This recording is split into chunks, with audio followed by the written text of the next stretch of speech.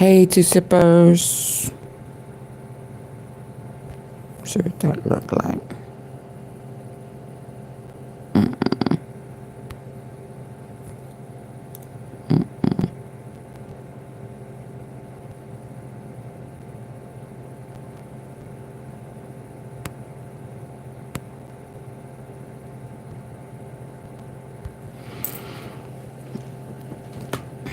Hey, tea sippers, come on in. Again.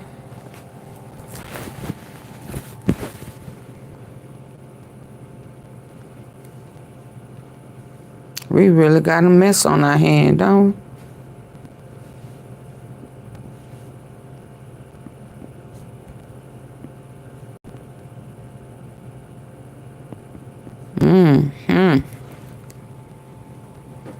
We really got a mess on our hands. Come on.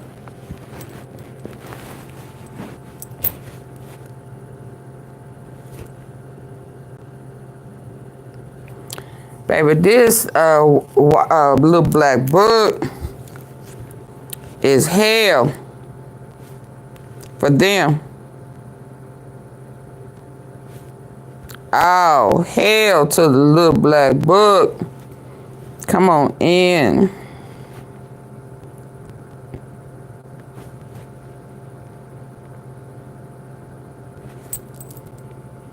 Let's talk about it. The little orange man is paranoid. Paranoid.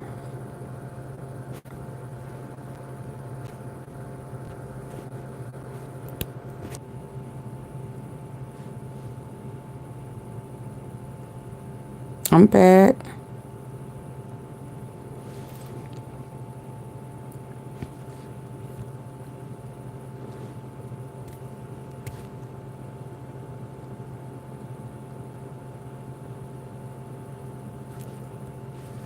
I think it's a big... Y'all come on in. Please come in, hitting the like button. There's a bigger problem going on. And I don't know if y'all realize it or not. I don't know what nobody else been talking about, but I know what I see. And I know what I think.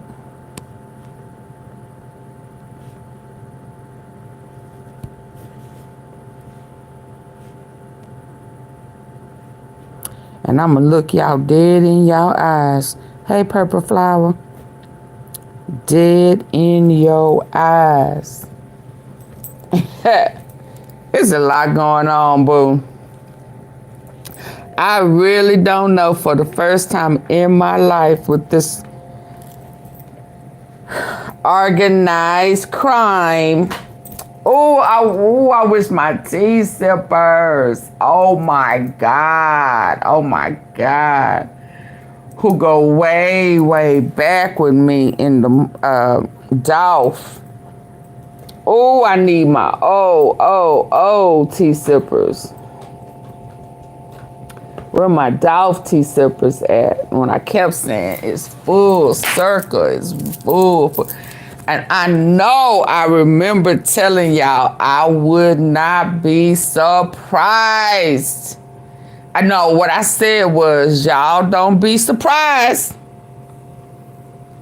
Don't be surprised when you find out that one of the higher ups, I said higher ups or hierarchies, I don't know which term I said, is in the White House.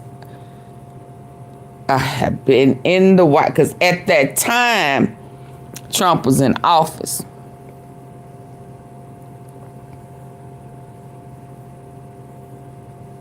And I'm saying that to say, oh my God. Because my mind has always been about the human trafficking. Now, granted, hey, Ivan, I did not know how big it was. I remember saying it's going to be bigger than anything we ever seen before. It's going to be huge. I remember saying it is a reason why Trump leans only in the hip-hop industry on the black people for whatever it is that he needs politically. I remember saying that. I remember saying, don't be surprised with this Illuminati shit. It don't somehow. I know I said it. And I said, but I'm going to leave that alone right now. I don't know if y'all ready for that. Because I had already did some research. So now I ain't going to lie. I didn't know exactly how it was going to touch, and I still don't know exactly how it touched. But, oh, did you have to put the ch in it? Yes. But, I knew it was going to touch. I knew that with the guns, the DRUGS, car theft, high-end car thefts, and the human trafficking, that it was all tied in. I've always said I didn't feel like Mo3 or Dolph would want to be involved with that. But I know I said, now don't y'all be surprised. But don't y'all be surprised. And why I am laughing about it and saying that now, because Trump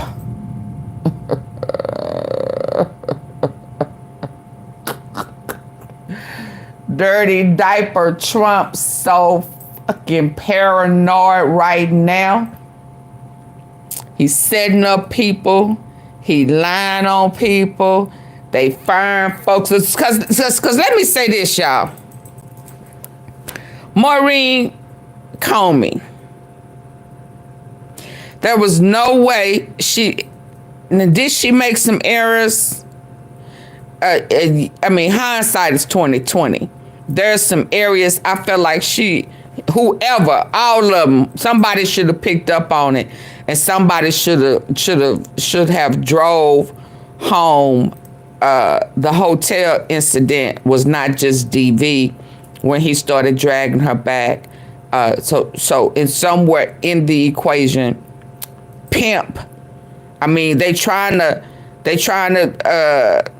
with the Mann Act, it's still chiming in on pimpish ways. It's just the reverse, it's just not the typical, but nothing about the typical situation. Nothing about though these cases are typical. Nothing. Just like nothing about what the original racketeering and RICO was set up for. It's not the same type crimes no more, but it don't mean that it's not racketeering and RICO. Just because, how people used to get down back in the day ain't how they get down nowadays. It's still organized crime. This, what Trump is shitting on himself for, paranoid, don't know what to say, forgetting his lies, meltdowns, cussing out folk, wanting shit to wake up and say this shit was a dream. I know it ain't finna go down like this. Hey, Comey is the same prosecutor. That's why I got it up. But hold on, pressure. It's in the title. That's why I put it in the title. I know.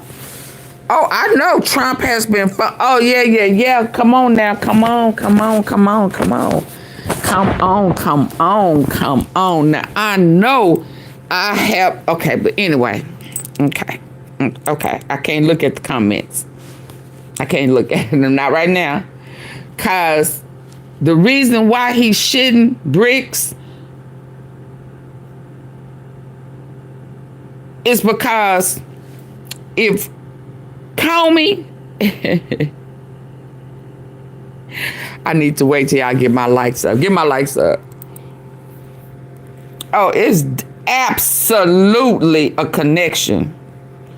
Absolutely organized crime. So like I was about to say, they fired Comey today. Yeah. Fired her. Fired her for a whole bunch of reasons. Fired her for a whole bunch of reasons. But I'm going to hold my mule until they get my likes up.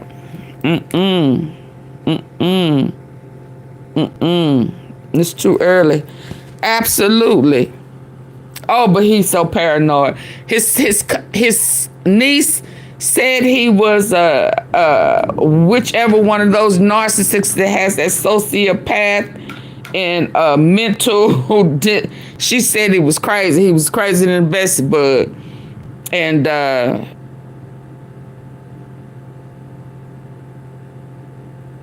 I mean, I'm not gonna debate that with you, Precious.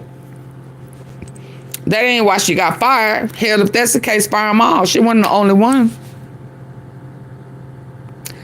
But she got what the real reason she got fired is more to it than just the Diddy case. Let's not be a fool.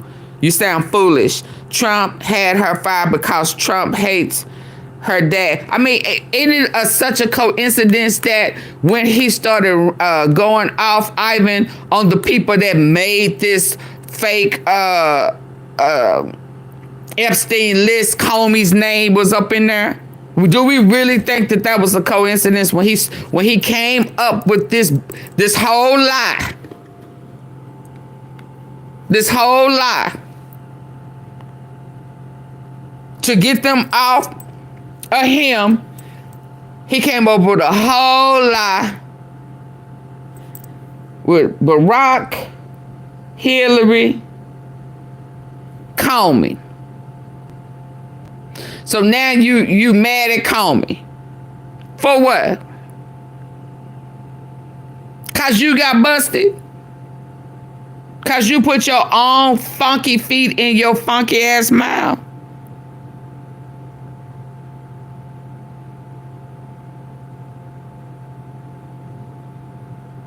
I mean, come on. This man's so damn paranoid. Hell, if he could fire fire right off the bat and knew that he would have a backing, he would let go of the girl who said Pam, who said she had to file on her desk. He will fire Dan. He fired their asses. Y'all got me out here looking stupid. My daughter-in-law, son, divorce her. No, fool. No, fool. You said you put people on the island. How you know who was on the island? Was you on what do you call it? Pedo Island? He called it a pedo island when he was talking about Bill Clinton. Hell, was it a pedo island when your ass was on it?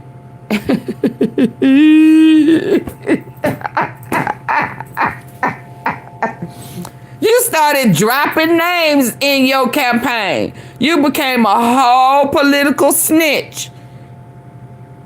You started naming people on the pedo island as if you wasn't on the pedo island.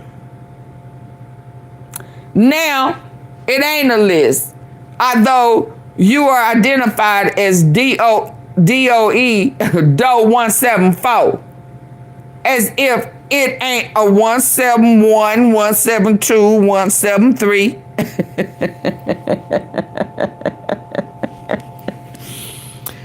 How y'all gonna say it's not a list, but that it's numbered? Huh? It's numbered. It's 100 and some people before Trump. Hell you mean? That was his best friend for 15 plus damn years. and he 174.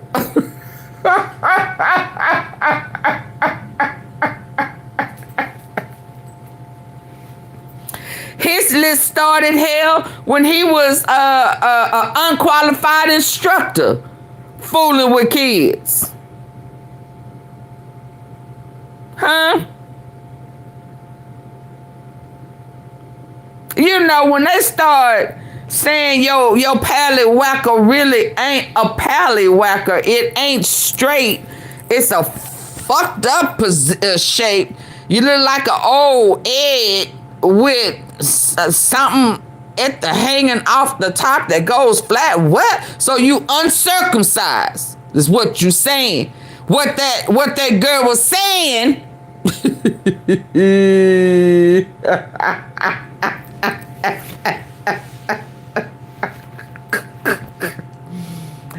What she was describing was an old, ugly, fat-shaped, uncircumcised.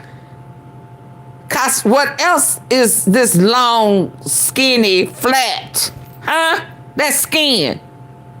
That's called skin. But a child who was innocent wouldn't know that. Hell, it just came to me just about 5 minutes ago. I was thinking, what is that? At first, I was thinking skin, it's flat. Oh, he ain't circumcised.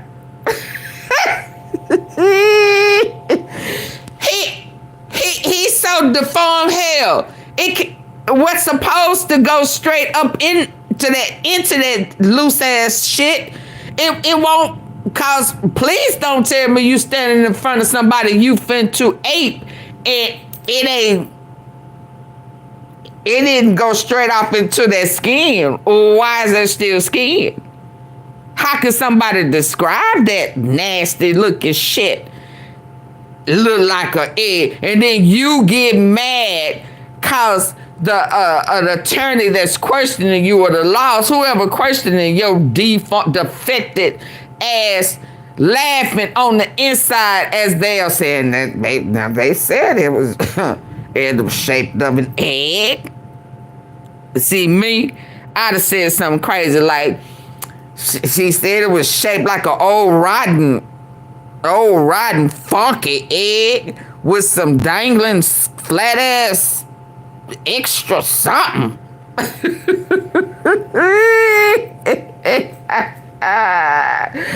Woo, by the way she was describing the hell, I know it wasn't clean. When was the last time you pulled that skin back, sir? All that skin? Wait a minute, Purple Flower, when I tell you, it just clicked to me. And I done been on here 18 minutes. I think 9 of them 18 minutes, it just dawned on me, oh shit, this clown wasn't circumcised. I mean, you know. It was the egg shape for me. And then you got some egg, what?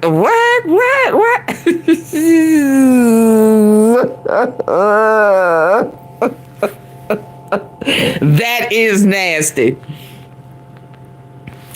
Baby, I know, bless the little girl heart. I know you didn't know what that was, baby. AunTeaFee, it took me a while. And I heard that a while. It took me a day or so for it to click what she was describing. Bless her heart. Girl, child ain't safe in a room full of old nasty, uncircumcised, egg-shaped, rotten ass men.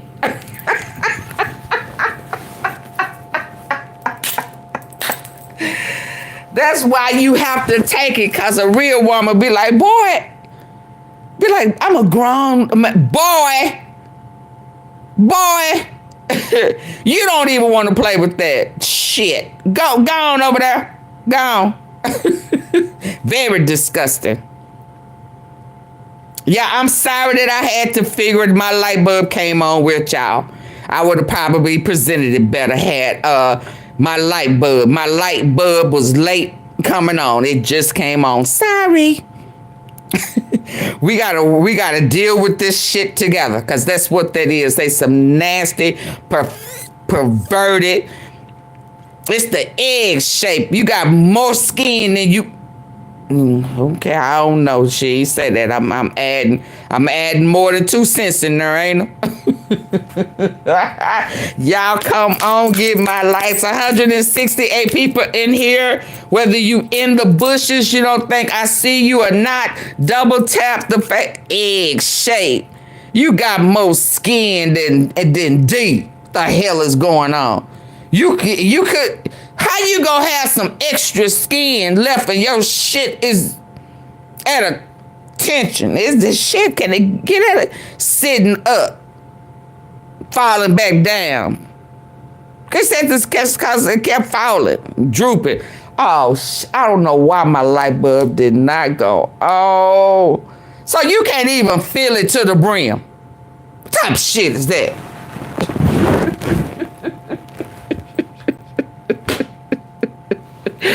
Thank you, Purple Flower.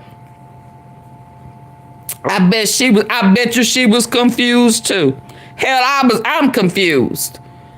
I'm confused. And I'm a grown ass woman. I'm confused. Thank you, Purple. Y'all hit the like button on Purple. Purple for supporting the platform. Thank you, baby. Yeah. Hell, I'm confused. He needs to be slapped. Wait, bring his ass back alive so we can beat his ass. Oh, I guess I can't say that. That's some nasty shit. I ain't gonna even lie.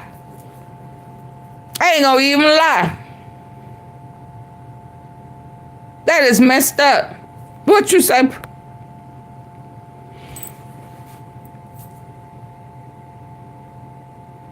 Said if Trump was on, because he thought he would be able to control it, probably. Or hell, maybe he forgot, his ass got dementia. He be forgetting half the shit he be saying. He got they say he deteriorate. I don't know. All he do is eat processed food all day, every day. He probably done lost his mind. His niece said he been sick in the head. Hello, everybody coming in. Carmela. Hello. Who else? Special? No. No. They say he crazy for real now. They say he stink. I wonder did he have that a BBL that went bad. He got that dead ass skin. They say he is funky as hell. They say he is a whole different type of funky. Well, I bet you he smell like psoriasis. Ugh. I bet you his breath stink. Ugh. Lysol, everything he touch and sit on. Ugh. And then you have the nerve to be taking cookies from baby. And it pisses me off that I heard him say out of his own mouth when he was being up on those criminal charges of ape. And he said that men have been taking cookies for millions of years. Like he don't see nothing wrong with that.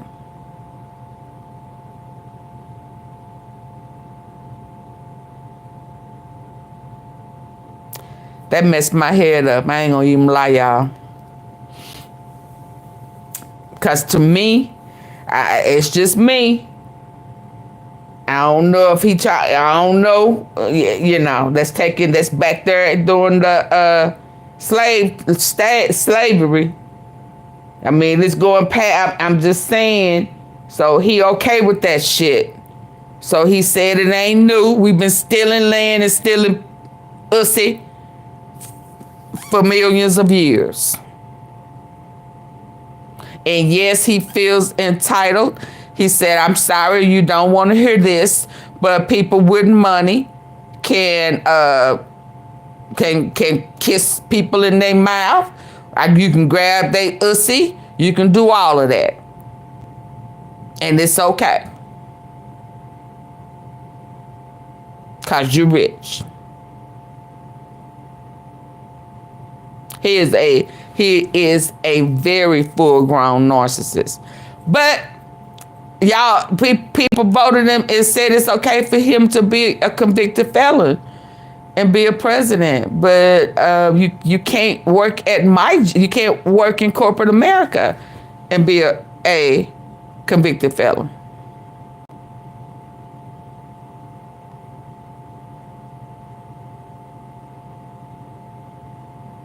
They said, Kamala, they said that the Democrats didn't have the files. They said Bush had them and Trump had them.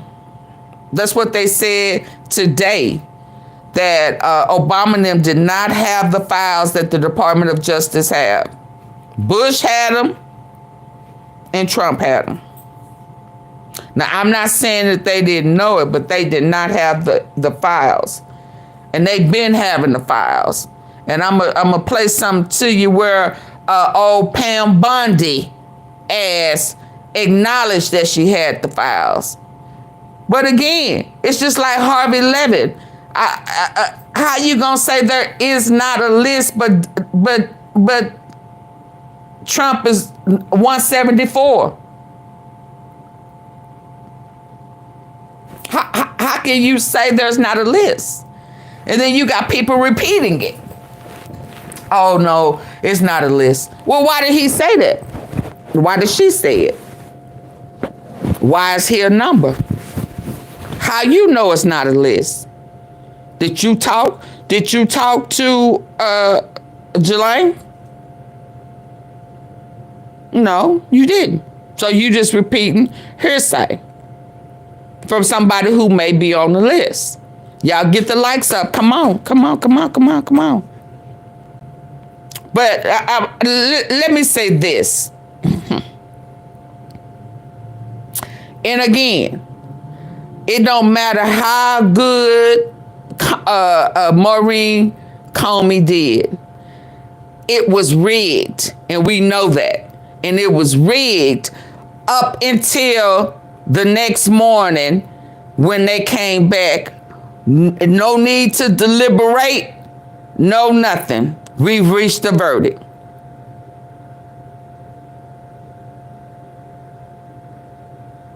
And they asses in there crying, jumping for joy.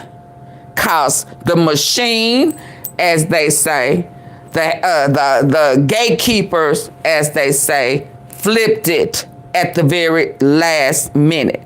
George, who works for the UN, who lied to be a part of the trial,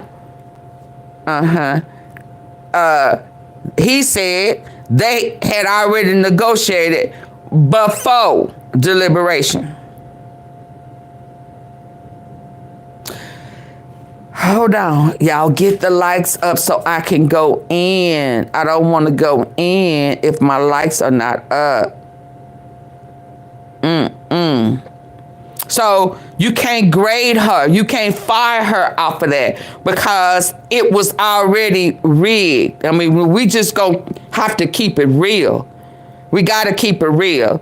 You had number 25 who right off the bat, an hour in, before they even started deliberating, they was going over the judge's instructions, and he said, I'm not going to do that.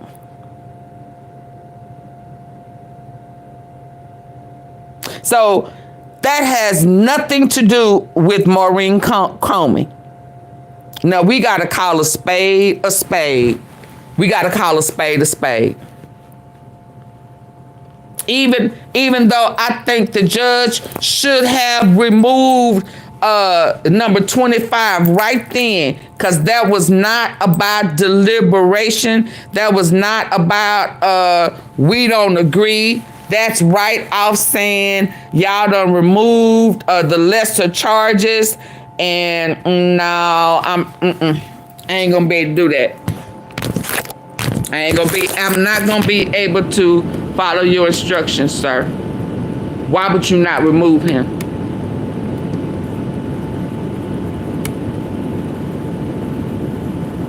So so you're not gonna abide by the law.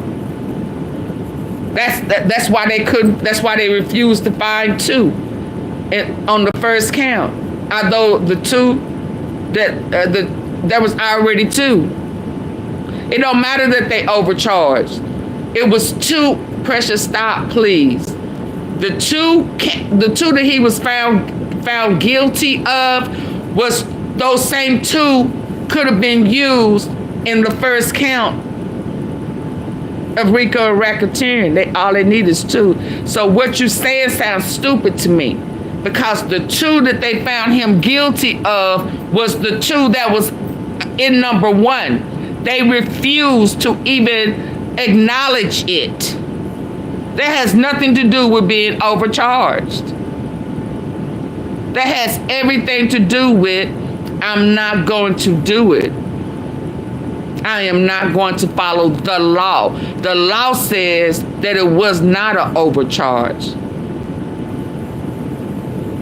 So you can say that if you want to, but that's because you're not being realistic and you're going along with the opposite. Because the same 2 they were found guilty on was the 2 they could have used in number 1. And they flat out refused to. That George guy said they did not look at it separately. He said collectively. The judge said, no, all you need is 2. George said collectively. Do I need to run it back for you? So it didn't matter if it was an overreach or not. All they needed was 2. They could have used the same 2 they used on 3 and 5, and they refused to.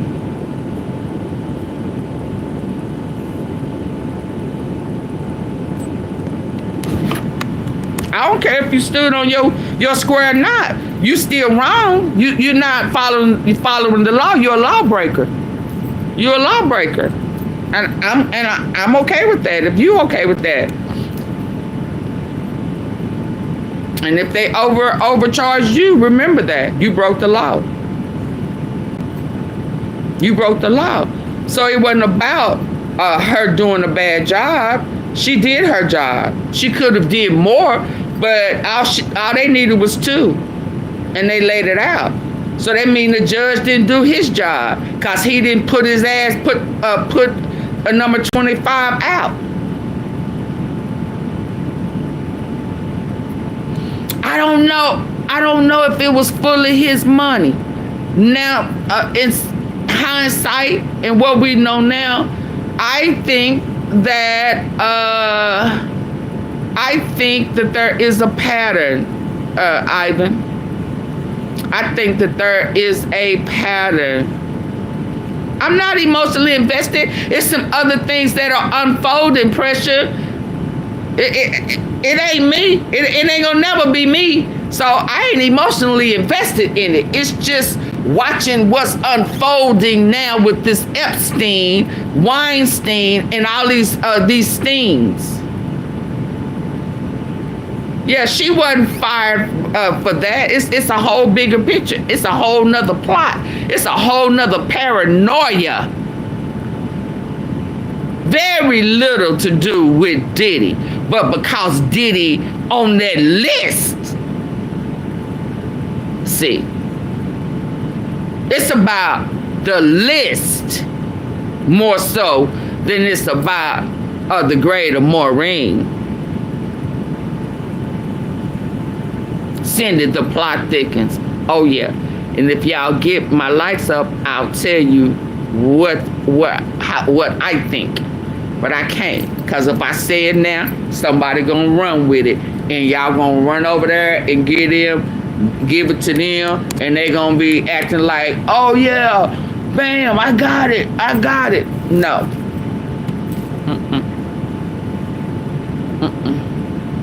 It's about, it absolutely is about the list. Yeah, go ahead and leave. I'd rather drop 100 people. If you're not gonna hit my like button, send a super chat or a super sticker. I'd rather you go ahead and leave than to sit up here and get my tea.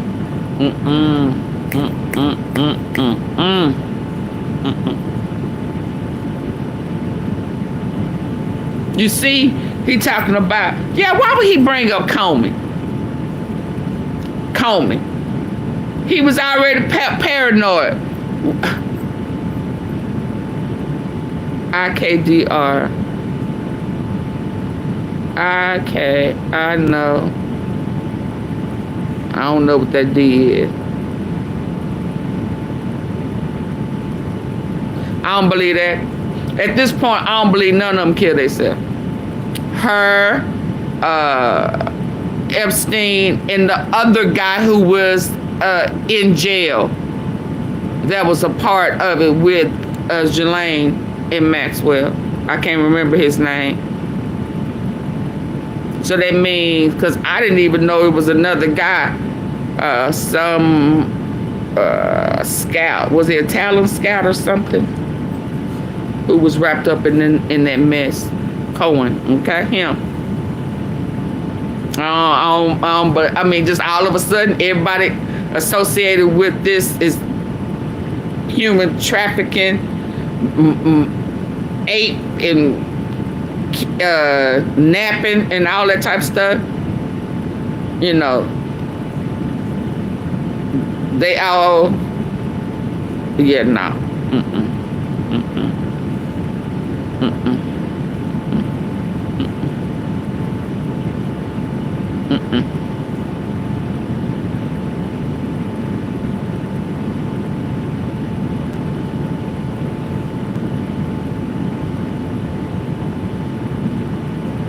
That's why your inside's black. That's why your heart is black.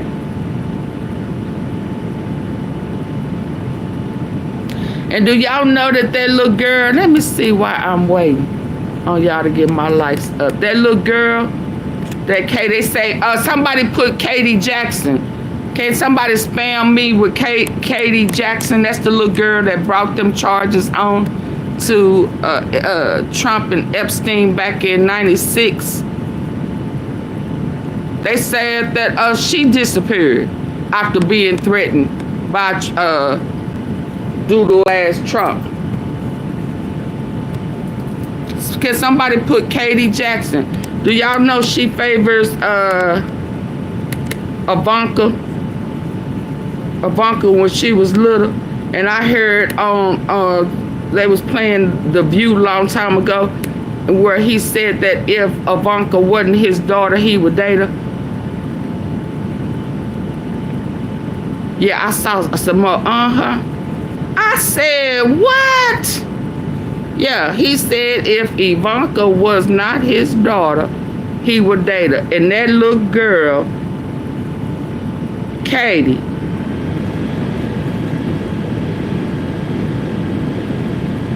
when she was little, looked just like Ivanka when she was little. And she was sitting on his lap. I wanted to push her off and say, get off his lap, like she was my daughter. Get your ass off his lap.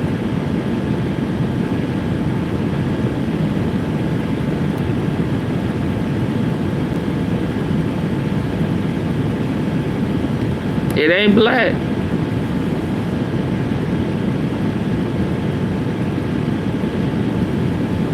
Well, you know, on the inside is your veins and stuff is. My heart is red. My heart is pure.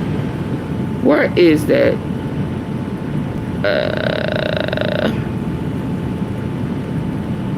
She looked like Ivanka.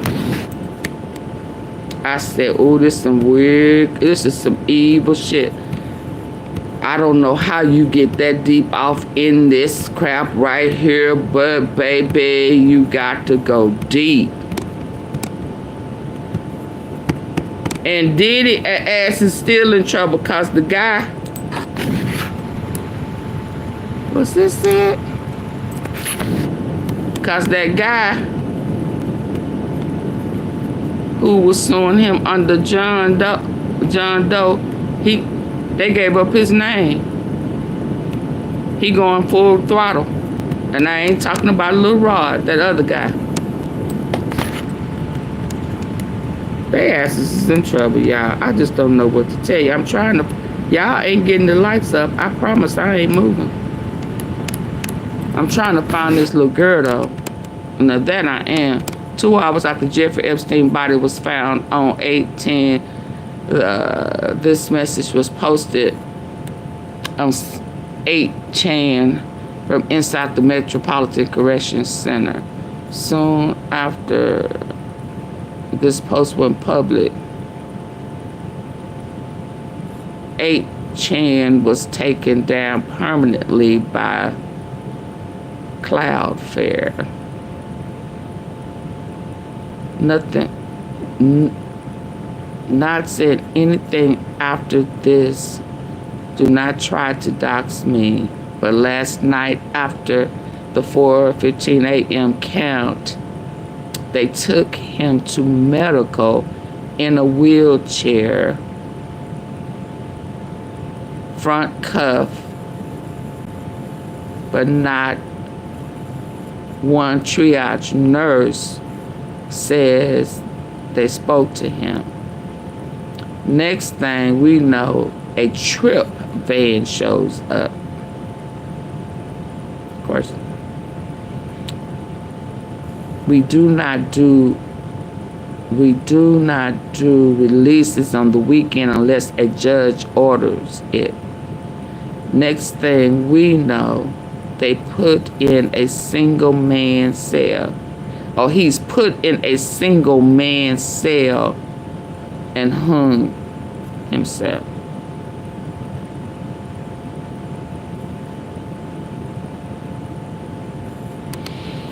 We don't do releases on the weekend unless the judge orders it.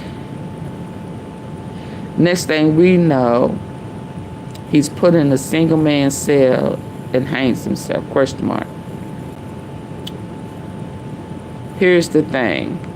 The trip van did not sign in, and we did not record the plate number. And a guy in a green dress military outfit was in the back of the van, according to the tower guy who let him through the gate. You guys, I am shaking right now, but I think they switched him out.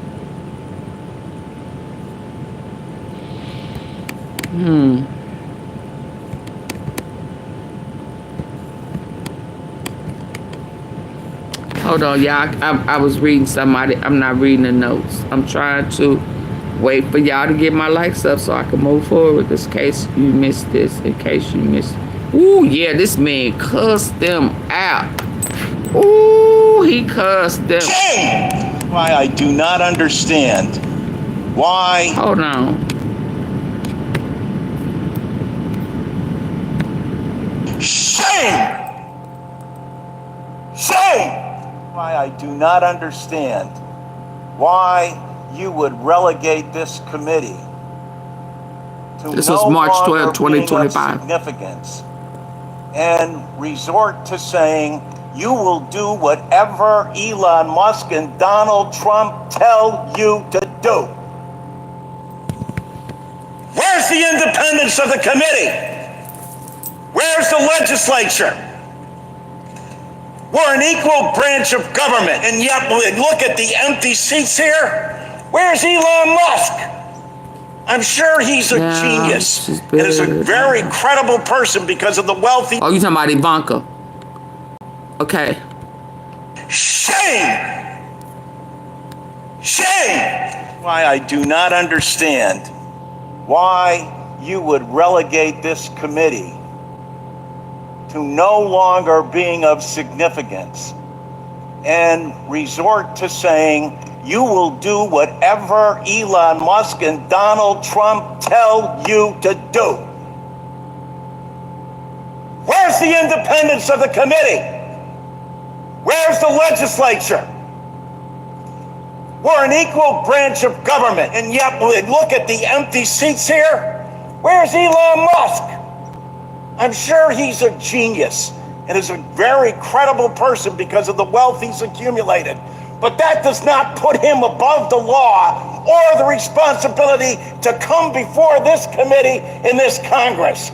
If he's so great, if these plans and all the fraud and abuse that he found are so evident, why isn't he here explaining it? You know why. Because he's out to privatize Social Security. He's been on television the last couple of days talking exactly about Social Security, Medicare, and Medicaid, and what he intends to do. Privatize it. The American people, some of them may have been born at night, but not last night. People are aware of this. Every single one of your districts in your district. Ask that, Mr. Smith, of the more than 198,000 people in your district who rely on Social Security, and you won't even let the person who's planning to privatize it, who's telling the big lie in front of everyone. The big what? Bold as he possibly can, saying, this is what we're going to do. The Congress is in our back pocket. We don't even have to come before them and testify because we control the House, we control the Senate, and we control the presidency. That the executive branch does not have total authority over the legislature unless you have a willing party that says, no, we're going to do exactly what you tell us to do, Mr. Musk and Mr. President. It doesn't matter to our constituents. It doesn't matter how much money they are not going to receive. We're not even going to tell them the truth. Shame! Shame! Can't bring people in front of this body. If he's right, if they're so good, if they're so just, why aren't they here telling the American people about it? Shame! Shame! Why I do not understand why you would relegate this committee to no longer being you're of such a hypocrite. Oh, you're such a hypocrite. Give my likes up. I'm yelling now. Oh, you're a hypocrite. Oh my God, you're a hypocrite. What is this? We fact-checked that picture, and yes, this is indeed the grave of Ivana Trump, ex-wife of President Donald Trump, and it's located near the first hole of his Bedminster golf course in New Jersey. As you can see, it's completely overgrown. There's no pomp and ceremony, no private area there for somebody to go and grieve, no fenced-off area, no flowers, and it's hugely overgrown. So what's the story? Oh my goodness. Hold on to your horses. Now, the Trumps divorced in 1990, and sadly, Ivana Trump passed away in 2022 after a fall down the stairs. Now, I was wondering why Donald, of all people, her husband she divorced 35 years ago, was tasked with burying her. Now, they do share adult children together, so that's probably their decision, but it seems very odd. Why has he buried her in a very unmarked grave kind of way at his golf course?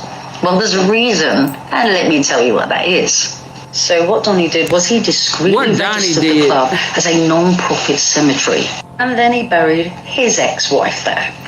Now, New Jersey law states that if you have one person, one solitary grave on your land and call it a cemetery, sacred land, you are eligible for huge tax breaks. Now it's starting to make sense, right? Okay, so he avoids paying income tax, sales tax, and property tax on that land. I'm pretty sure Ivana did not want to be buried on one of her ex-husband's golf courses, especially in a discreet little spot like that where she's completely overlooked and neglected. Is this a genius move from a smart businessman to avoid paying taxes? Or is it just another callous, cold example of a man who has no empathy for anybody? We fact-checked that picture, and yes, this is indeed the grave of Ivana Trump, ex-wife of President Donald Trump, and it's located near the first hole of his Bedminster golf course in New Jersey. As you can see, it's completely overgrown. There's no pomp and ceremony, no private area there for somebody to go and grieve, no fenced-off area, no flowers, and it's hugely overgrown. So what's the story? Oh my goodness. Hold on to your horses. Now, the Trumps divorced in 1990, and sadly, Ivana Trump passed away in 2022 after a fall down the stairs. Now, I was wondering why Donald, of all people, her husband she divorced 35 years ago, was tasked with burying her. Now, they do share adult children together, so that's probably their decision. But it seems very odd. Why is he buried her in a very, very unmarked grave kind of way or you at his golf course? Or you put it inclusive in there. That ain't your job. Your job ain't to say you people like people screaming at you. What you mean? So it is going back and forth. You not trying to get no good a rapport or a message across. You trying to be sarcastic. So I don't know what you talking about. Oh, you talking to Cindy? Oh, you talking to somebody else? Why you put me in it?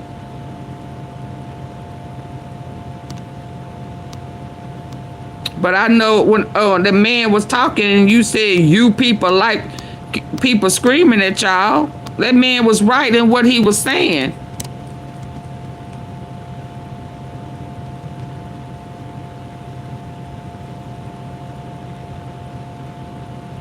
He was right in what he was saying. And sometimes you gotta get loud with people when they try to play in your face. Yeah. So I don't know what y'all talking about. I'm trying to see my lights going up so I can tell y'all what I think and how I feel.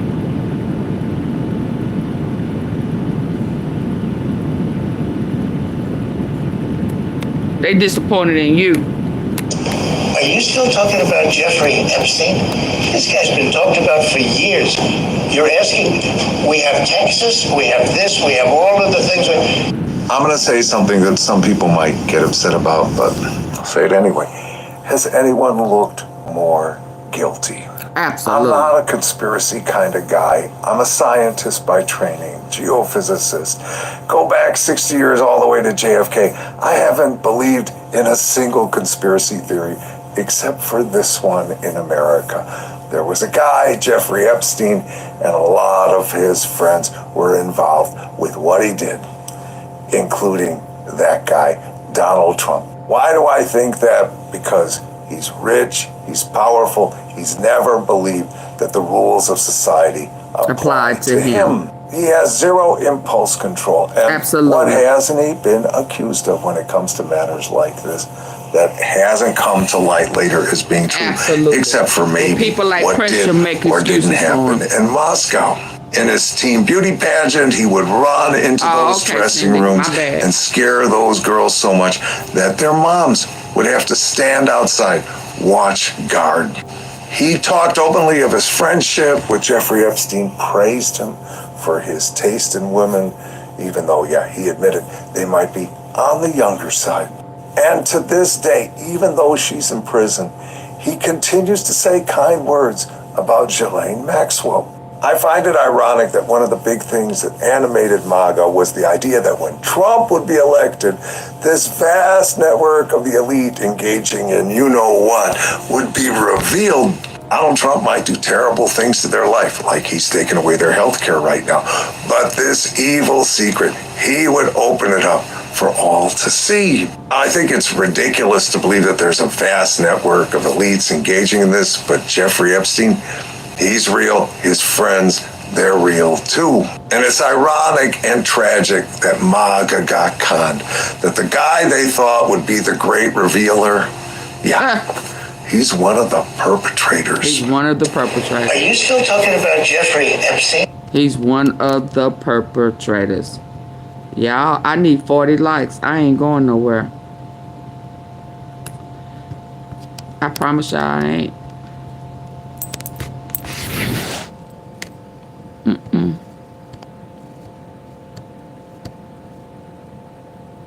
He's spot on. A lot of them, they're not playing this time. They are not playing with him. They are not playing with him. I'm right here. Got it. Got it. I be having all type of good stuff. Sitting over waiting on y'all. Y'all want to play in my face?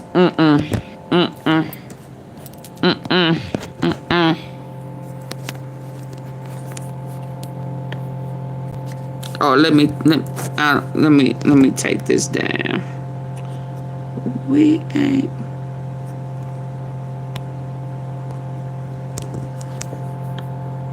That was his daughter when she was little. And the little girl, Katie Jackson.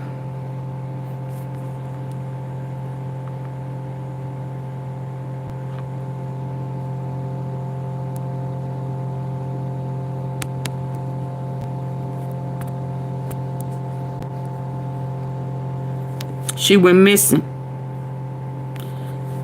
after they pressed charges.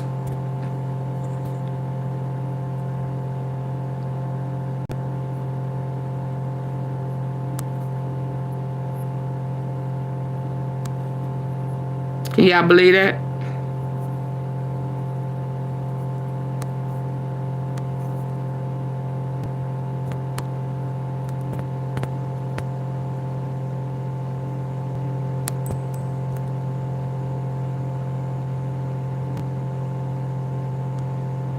Donald Trump is sick. I mean, all of them sick. But you got this girl on your lap. That's why I say, get her off your damn lap.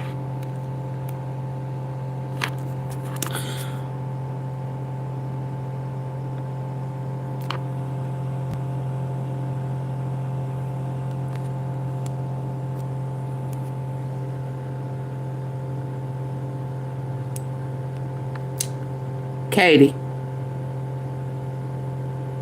was aped by Donald Trump, held down by Epstein, and also aped, kidnapped,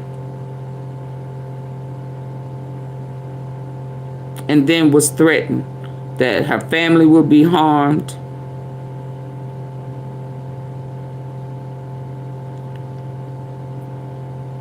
And was told another little girl that fought back. She said was told was 12 years old who went missing, and then she went missing.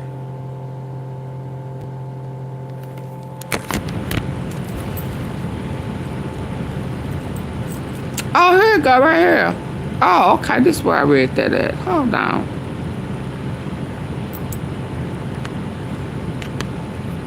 Get my lights up. Precious say he ain't gonna support the tea. He said he ain't gonna hit the like button. He ain't gonna send a super chat or super stick cause he don't drink tea. He drink coffee black.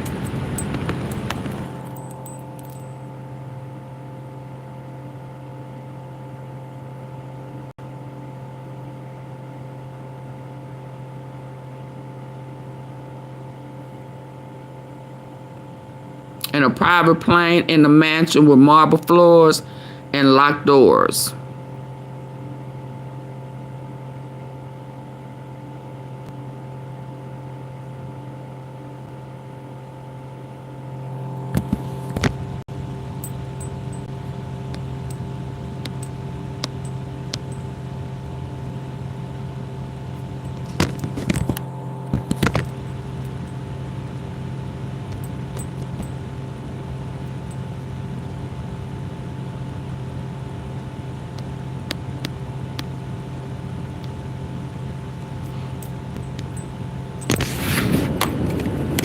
Katie.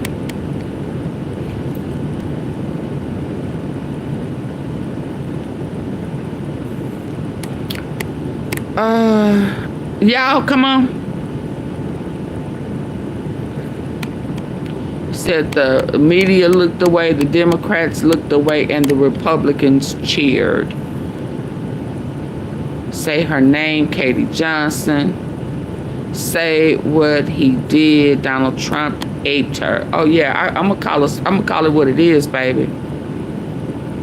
If you're still defending him, you're defending a child ape. If you're staying silent, you are protecting a predator. I totally agree. If you're uncomfortable reading this, imagine what it felt like to live it. Yeah, I can't imagine. I can't imagine. He is on Epstein's list. He is protected by power, by wealth, by every institution that has ever prioritized male legacy over female survival. I mean, I didn't read, this is the first time I'm reading this, but that sounds to me like what he said, that they've been aping women for millions of years. Say he is on Epstein's list. He is protected by power, by wealth, by every institution that has ever prioritized male legacy over female survival. He is not a hero. He is a predator. He is a apist, and he belongs in a cell, not in the White House. I totally agree. He joked about Epstein's attraction to young girls and added, I didn't hear him say I like them young too. I didn't hear him say that. I didn't hear him say that. I heard him say Epstein likes them. He likes pretty women like me, and he likes them on the young side. I didn't hear him say I like them young too. Now he may have. I didn't hear it. He's listed on Epstein's files. Yeah, he's tied to multiple victims. He is, and still he walks free. Correct. Protected by wealth, power, silence, and a base that calls him a hero. I mean, I don't know who this is, but they are telling the absolute truth. They are telling the absolute truth. And then he has the nerve to call Epstein weird names as if he's not the same.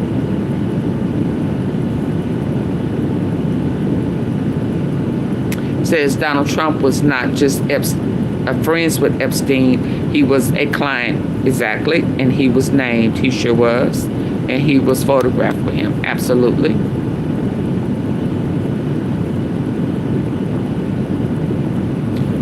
Says this is not a conspiracy. This is not unproven.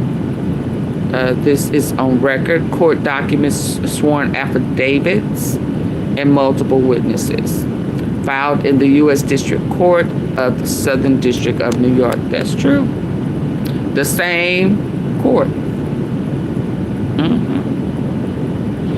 After receiving death threats, she withdrew the lawsuit and canceled her press conference. She has not been seen since.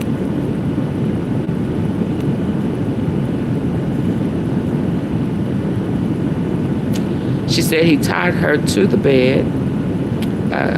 She said he struck her when she begged him to stop.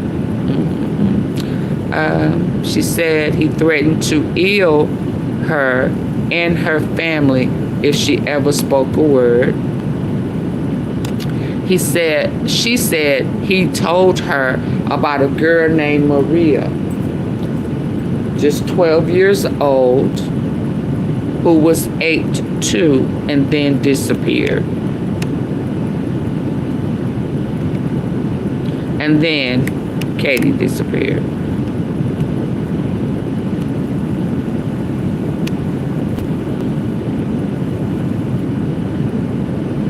Birds of a feather shall flock together. And it was stamped, it was filed, stamped April 26th.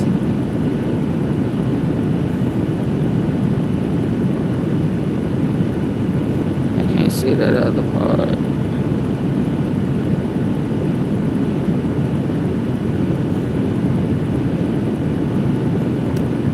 26. 2016. And this is the different one. This is United States District Court, Central District of California.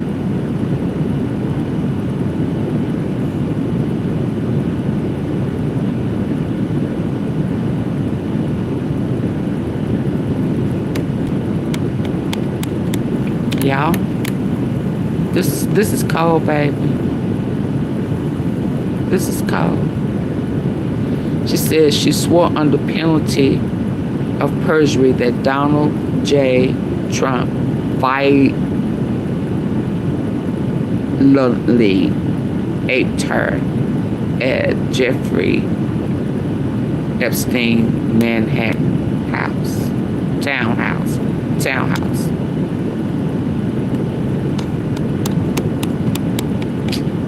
Okay, so hold on. Let me see what else I got over here before I go in.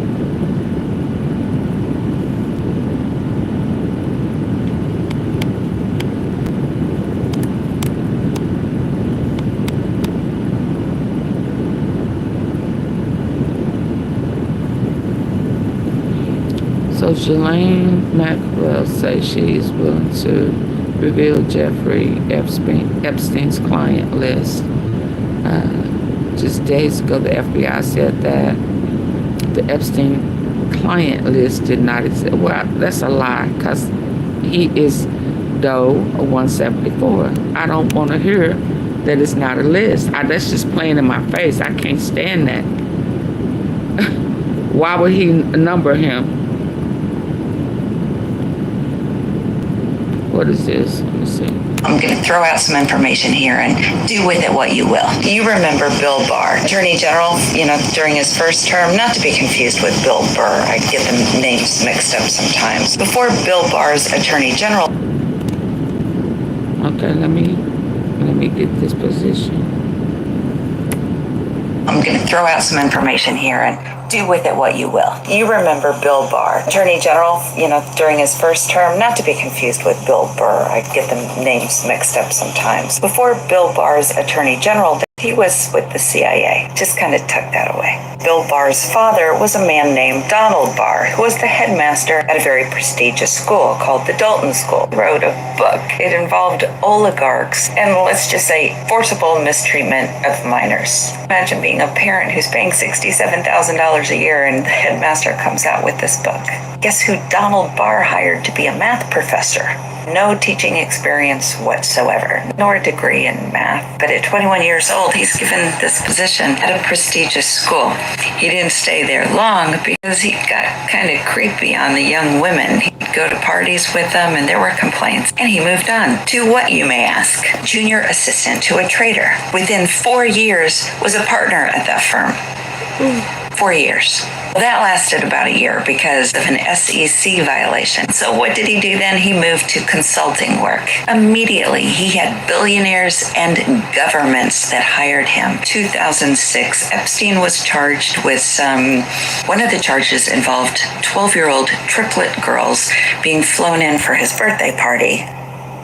Allegedly, these girls and others were brought in by a guy named Jean-Luc Bromel, was a scout or something for Epstein's modeling company called MC2. The U.S. Attorney for the Southern District of Florida was a guy named Alexander Acosta. He offered Epstein this sweetheart deal that was insane. Leave for 12 hours a day, take walks on the beaches. When he was released on house arrest, house wasn't defined, so he could take jets to Manhattan. Leslie Wexner, Victoria's Secret guy, Abercrombie guy. Didn't take long for complaints to surface that Epstein was posing as a Victoria's Secret model recruiter. Didn't matter, Wexner still gave him control over all his money. When Trump nominated Acosta for the Secretary of Labor position, because of course he did, Acosta was grilled about this sweetheart deal. He went on record saying that he was told Epstein belonged to intelligence and that the entire issue was above his pay grade. In the 80s, Epstein frequently used a fake passport, an Australian passport, said that he was a resident of Saudi Arabia. He used it to go to the UK, Spain, and Saudi Arabia. Y'all listening with y'all good here?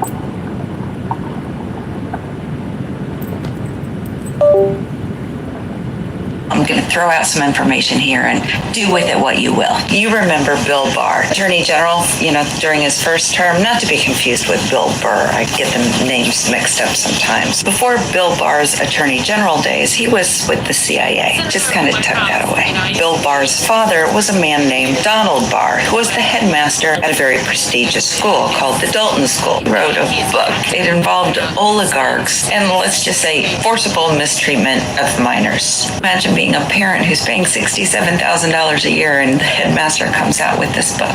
Guess who Donald Barr hired to be a math professor? No teaching experience whatsoever, nor a degree in math. But at 21 years old, he's given this position at a prestigious school. He didn't stay there long because he got kind of creepy on the young women. He'd go to parties with them and there were complaints. And he moved on to what, you may ask? Junior assistant to a trader. Within 4 years, was a partner at that firm. 4 years. That lasted about a year because of an SEC violation. So what did he do then? He moved to consulting work. Immediately, he had billionaires and governments that hired him. 2006, Epstein was charged with one of the charges involved 12-year-old triplet girls being flown in for his birthday party. Allegedly, these girls and others were brought in by a guy named Jean-Luc Bromel, was a scout or something for Epstein's modeling company called MC2. The U.S. attorney for the Southern District of Florida was a guy named Alexander Acosta. He offered Epstein this sweetheart deal that was insane. Leave for 12 hours a day, take walks on the beaches. When he was released on house arrest, house wasn't defined, so he could take jets to Manhattan. Leslie Wexner, Victoria's Secret guy, Abercrombie guy.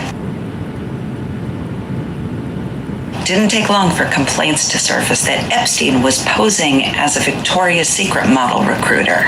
Didn't matter, Wexner still gave him control over all his money. Dumbass. When Trump nominated Acosta for the Secretary of Labor position, because of course he did, Acosta was grilled about this sweetheart deal. He went on record saying that he was told Epstein belonged to intelligence and that the entire issue was above his pay grade. In the 80s, Epstein frequently used a fake passport, an Australian passport, said that he was a resident of Saudi Arabia. He used it to go to the UK, Spain, and Saudi Arabia.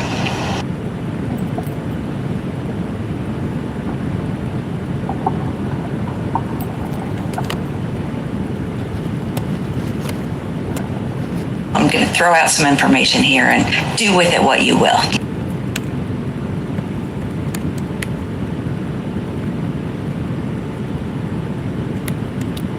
think that's all I got with that, because it's the same. So listen. Comey, Maurene Comey.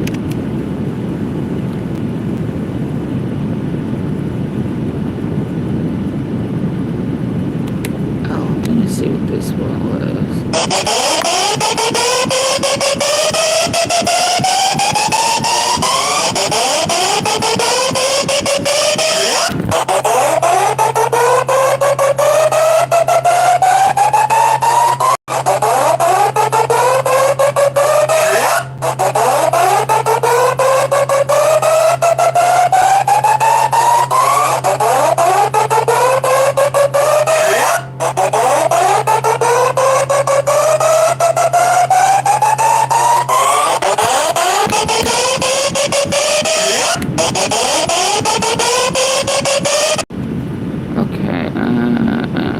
Epstein, little black book. Unredacted.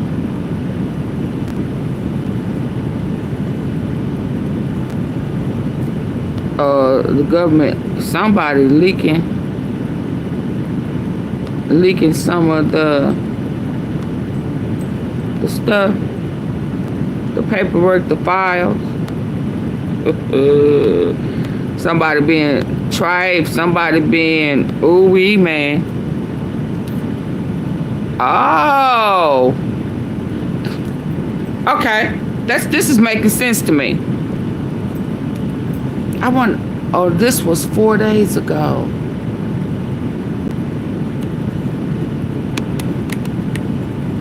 Okay, so listen.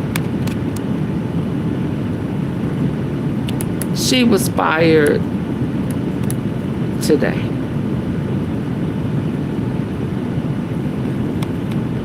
The GOP fired her today.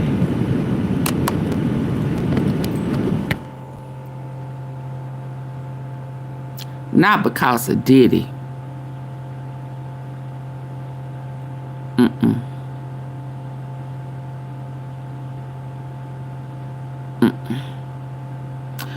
She was fired today because of him and her and him and the orange man's paranoia. Because if he was former FBI director and she was a part of Epstein and Maxwell,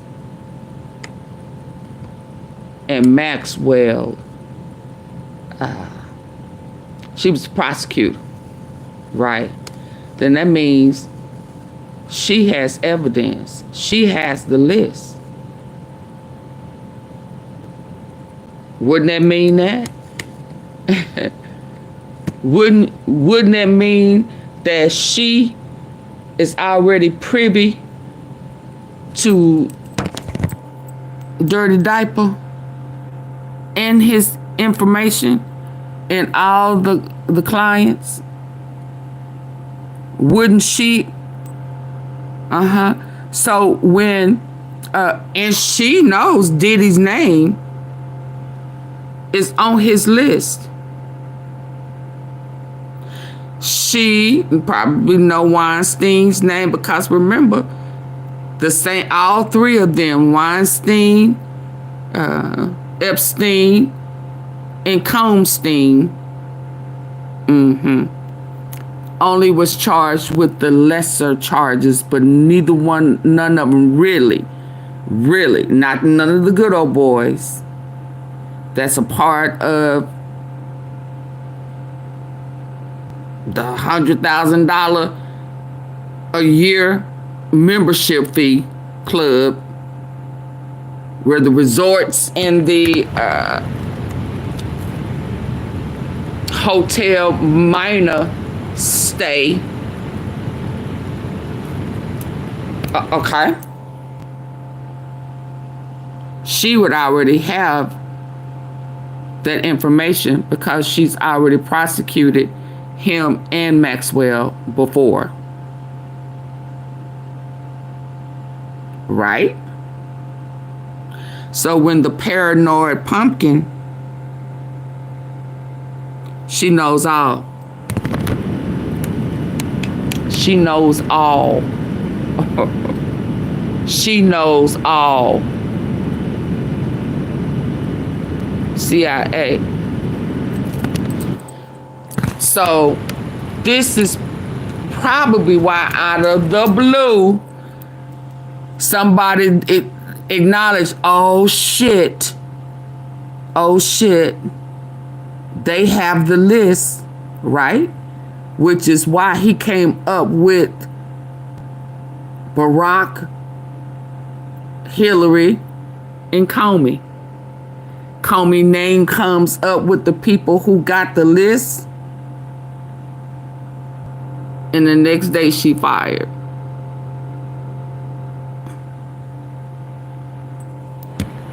And she has prosecuted. And they was wanting to remember, Donald Trump opened his big ass mouth and started saying it wasn't a list, it was all a hoax. Tried to put it on Comey, Barack, in Hillary, and then that means that she Ghislaine jumped full speed. Everybody said, okay, if it ain't a list and ain't nobody else gonna be prosecuted, then she gotta go. And then the Department of Justice, Pam, ran straight to the Supreme Court. No, do not take it. No, don't take it. Reject it. No, this shit's getting out of hand. No, don't do that. Trump is opening up some shit because he don't want this egg on his face. Yeah. It started spiraling out of control when somebody made mention that she has already tried him and Ghislaine. So that means that if y'all play this game and open that shit back up, all y'all, because she got the list. And the daddy probably do too. Or had it. Then he throws out there the hoax, trying to throw off Offset, Barack, Hillary. You know, it's the Democrats. It's Comey. Why are you mad at Comey?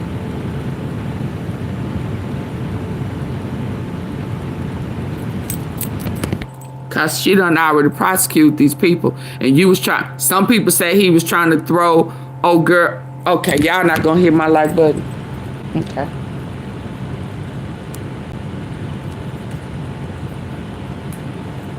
Watch, Mark. We have breaking news right now that relates to the Epstein case, and that is that Donald Trump and the DOJ have decided to fire Maurene Comey, who is one of the prosecutors involved in the Epstein case. So first and foremost, what are the implications? Okay, so hold on. Hold on. So this was 42 minutes ago. I have not listened to this. I have no idea what it is saying. So this was, ouch. Yeah, I'm on my elbow. What did it say? 42. Now it say 43 minutes ago. Can y'all see that down there? Let's listen. Know what was in the contents of the Epstein file. The lawyer who prosecuted Jeffrey Epstein would know. Okay. Okay. There's probably, a handful of people who are the most intimate with the records. Absolutely. The record. Come on. And the files and the. That's why I didn't. Okay, so y'all, this is why I didn't want to play nobody. I didn't want to listen to nobody. Because I don't like people thinking that I got shit from other people. But that's why I've been sitting here saying wasn't she on Diddy? Yeah, absolutely. So she knows. She knows. They all know. They know. That's why it was thrown. That's why the UN, all of the guy talking about they was deliberating. That's why the other guy said that's why they wanted the other guy and didn't want to. Oh my God! It's yeah. Yes, Michelle. Yeah. So she already know. They already know Diddy on there. They already knew it. They already know. So in whatever meeting they had the other day when Trump started losing his mind and brought up the Democrats just out of nowhere. Like he done forgot what he said. And he brought up Comey.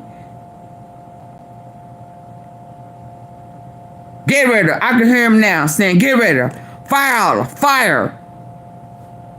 Yeah.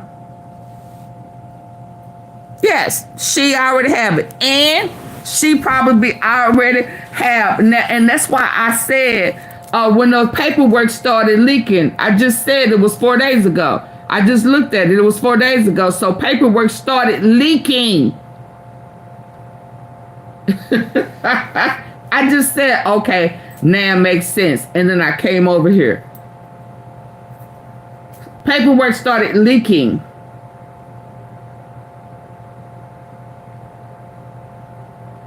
Yeah, just like shit started leaking in the Diddy case with I can't think of that man's name, with Harvey Levin. Yeah. So now the prosecutors, I'm sorry, it appears that maybe confidential paperwork and list information and book information and old pictures and those court documents of Katie, yeah, started popping up. He can't hide from it. So yeah, that's why today he was talking about people are going in my past. You was going in other people's past. You brought up Bill Clinton being on Predator's Island. Yeah. Yeah, you knew all along. Because your ass was on the island too. Yeah, so they rigged Diddy's case trial. They all got hit with the lesser charges. Only person that really got years was Ghislaine, the female. They don't care about females. They care about men.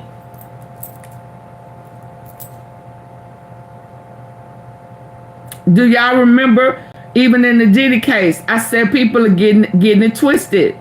They're getting it twisted. He's getting it twisted. Diddy don't care nothing about them, the females. He is into the men. He pay the men more than they pay the women. They don't give a shit about women. So when I just read that about Katie and how their protective power, money, and pretty much authority over women, he said men have been aping women for millions of years.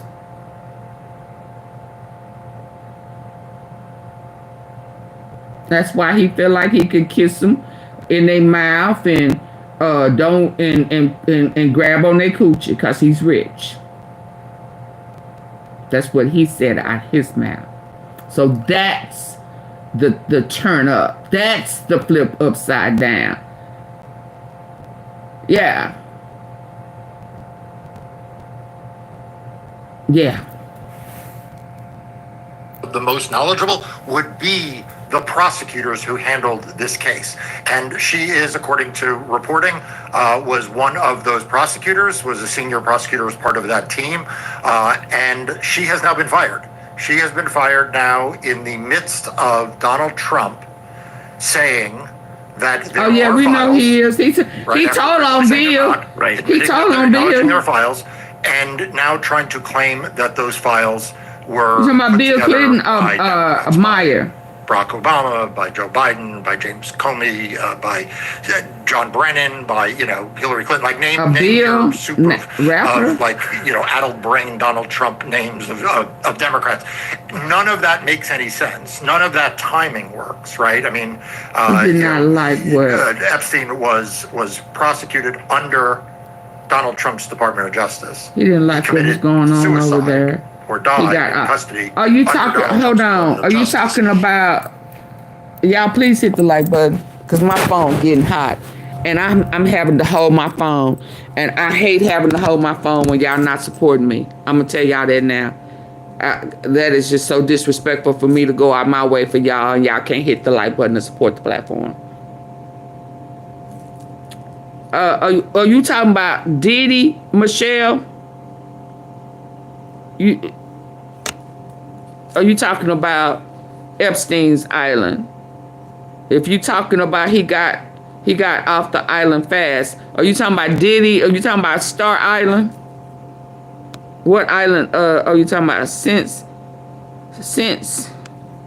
he fired her, shouldn't she be concerned that she may be eliminated? Oh, I don't know. I don't know if she should be concerned. Hell, if that's the case, Candace, they all should be concerned because everybody who know.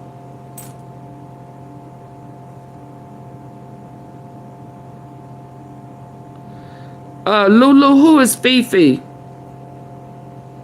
Who is Fifi? I don't know who that is. Write that over. I'm not Fifi. That's that girl that can't eat the Hot Pocket. She has to bite that on the side of her mouth. I'm not Fifi.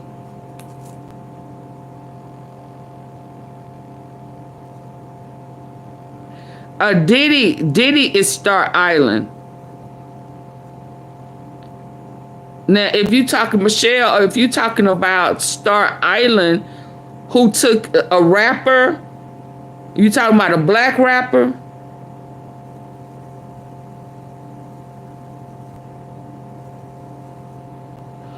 You saying a rapper went on Star Island and didn't like what he saw? Yeah, people sometimes say, I'm just Fee. I'm just Fee, F-E-E. Fifi's that other girl on YouTube, or that lady that cooks. I'm trying to understand, Michelle. Are you talking about? You said a rapper who went on the island. Are you talking about with Diddy at one of Diddy's functions? Or are you talking about Epstein? You okay, Lulu?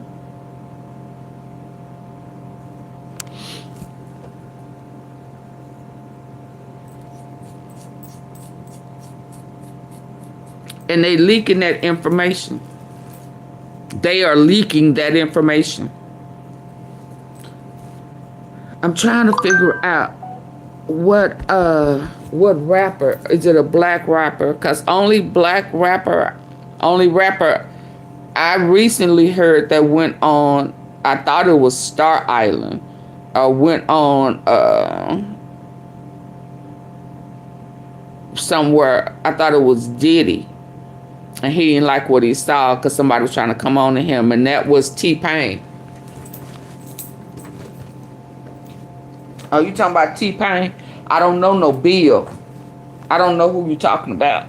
You got to give me some more details. Yeah. Prosecutor was part of that team. And she has now been fired. She has been fired now. And also, y'all have to remember, Ghislaine was trying to do a... give me a reduced sentence. That means that they would have brought up all of that stuff. All because Trump opened his mouth. Because he didn't want the egg on his face. Right? She done sent the judge a letter. She done, her family and her friends went right into work. What y'all need, I'll tell y'all what y'all want to know. I'll give it to you. I know where it's at. All of that. Trump shit all over himself. Oh, you talking about Bill Clinton? Yeah, we said that earlier. He was the president. Yeah, cause that's what I'm talking about. He called it Predator's Island when he was trying to tell on Bill. Absolutely. And he also tried to tell on Prince Harry. Not Harry, Andrew. Yeah, I said that earlier. How you know he was on Predator's Island? How you know? Because you was there too. So yes, Maurene Comey has it, knows it. Absolutely.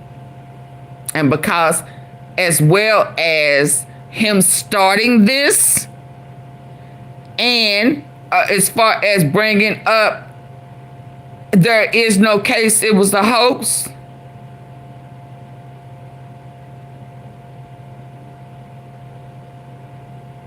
Oh no, I didn't know that. All I know is her family jumped on it. Jumped on it. So that means that here come the Comeys again, who was just with Diddy, and they are learning that that was thrown. And Harvey Levy and the Angry White Men, that's the name of their podcast, was in that man. I can't think of his name, Gordos or whatever that man's name is. And his daughter was on the defense. Yeah, they all in. And the Epstein brother jumped on it too. Absolutely. Absolutely. In the midst of Donald Trump saying that there are files, it's in the Epstein files, right? Like, there's probably, a handful of people who are the most intimate with the records and the record and the files and the who said what and who did what. And on that short list of the most knowledgeable would be the prosecutors who handled this case.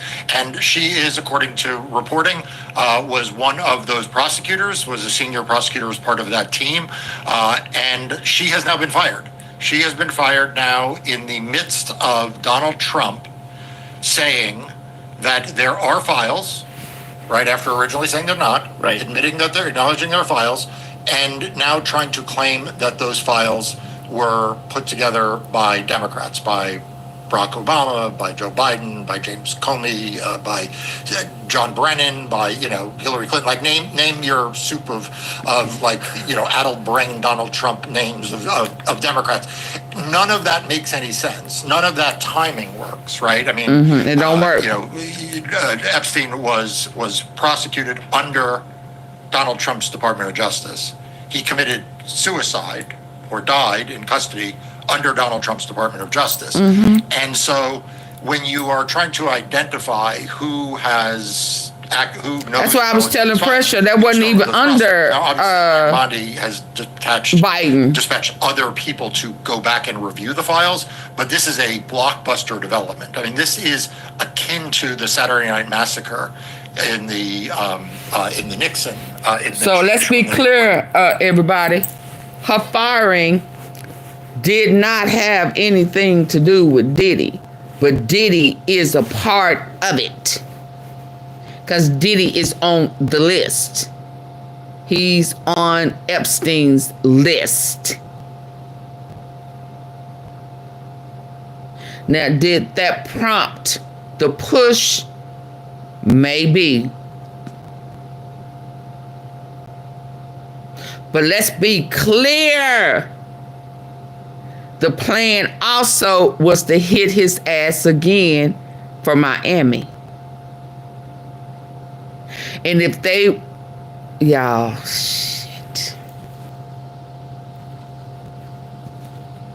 Mar-a-Lago, Epstein's Island, Star Island, Miami was coming next.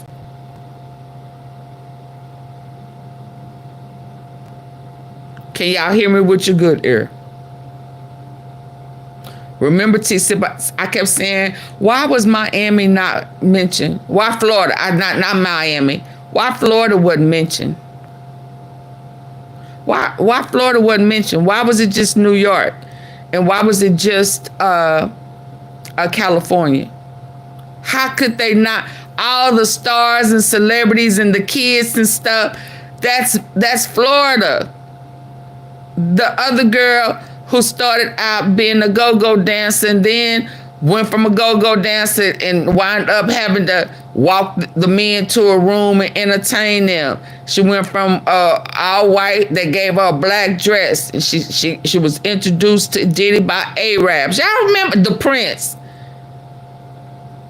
And I said, Florida coming. There's a connection. Mar-a-Lago, Epstein's Island, and Star Island, 1 and 2.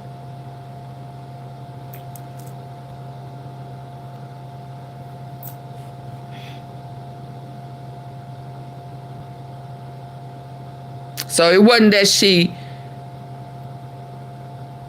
failed on Diddy, but Diddy is a part of it. And they were Marlock absolutely. But let me finish listening to what he's saying, because I had already connected it.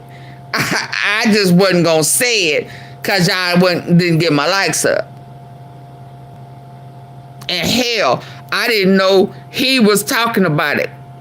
I wasn't trying to go nowhere that had it in the title because I wanted to pop my shit first before I heard anybody else's. So I'm up here thinking he finna talk about another development. Yeah. He fired the special counsel.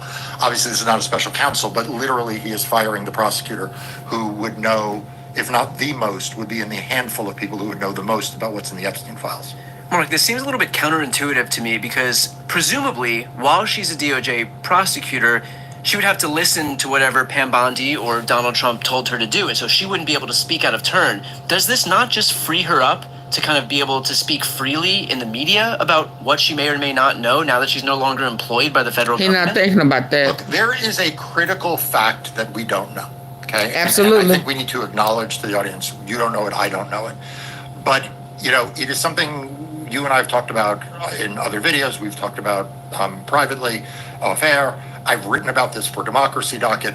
Something happens at the end of last week that causes Donald Trump to no longer believe he can maintain complete control over these records. Okay? Like something happens that he goes from, there are no Epstein files, which is what Pam Bondi basically said. She basically said there was nothing more to release.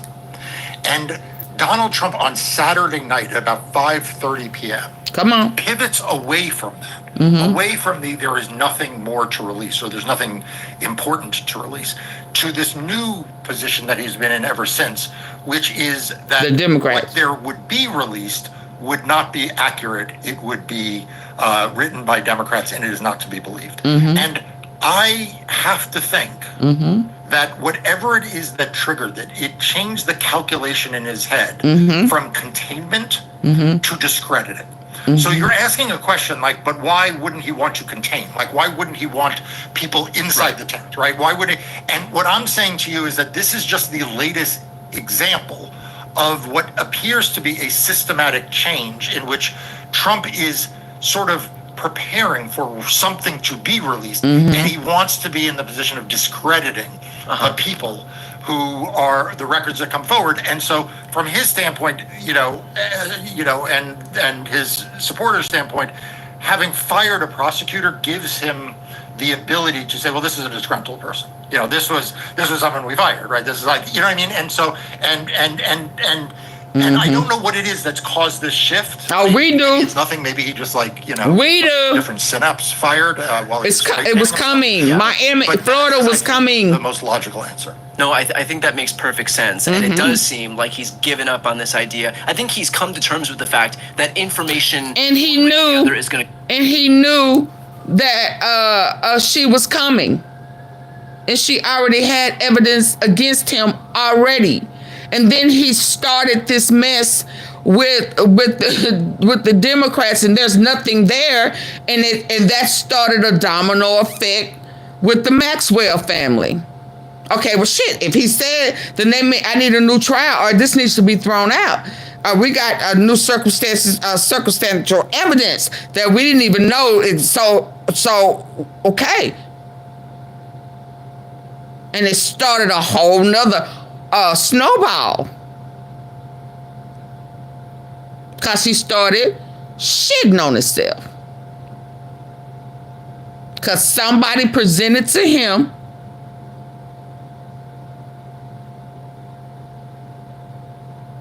and he started panicking. It had to be from the Comeys, because he chimed in on James Comey.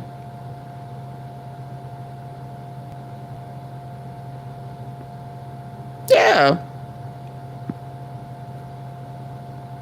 So let's be clear. Her firing didn't have nothing to do with Diddy.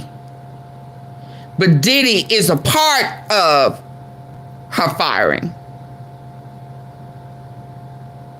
So now we kind of can have somewhat of a good idea when because I said the same powers to be that it was over Diddy, it's over Weinstein and Epstein, because the same outcome happened in all three of their cases. And in Weinstein, just go back 2 weeks before the verdict, maybe 3. He had a disgruntled. There was an issue with one of the jurors, and they was having problems getting along or something. It was a kabuckle. I didn't say nothing because I didn't want to jinx it. An hour into deliberation. An hour into deliberation, not getting the instructions, you get a man, number 25, saying, I ain't gonna be able to do it.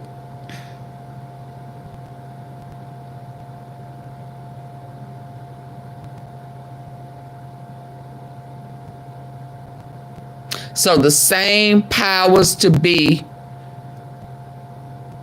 that gave a green light for Diddy gave the green light for the other stings.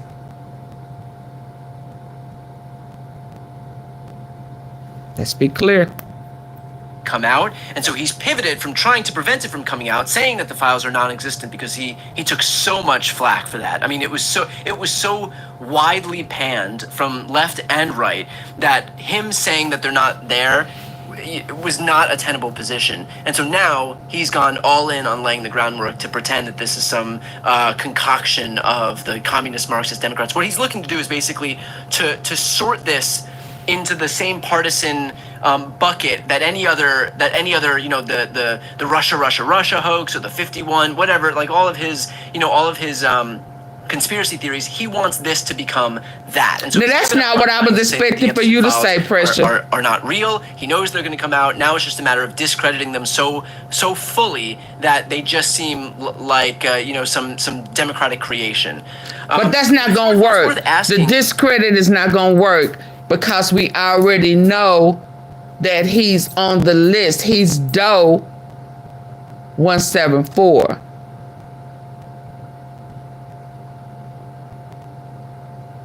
So we already know. So you discredit your own self, because you started out saying there was one. You put Bill Clinton on Predator's Island. You said he was finna start having some problems. Yeah. You also, when somebody asked you last night, we heard you say, "Oh, I don't know, but Andrew, he knows." Yeah, you know too.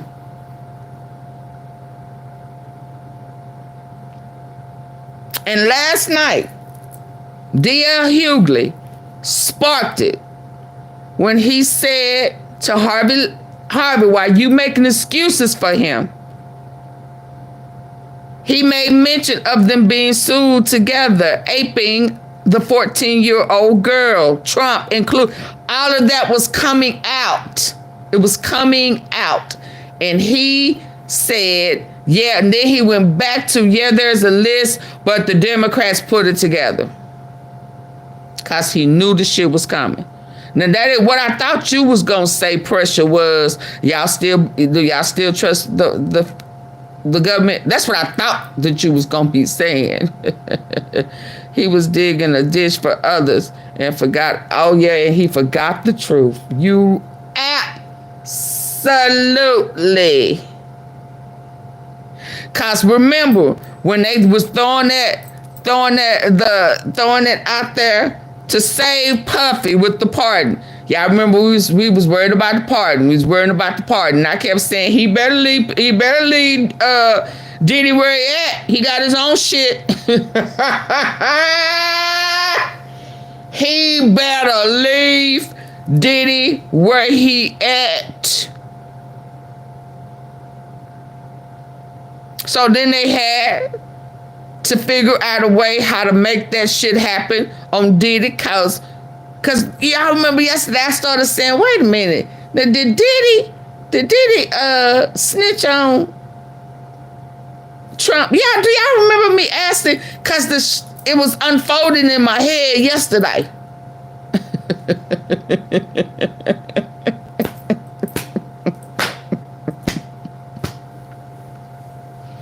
Oh my God. It was unfolding in my head yesterday. Yeah. They said that Brendan was already, they talking about Colombia, they talking about Mexico, the Sinaloa cartel. All these people's names started popping up.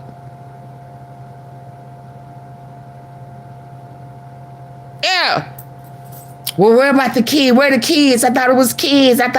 Yeah, that was coming. That was coming. Trump got wind of that shit. Oh, no. Oh, the DOJ said, Supreme Court, please, don't do it. Don't do it for her. Please. Oh, Lord, don't do it. And then all of a sudden, all the Republicans, when they was doing the Senate, all of it, who wanted it 3-4 weeks ago, all of them started rejecting shit. What we doing? I thought this what y'all wanted.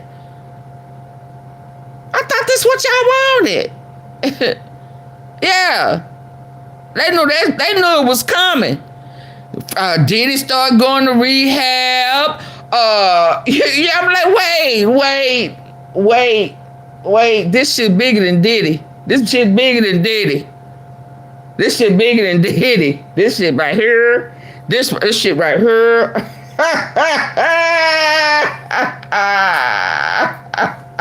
I'm up here last night saying, how they finding this? Oh shit. Okay, because y'all remember. Hold up. Let me tell you what else. Let me tell you why Diddy probably for real on the cool going to rehab. Y'all remember I kept throwing it out there. Yeah, Diddy got a case. I heard it was a battery case out of California. Y'all remember that? And I said, yeah, because they up here saying he don't have a background. But Diddy got a case. He pled guilty to a domestic battery, something. And if the probation people are doing that thorough background from childhood, all of that, that's gonna pop up. And that's gonna get him 20 years. Y'all don't remember me saying that? I said, but I don't know exactly where it's at, but somebody in California pulled it. And she was saying that's extra 4 points if they count it. Well, when they start digging, they digging up elementary, kindergarten, all of it. Mama, daddy, it was the first time you got hit. What happened to you and the boys when you was going to the all-boy Catholic school? You know, the violence, all of that was gonna come up. So they digging. Then he starts saying he going to rehab, drug counseling, all of that. Yeah, some of that stuff coming up that y'all thought was hidden, just like Trump thought that ape of Katie Johnson, it ain't never came up before. How it come up now?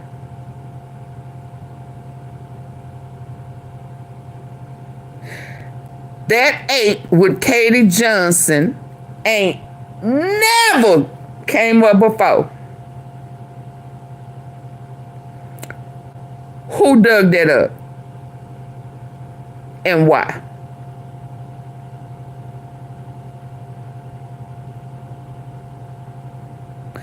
Who dug that up and why? Y'all remember last month, Trump found out that he lost that big old lawsuit, because that's when I started saying, oh, he got a lawsuit, and the Supreme Court says that he ain't protected. Y'all don't remember me saying that?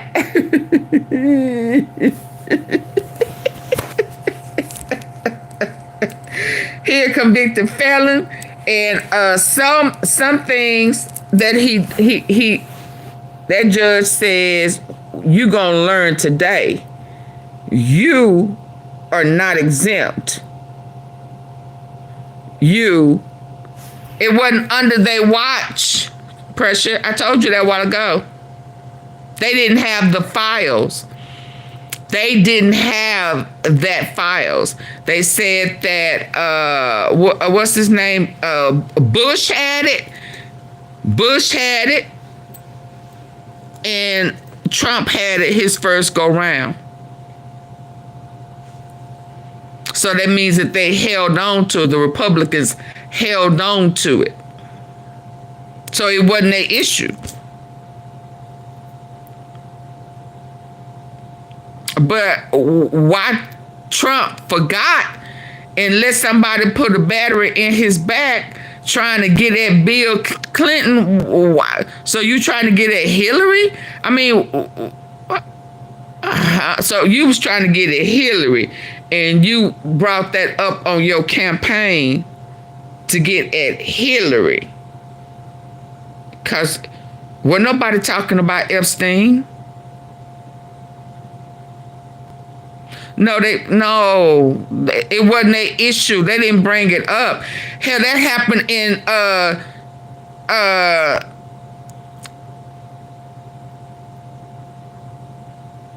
who was the president in 2016? Some of this stuff happened in 94. There were presidents. Why come Bush didn't? Why come Bush didn't? It started on Bush watch. It started on Bush's watch. So don't skip over presidents. It started on Bush's watch. Absolutely. He should have left it alone. He should have left it alone. So because he made a big old pressure, you got people talking about, I voted for him because I wanted to know. And see what has happened now and what happened with Diddy, why they was trying to glorify the predators. So now Trump brought it back up. Now all the people who now are feeling like y'all don't care nothing about the victims. Y'all victim shaming the men and females. And you got a whole president who is a whole predator.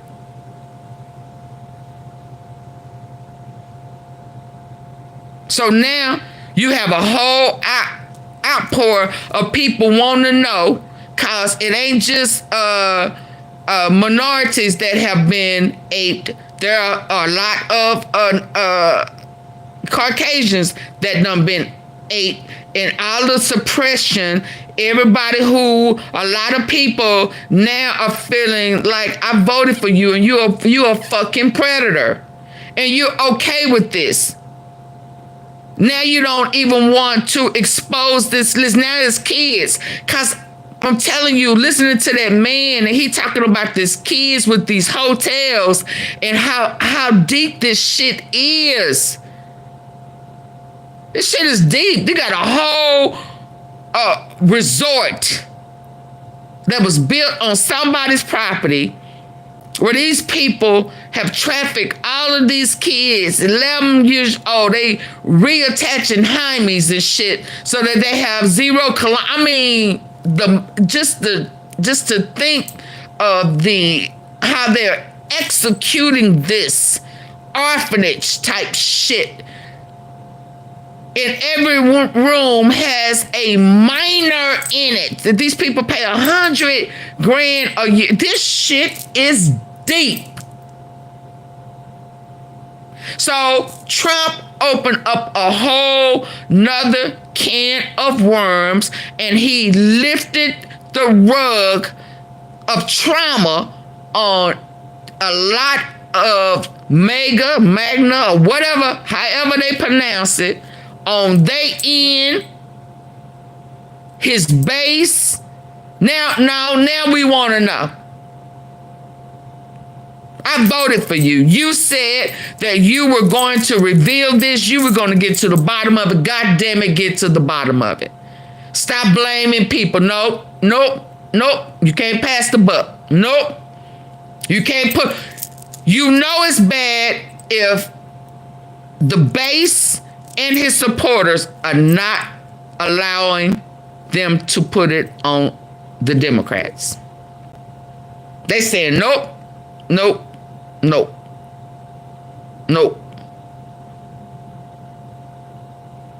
And that's what's happening right now.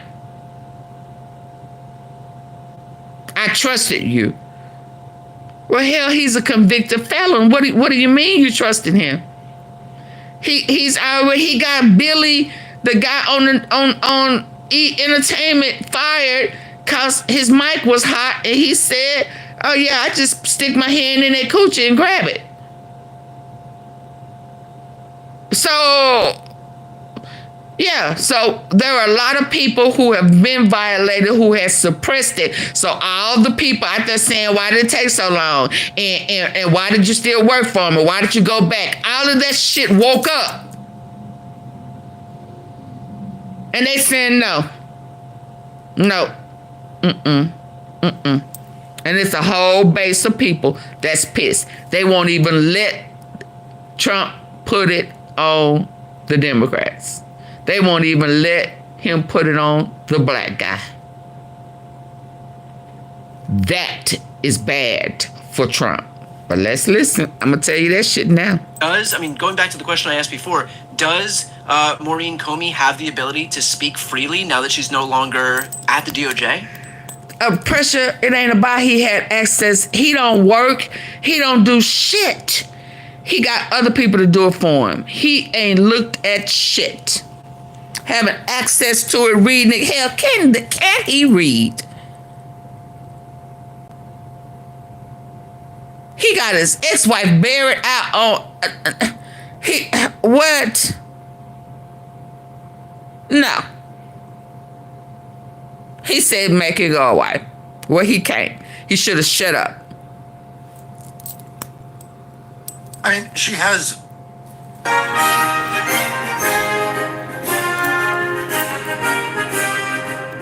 This time, it don't matter how rich he is. He wrote a check his ass can't cash.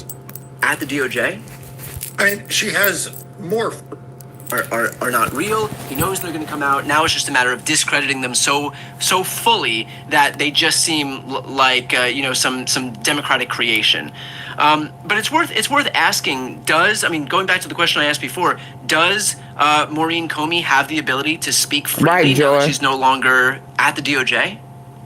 She has more freedom to speak freely, but she still has professional ethical obligations. She still has grand jury secrecy obligations. So I don't think this is going to be a game changer in the sense that I don't believe she is going to, spill facts and information that is under seal or otherwise protected. But we've seen other instances, including, by the way, other prosecutors from this very office, from the Southern District of New York. Remember, this is the office that Emil Bovee and Pam Bondi tried to pressure to drop the charges, drop the indictment against Eric Adams that caused several resignations of the acting U.S. attorney and other figures in that office because they felt like they were being pressured to do something that is unethical. And that led those prosecutors to then write public letters. So the point I'm making is that they were able to be more free, right? Danielle Sassoon was able to be more free and in fact identified the fact that Emil Bovee had instructed that her staff not take notes, for example, or destroy their notes that they had taken, and that there had been a quid pro quo offered, in her view, by Eric Adams's lawyers. Those are the kind of facts that if she had stayed on the payroll, obviously she would not have been able to disclose.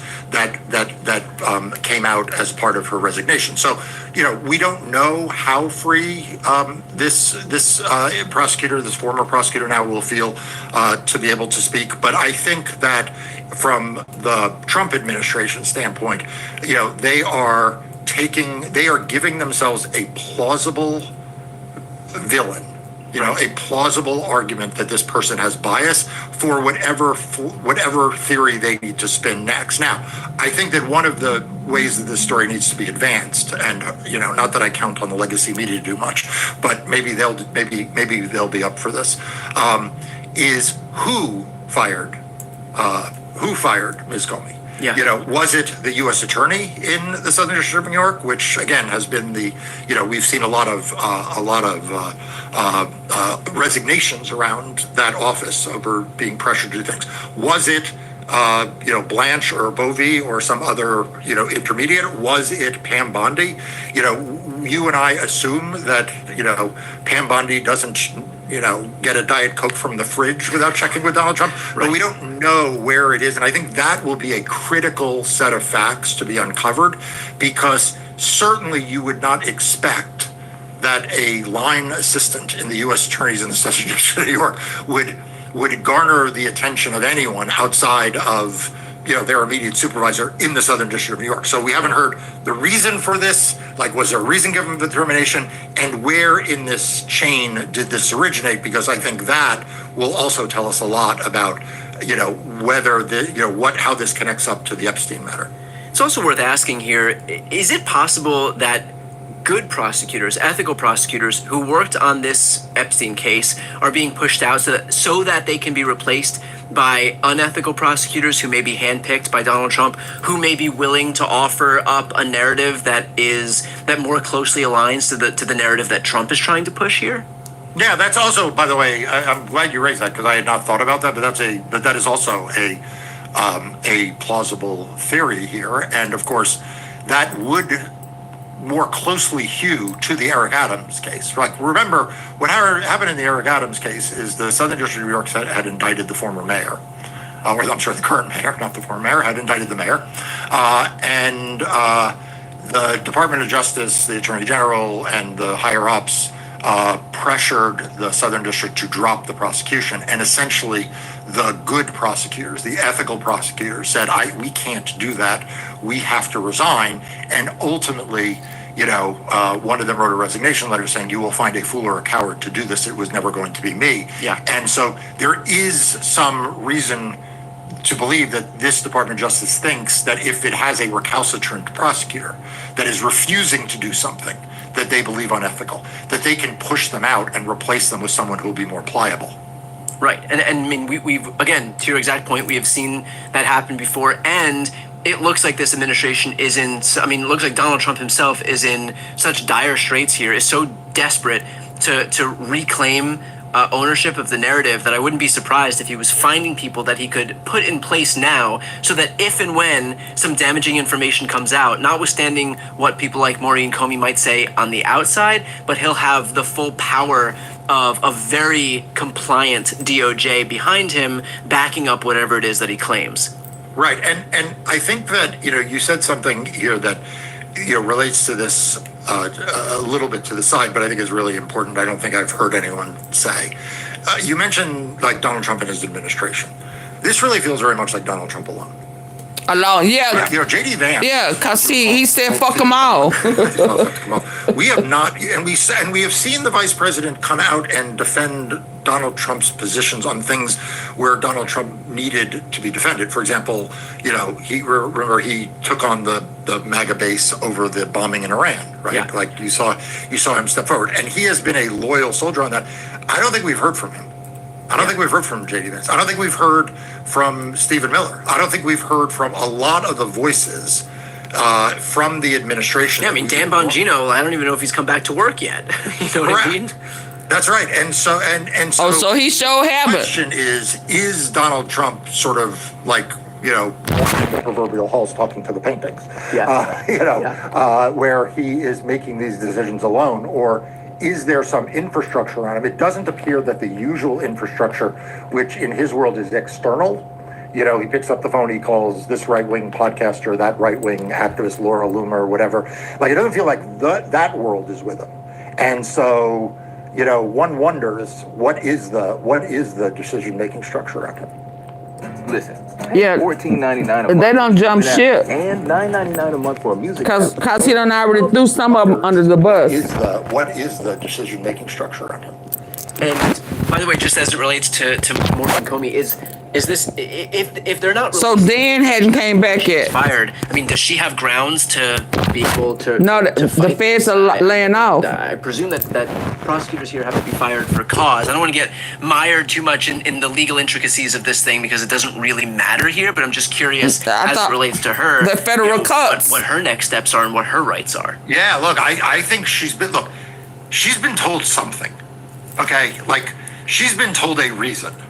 Like, you know, whether she was terminated appropriately or inappropriately, I am very confident it is going to come out in the short term, the near term, rather than long term, what the grounds are for firing. I mean, this is a very tight-knit office.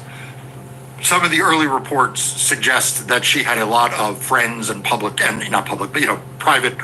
displays of support among her colleagues. Yeah. It is not going to stay private. The reason that was given, whether that reason was pretextual or that reason was genuine, like, that's going to come out. And so what she does with that, I think, is an open question. You know, frankly, I was very surprised. I assume you were surprised that we saw some pretty conservative law and order prosecutors very publicly explain their separation from that office with regard to the Eric Adams matter. We have more recently seen a whistleblower from Maine Justice who's provided evidence in the Bovey confirmation. No, I don't really be having time for that, for real. So these federal prosecutors Purple cuss. I work. Particularly in that office. So I don't have very surprised. Yeah, I don't support me like that. For me to be all over the place all day. Rationale for her departure. I'm gonna just be honest. And to the extent it is laid at the feet of individuals in that office, I think there's going to be, you know, that I think is going to more likely than not come out. We're going to know what the reason was and what the level of decision maker was. Well, look, I think two things are clear. One is that we are not at the end of the story. We're very much at the beginning, and there's still a lot to come.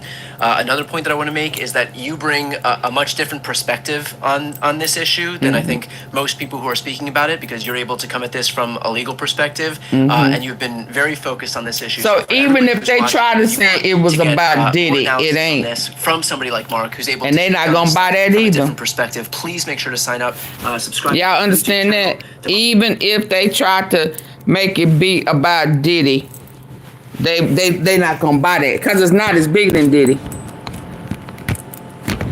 It's bigger than Diddy. They know they threw that.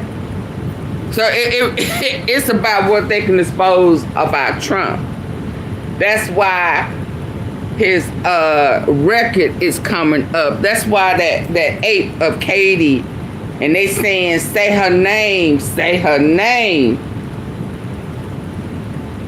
That girl went missing. And she was told that a 12-year-old was fighting back and gave them a problem, and she went missing.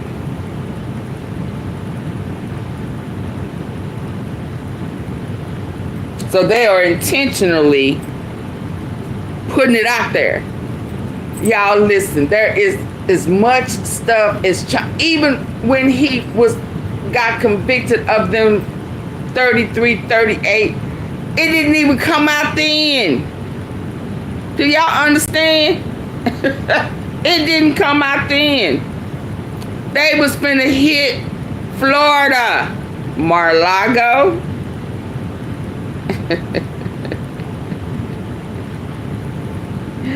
Epstein Island, as Trump called it, Predators Island,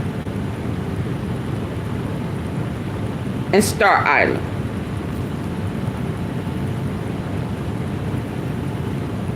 Oh, they going hard in the paint Listen, I knew it was bad when he said Barack and they said nope, we ain't buying it.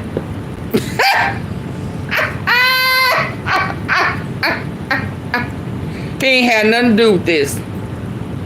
And nope.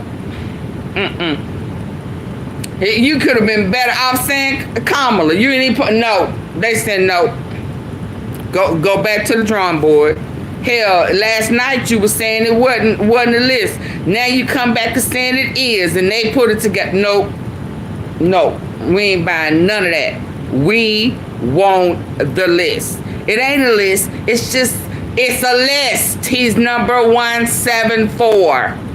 Who is 173? Who is 1?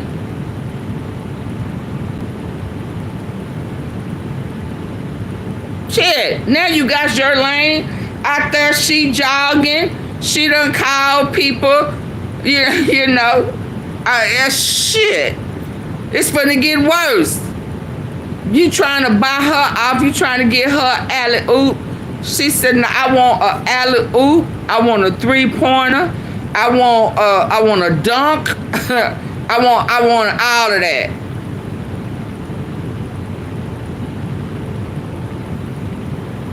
What you need? Either I need a pardon, I need a retrial. Yeah. Who prosecuted you? Who was?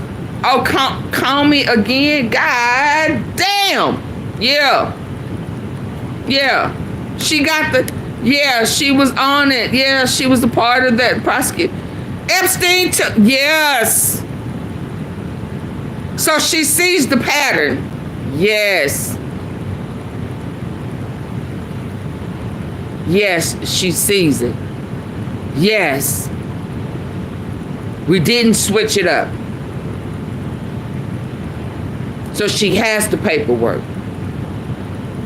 She has the girl. Yes. Katie Johnson. Yes. My name is on it. Yes.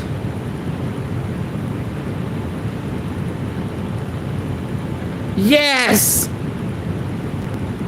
You're not helping me here. Please.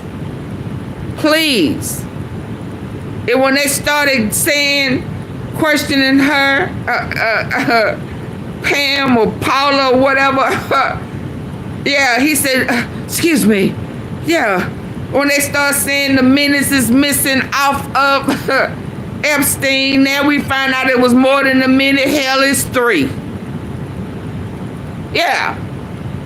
He was like, wait a minute. Are we still talking about Epstein here? We still talking about Jeffrey? Yes.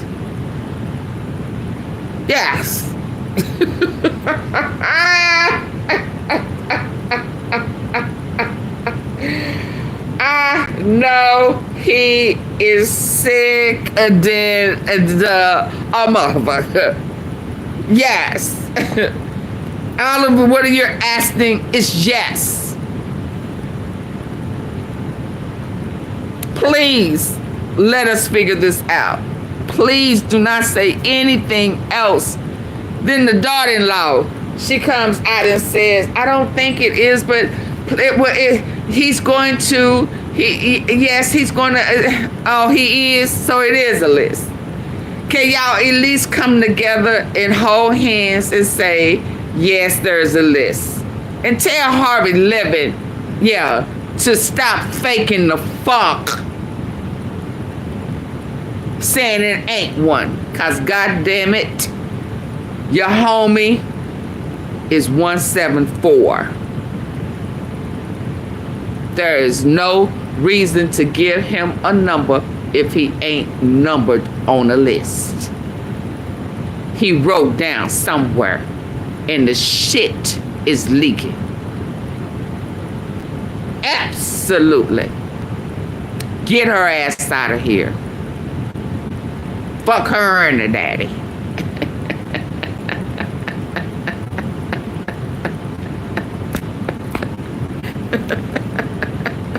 You're fired. Yeah. Now you mad at the director, FBI director. Hell, now you scared he done called Comey. You scared they chit-chat and he paranoid as hell. Faint the funk.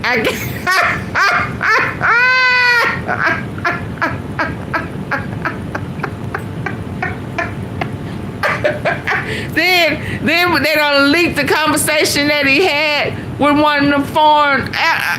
Can you bomb Russia? Was it Iran? Which one? He trying to, and then he gets on front of the camera and said, "Oh no, we wouldn't do that." They done leaked this phone. Y'all hit the like button. Y'all crazy as hell. Y'all crazy like Trump. Y'all think I'm crazy? Firing Comey's daughter. Let's see what she say. I read, I think. Yeah. Can you? And then get in front of the camera. This talk about this being a Democratic hoax doesn't seem to hold a lot of water tonight, even with his own supporters. The Democratic hoax. That should so. Listen, y'all, they not even buying the Democrat. You can't even put it on Barack and Hillary. It's like, why you pull their name out the hat? What? No, we're not gonna. I mean, any other time we would let you get away with it, but not. No, it makes no sense. I love it. The post that he did this morning was extremely confusing, and it's very clear what he is trying to suggest.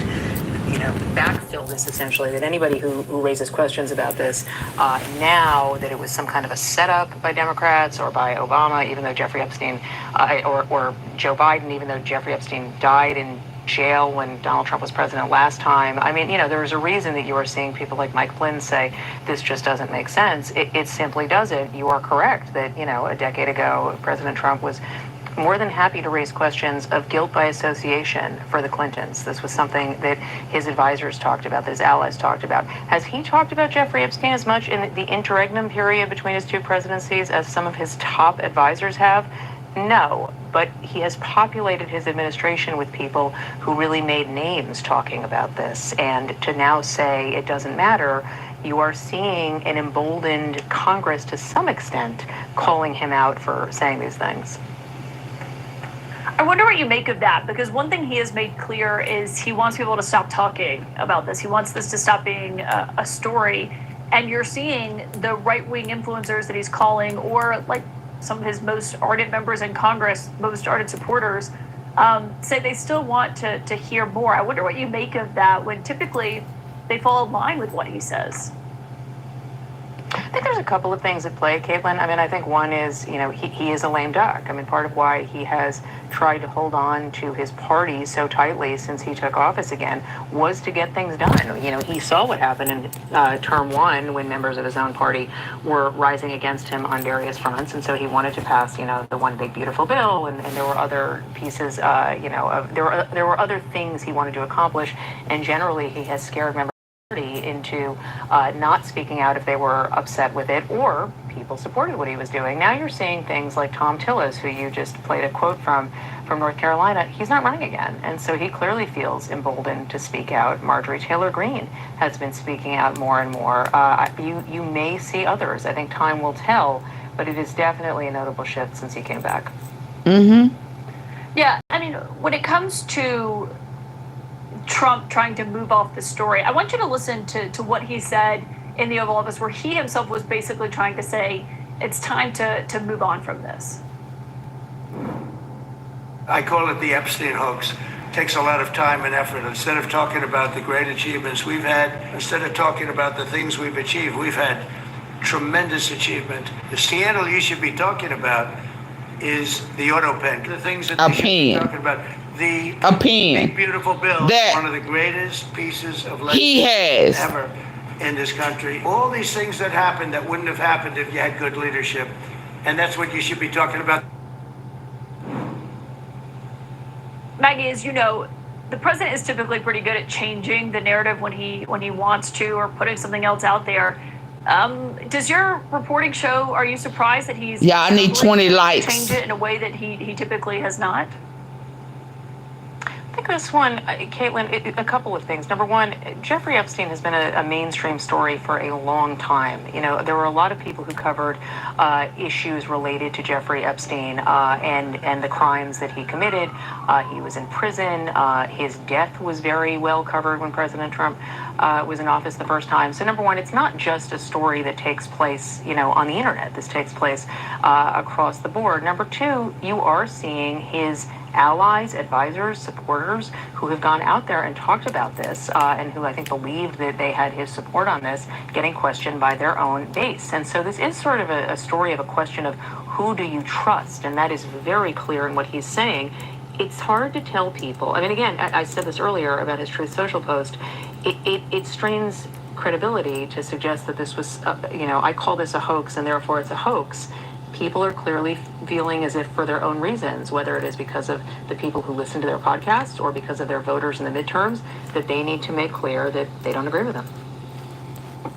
Lastly, we also learned tonight that James Comey's daughter, Maurene Comey, who is a prosecutor in Manhattan, successfully had worked on the cases of Jeffrey Epstein and Ghislaine Maxwell.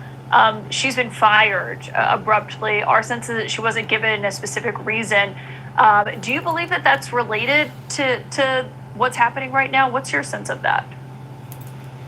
It's hard to ignore the fact that she was involved in some of the cases involving Jeffrey Epstein. You know, time will tell whether this was the reason why, whether folks suggest that she had something to do with that. As you say, she apparently was not given a specific reason, and Article 2 was cited as, you know, under the powers of Article 2 and the executive branch.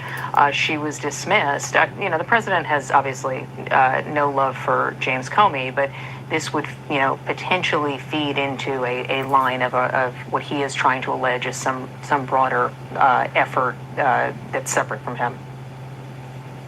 Yeah. Maggie Haberman, excellent reporting as always. Thanks for joining me. Thanks, Caitlin. Up next, my other inside sources, Politico's White House Bureau Chief Joshua Burns and CNN's senior correspondent Donnie O'Sullivan. And it's great to have you both here to just get your perspective on this. Donnie, I kind of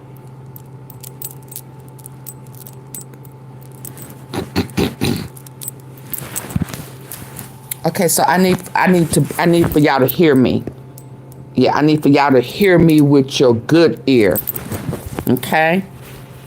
Now, I have asked nicely for you to hit the like button. You can double tap it on your screen, or you can hit the thumbs up. And if you choose not to, leave. Let the doorknob hit you where the good Lord split you. Get the likes up or leave. It's just that simple. It's just that simple.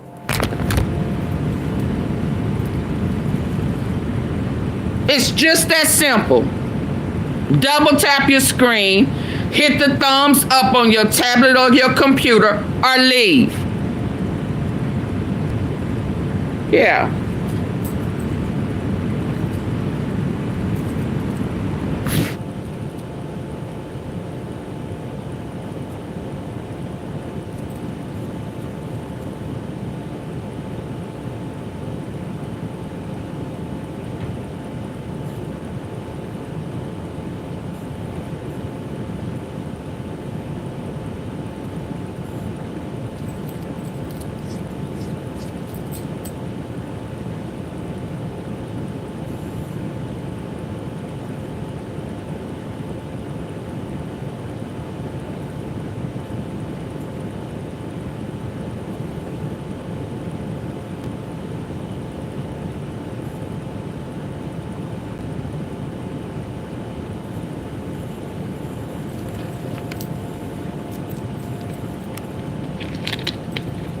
No, don't come back. Stay out. Don't come back. If you can't come back and hit the like button. Don't come back. And don't come in not hitting the like button. Yeah, bye.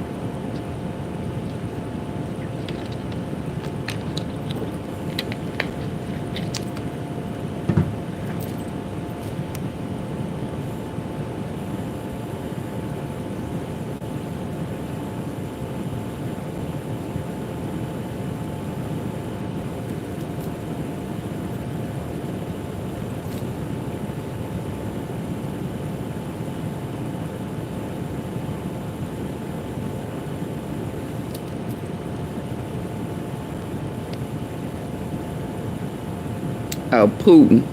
Oh yeah. We don't want to talk about Putin. Putin done, probably done made some deals with Elon, knowing them. He tried to make it be about Putin. No, you trying everything. You trying everything. And every time you turn to call himself joking, every time he pull a stunt, some more of his business come out. And I heard him say, you know, they are concerned about my past. You be concerned about other people's past? Are you crazy? This is what happened when y'all okay with a convicted felon. 33 counts. He the most convicted felon that can get a job. I ain't never seen no shit like that in my life. I don't know nobody that got that many convictions as a felon that can get a damn job, the top job in the United States. Shit. You talking about making America great again, but that's what they used to do back in the day. They have sheets all over their head and on horses and shit, and they have a whole bunch of apes and herders and everything, and the good old boys would be okay with that. Yeah. He had. Listen, y'all, please don't come back in here to see if I done started up again and you don't hit the like button. Double tap your screen. I'm seeing y'all leaving and coming back, but my likes are not going up. I'm not playing shit until you get these likes up.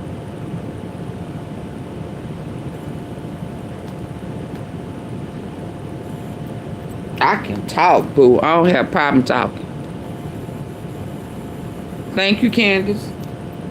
And now, if you don't hit the button, this conversation is not for you. I'm sorry for the delay, but you may want to tell your friends in the comment section or reach out to them and say, she ain't playing this time. She ain't playing, y'all. Go ahead and get the likes up. She ain't playing. Send a super chat. Send a super sticker. Do something. She ain't going nowhere. We stuck here tonight. Yeah.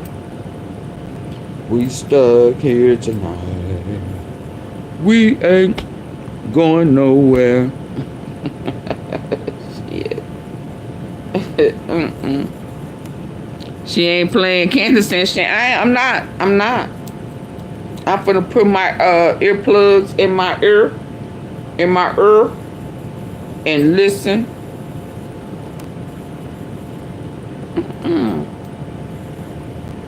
They want everything and don't want to support. Y'all can kiss. Okay. Oh, allegations resurfaced. Lord. Oh, Lord.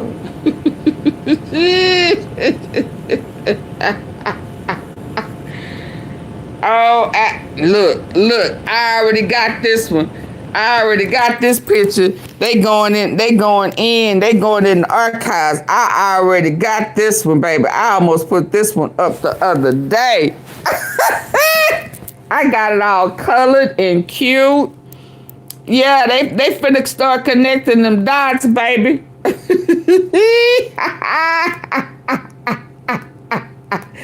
I already got that thumbnail sitting. I almost used it the other day.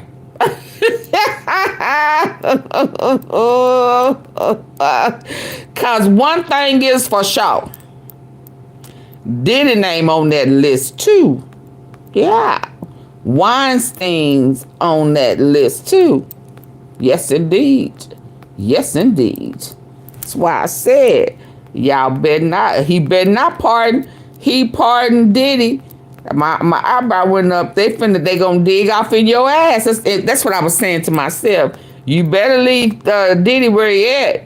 Let him fend for his damn self. Yeah.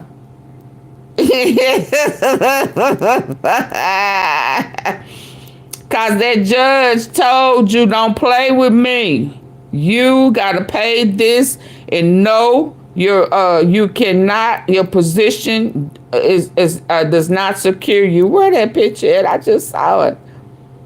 Them lights still ain't moved. Baby, you can play stubborn if you want to. Y'all better go into y'all, what's that? Y'all troll pages and hit the like button. I don't care what you do. But it got to go up. I ain't going nowhere.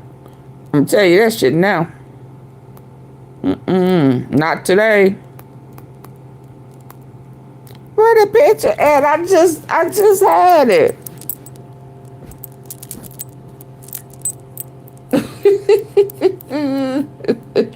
They going into the archives, baby.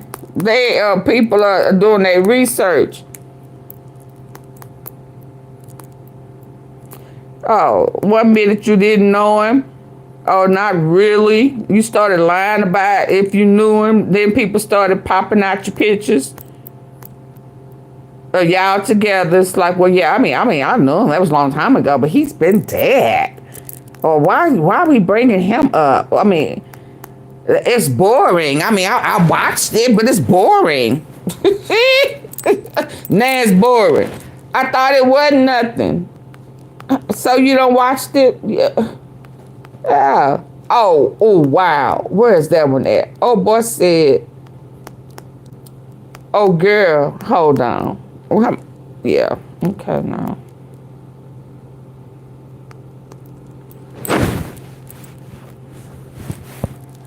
Let me listen. I'm trying to find that picture. I want to see if my picture is cuter. I know it is because I done colored it up. But why I can't find it?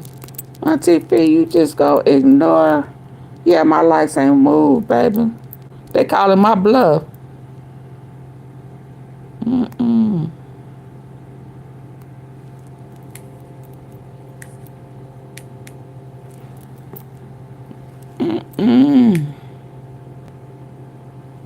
I told y'all a while ago to leave. Don't come back. You can't hit the like button. Leave. I said it and I meant it. Don't try to come back on the cool. What the hell is wrong with you? And I feel because of all this shit with Diddy, he was asked if he knew any dirt on Trump.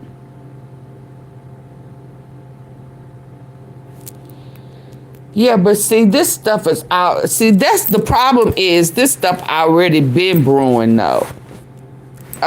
They knew that they was going to. They intentionally left off Florida. They know that there's a deeper connection with Florida, with Trump, with Epstein, all of that. Now, I said the other day when I was really trying to connect these dots, but based on how things was moving, how it was shifting. So they gonna try to bring their ass back and listen. I answer that when my lights go up.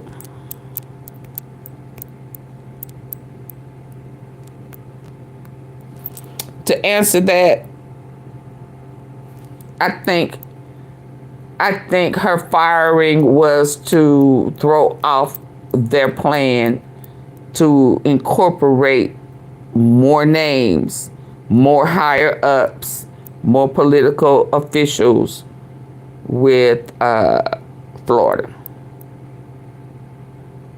And May was about to hit. Y'all, 20 people that just fell up in here, y'all didn't hit the like button, so can you leave?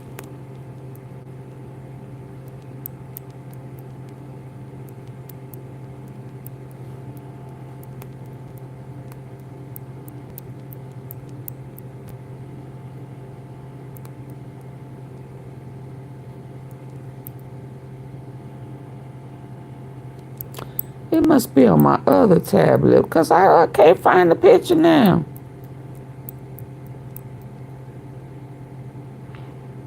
Oh, I should have did this one. That would have been cute because Barack is on here.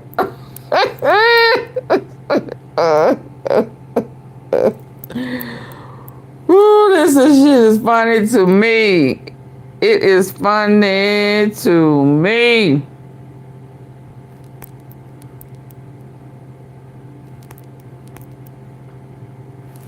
Yeah, purple. Yeah, purple flower. It was about to get deep. It was about to get deep. Florida was intentionally not included with Diddy on purpose.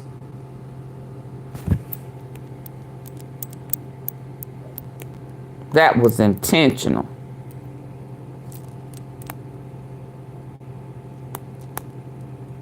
To come back and get him on the back end.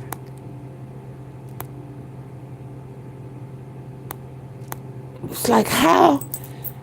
Who held that?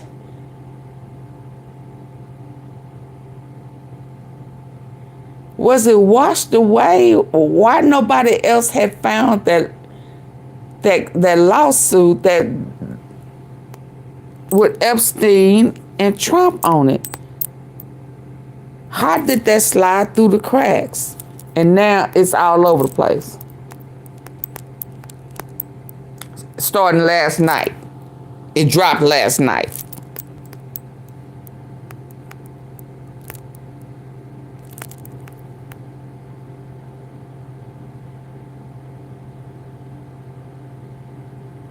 Karine Stephan. Where is Dr. King? It's on her desk. She said she got Dr. King. She got Dr. King and she got JFK. She was going to solve JFK. She was going to... This is what he campaigned. JFK, MLK, and Epstein.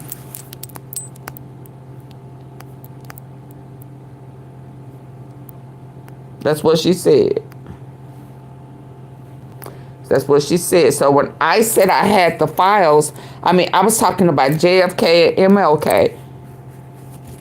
You remember I said, so it's a K thing.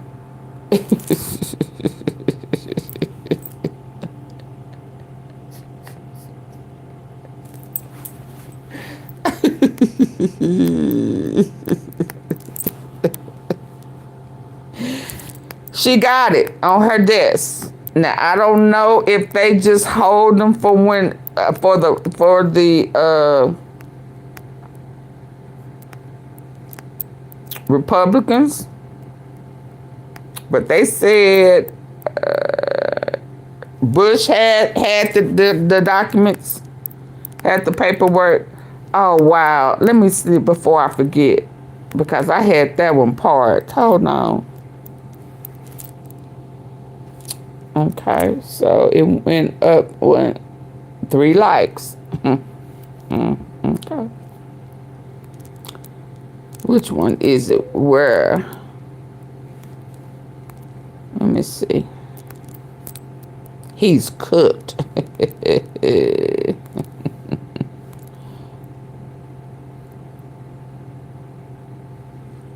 Hold on, let me refresh. Because, oh boy, when they found the dockets, they went and pulling up dockets and stuff now.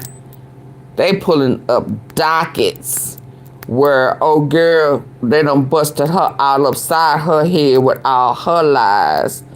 Like she don't have nothing. It's nothing there. Hold on. Is it this one?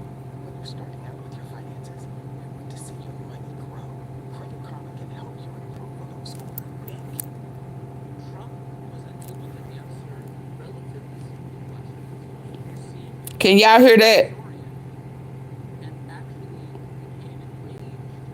Can y'all hear that?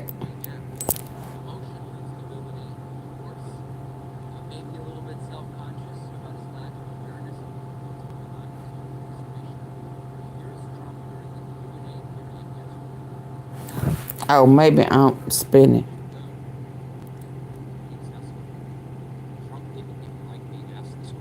Inappropriate. If it escalates further, how far are you willing to go in response?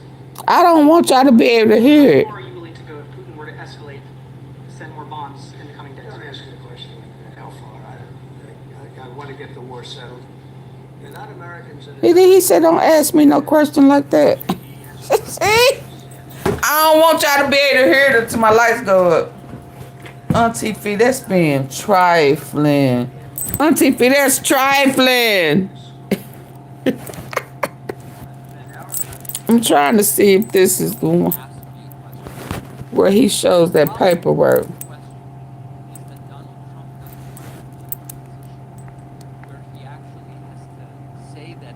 He'll do anything. If Putin does X, Trump will do Y.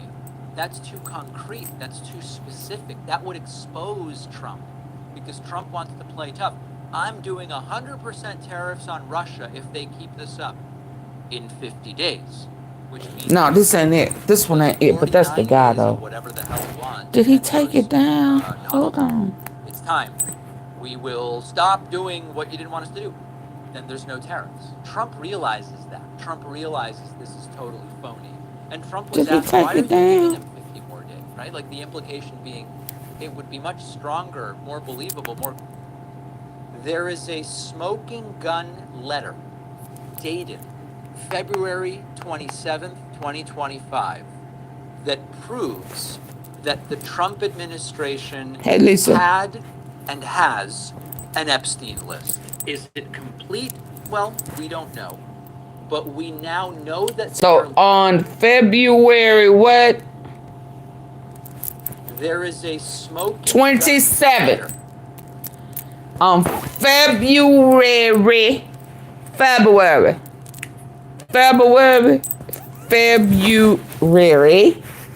Oh, y'all can't see that. Hold on. 27.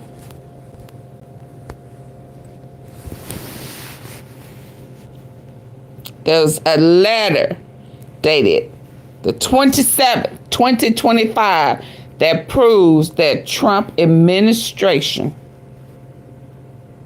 has the list.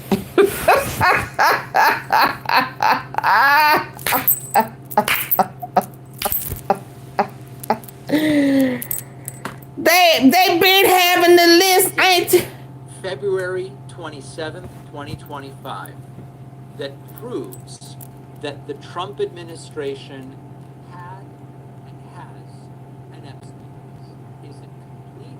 Well, we don't know. But we know that they are lying.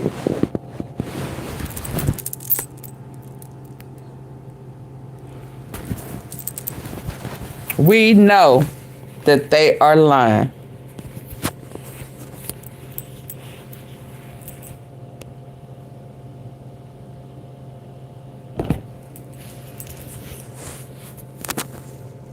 I received approximately 200 pages of documents.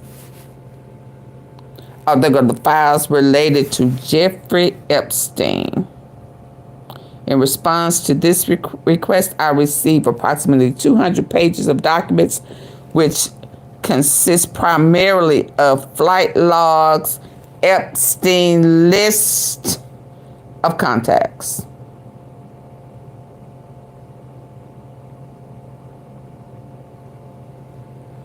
and list of victims, names, and phone numbers.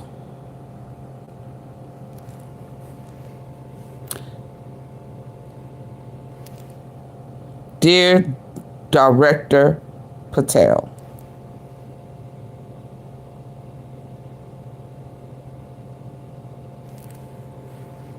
Harvey Weinstein, no, not Harvey, Levin, stop saying that there is no list.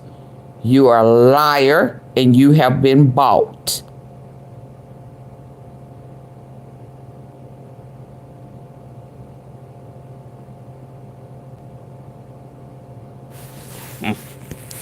Get my likes up.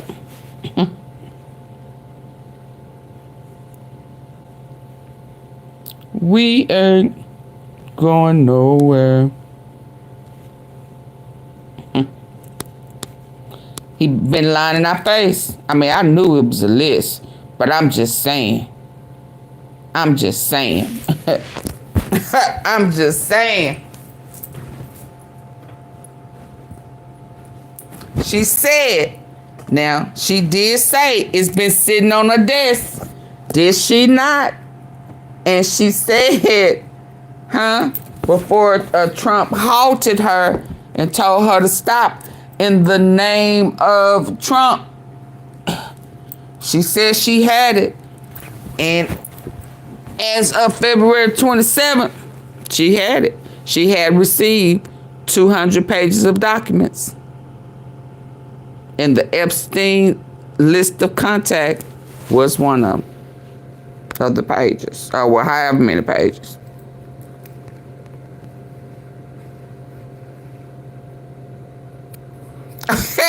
You said shut your mouth.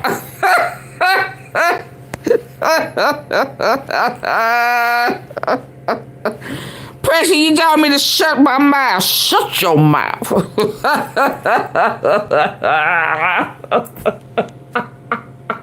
AunTeaFee, you be sitting. You say you don't drink my tea. I be sitting over here with all this damn tea.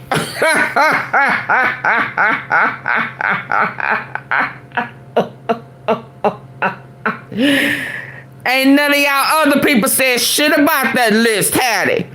Her job will be on the line next week.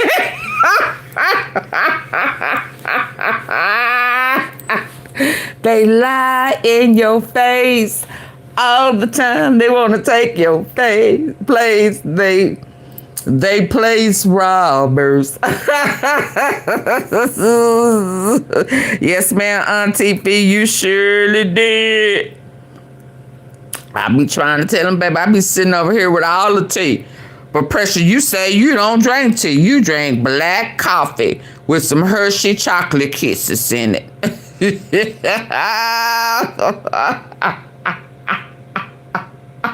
I told you I wasn't budging today, didn't I? Baby, because my tea is good. It's good. It's good. February 27th, 2025. So you just gonna continue to lie, Harvey. You have integrity issues, Harvey. And that's why D.L. Hughley wasn't backing up. Yes, that means that he will have to expose his perverted friends and family. We don't give a shit. Give up the list. I don't give a damn. Somebody I know and love could be on that. Give it up. Stop making excuses for predators.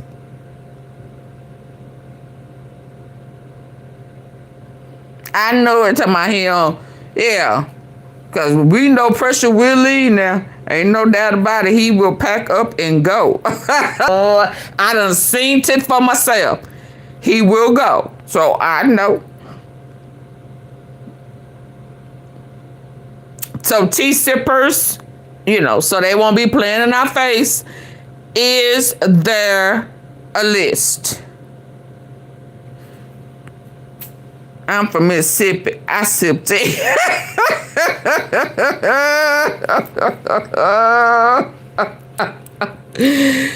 Tea sippers, is there a list? Hell yeah. That's why I don't back down from what I know. You ain't finna play in my face. Them fucking days is over. Is it complete? Well, as soon as I start, But we now know that they are lying, and here's the critical aspect of it. You don't need to speculate. You don't need to email anyone. You don't need to hack into anything. Thanks to Freedom of Information Act requests, we have the letter that proves they have way more than they are claiming to have. This is a letter from the Office of the Attorney General, meaning Pam Bondi. The letter is signed.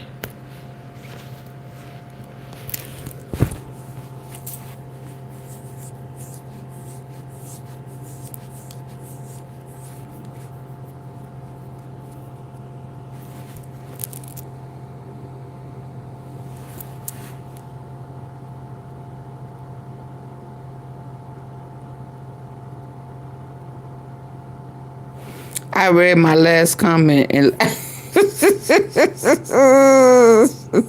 I'm from Mississippi and I sip tea, but drink black coffee.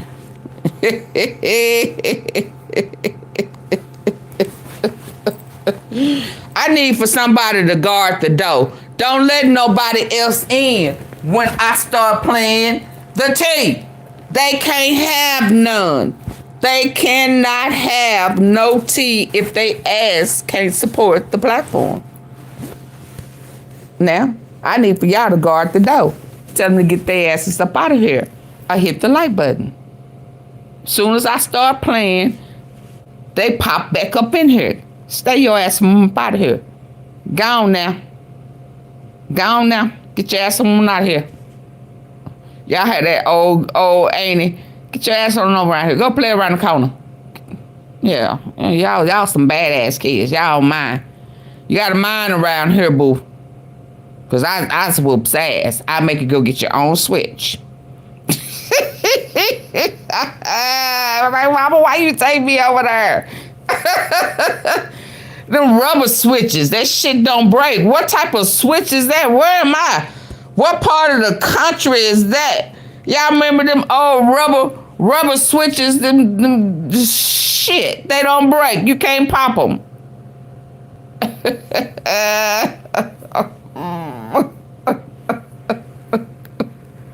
Know that they are lying, and here's the critical aspect of it. You don't need to speculate. You don't need to email anyone. You don't need to hack into anything. Thanks to Freedom of Information Act requests, we have the letter that proves they have way more than they are claiming to have.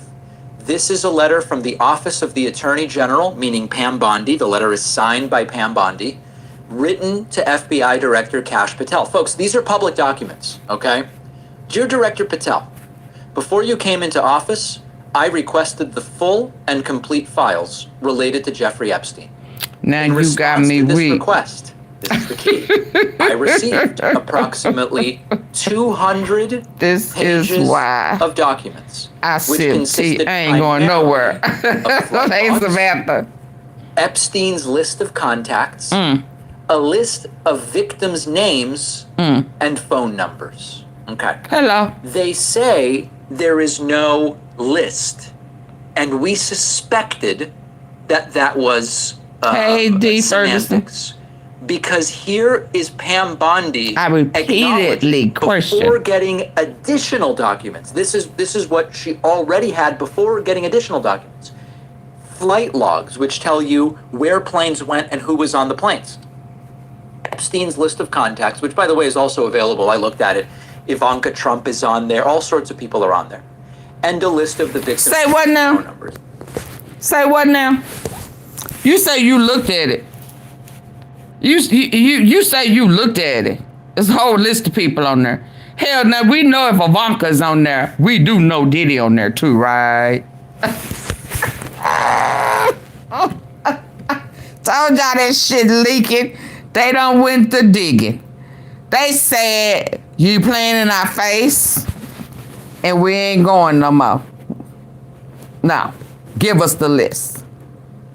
Yeah. Flight logs, which tell you where planes went and who was on the planes. Epstein's list of contacts, which by the way is also available. I looked at it.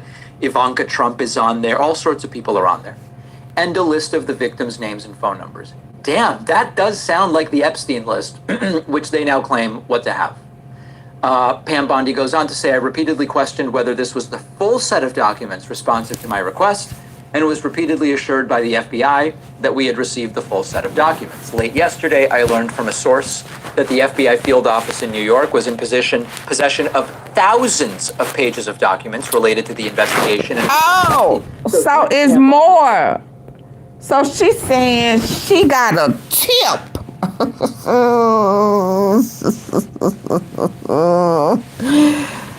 She got a tip late yesterday, in February. Late yesterday, that there was thousands of pages of documents related to the investigation and indictment. Baby, when they got them pages, Trump was all over the place. Thousands. It went from hundreds to thousands. Despite my repeated requests, the FBI never disclosed the existence of these files.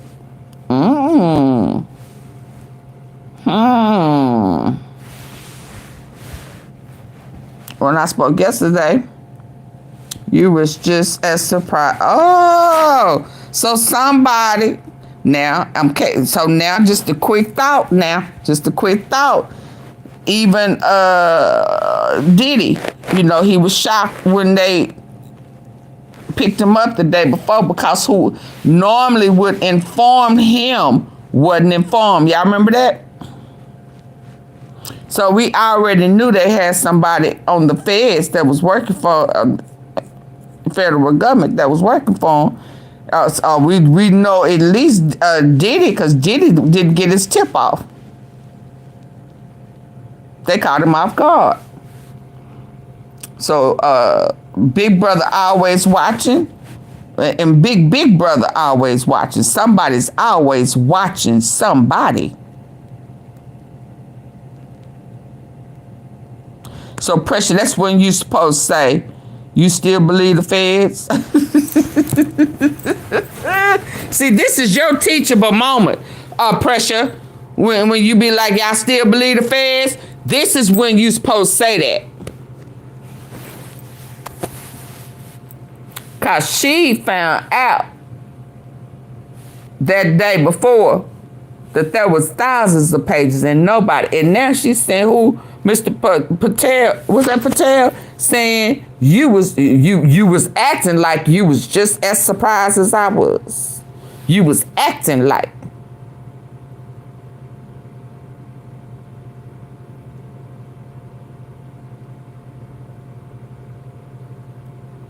Yeah, but everybody ain't being punished for their dirt. Everybody ain't trying to come clean with their dirt. Some people like to be walking around all funky and nasty with a soiled ass diaper and shit. Smelling rank and dead. Done a motherfucker. Talking about, I like the natural. I don't want no deodorant type shit.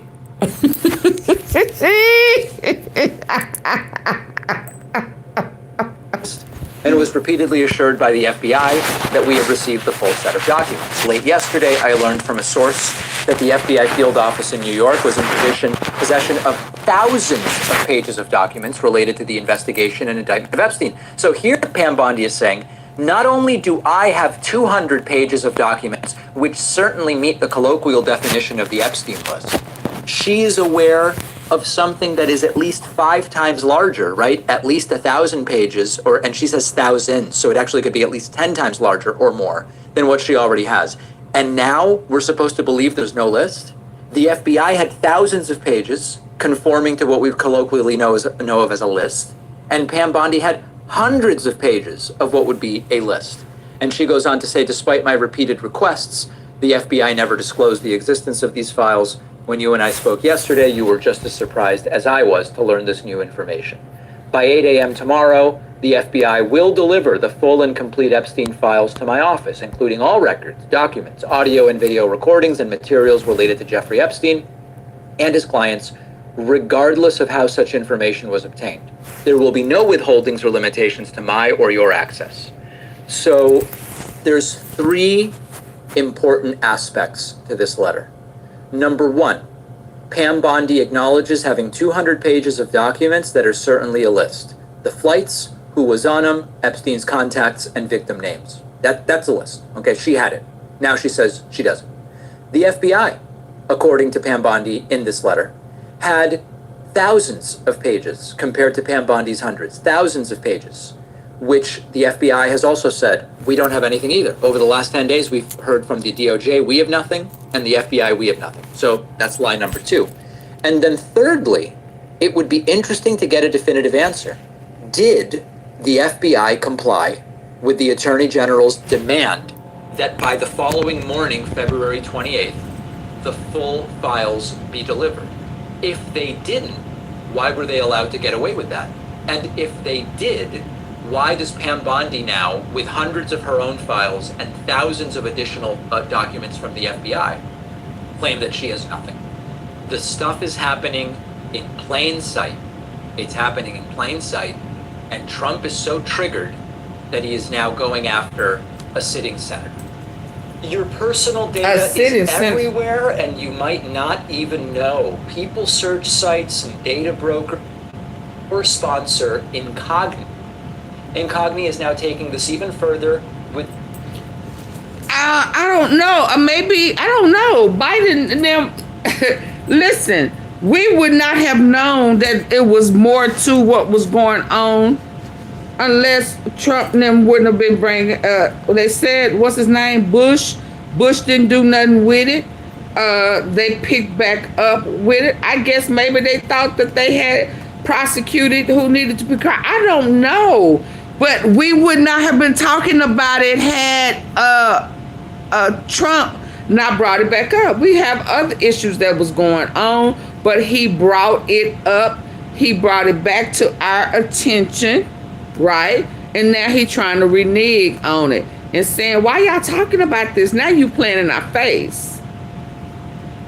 No, that's not how that goes.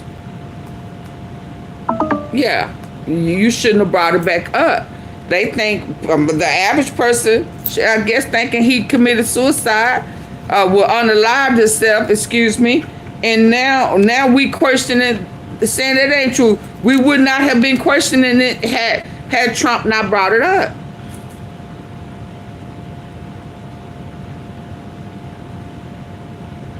We just would not. Now they talking about he got swollen hands and ankles and shit. They all on the man ankles, Lord. Trump health goes viral over swollen ankles.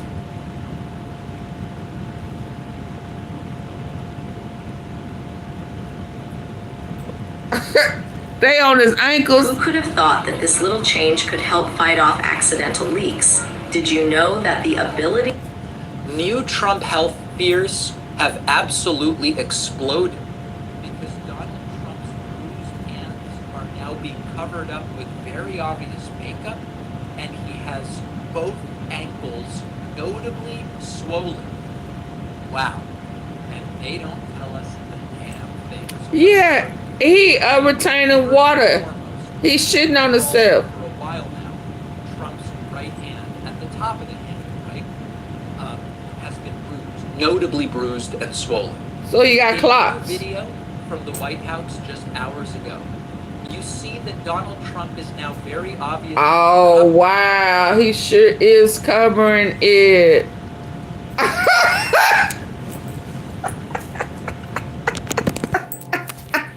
He got that nasty man's disease. Yeah. Come on, let the people see. It's not letting me Lord. They done win. I'm thinking, y'all,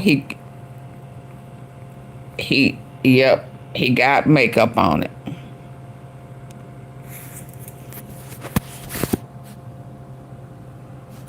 What is he covering up now?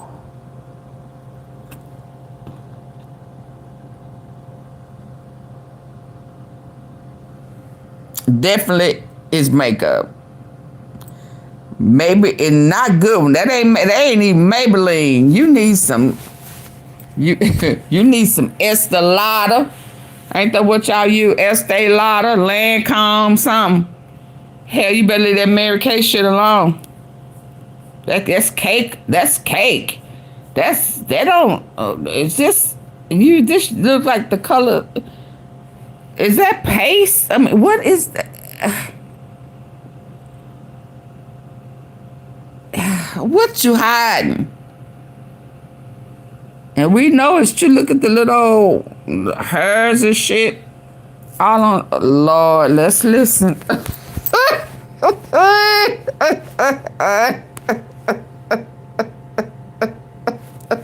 He got makeup on his hands.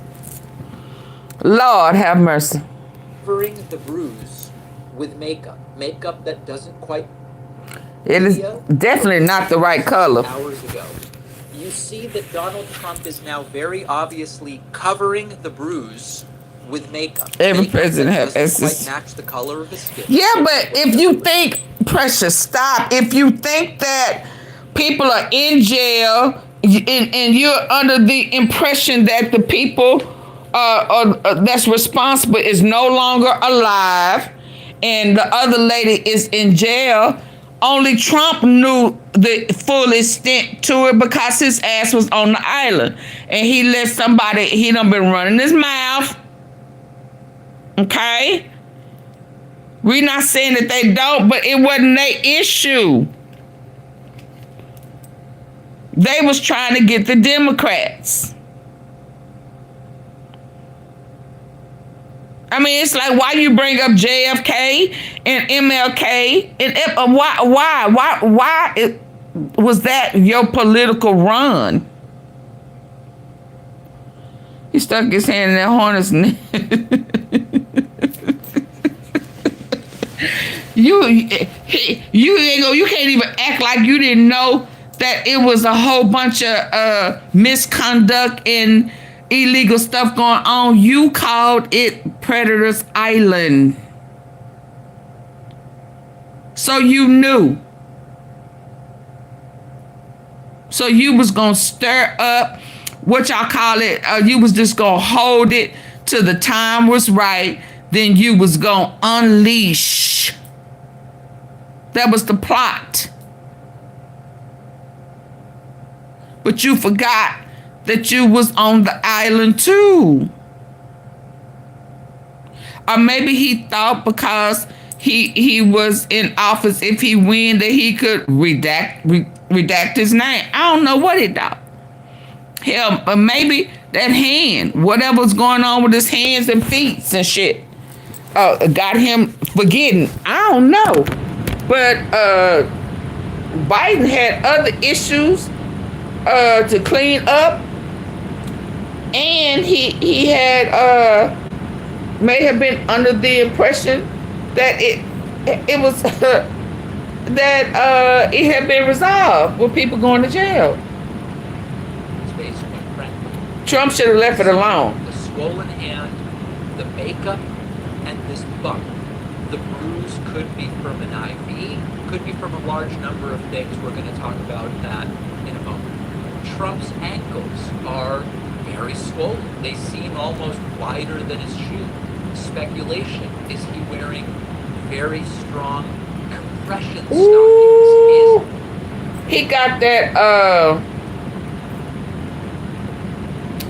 He got that Wendy Houston ankle.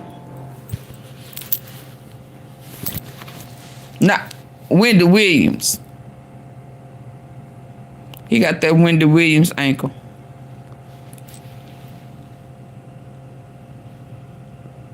Can y'all see that? Well, he up there not drinking that Pepsi, that Coke. He retaining water. He probably may have that. Y'all see that? Ooh, even this one is not as bad. Yeah, he's swollen. He got the Wendy Williams. And you stink. Oh, I know that foot funky. Oh my God, he's a nasty man. They said people don't even like standing next to him. This bilateral edema. What is this? We just don't know. Now, we are left in a position to speculate because, number one, this isn't normal. There's the audio doesn't really matter. There's visual evidence of this. And the White House insists that Trump is just so damn healthy. Healthy as a horse. No. Nobody's ever been healthier than Trump. It's incredible.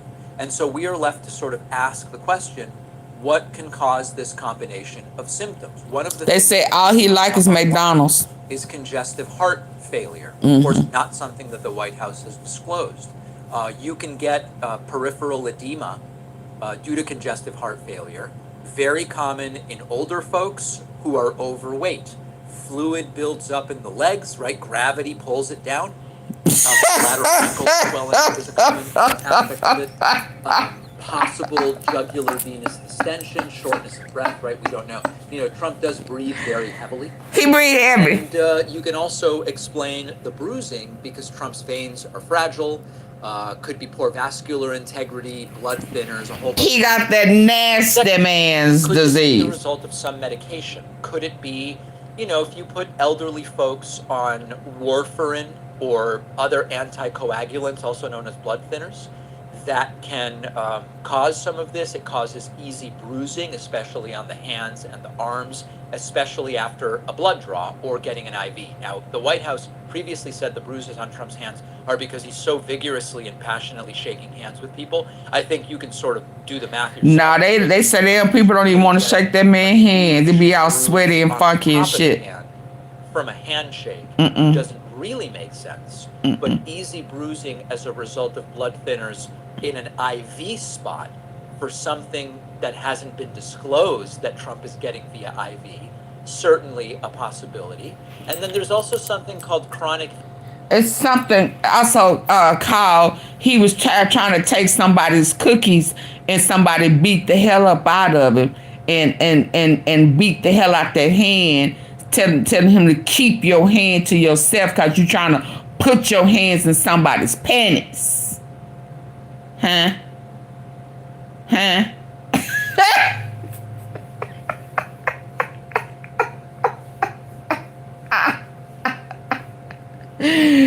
Get a wooden spoon to that hand. Yeah, give me that. Give me that. Since you want some cookies, beat the hell up out that hand. Yeah, beat that fucker off. Okay? Yeah. Venous insufficiency. Karma. Older, overweight, sedentary folks, which Trump is. And what can happen is basically damaged leg veins aren't returning blood effectively, so that builds up, and you see that lower leg swelling. You can see skin changes. You can see varicose veins. So there's a very long. But why would you even want to put that ugly ass makeup on that cake? We would know. And instead, Trump's doctor says this guy is so damn healthy. Nobody. Do people even wear cake makeup like that? I thought makeup had evolved. I mean that, It couldn't have been blended better. It looked like that paste stuff, like Tammy Faye Baker. What's that her name? Tammy Faye Baker used to wear. Yeah. We can believe it, and of course, no, we don't believe it. That's exactly right. We don't believe it. And the bigger picture of all of this is, we know they are dishonest about Trump's health while obsessing about Biden's health, even now that Biden's no longer in office. And we know what's going on with Biden. He's got metastatic prostate cancer.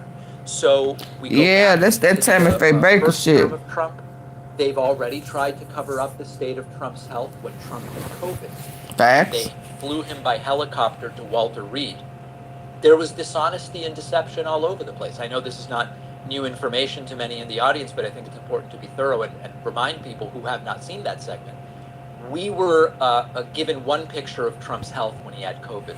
Well, he don't need to be starting. They need to put his ass in jail. He needs to feel it. He's never. They don't need to work at all. Oh no, he needs to sit his ass down. Cause he's starting wars and shit. He trying to deport people. You know, he trying to leave on a laugh. You know, he trying to do the devil's work before he get up out of here. He look like he got that nasty man's disease. And they say he smell like he rotten. Rotten as hell. Like he done had a BBL and he got wounds and shit that ain't healed. Like he got bed sores.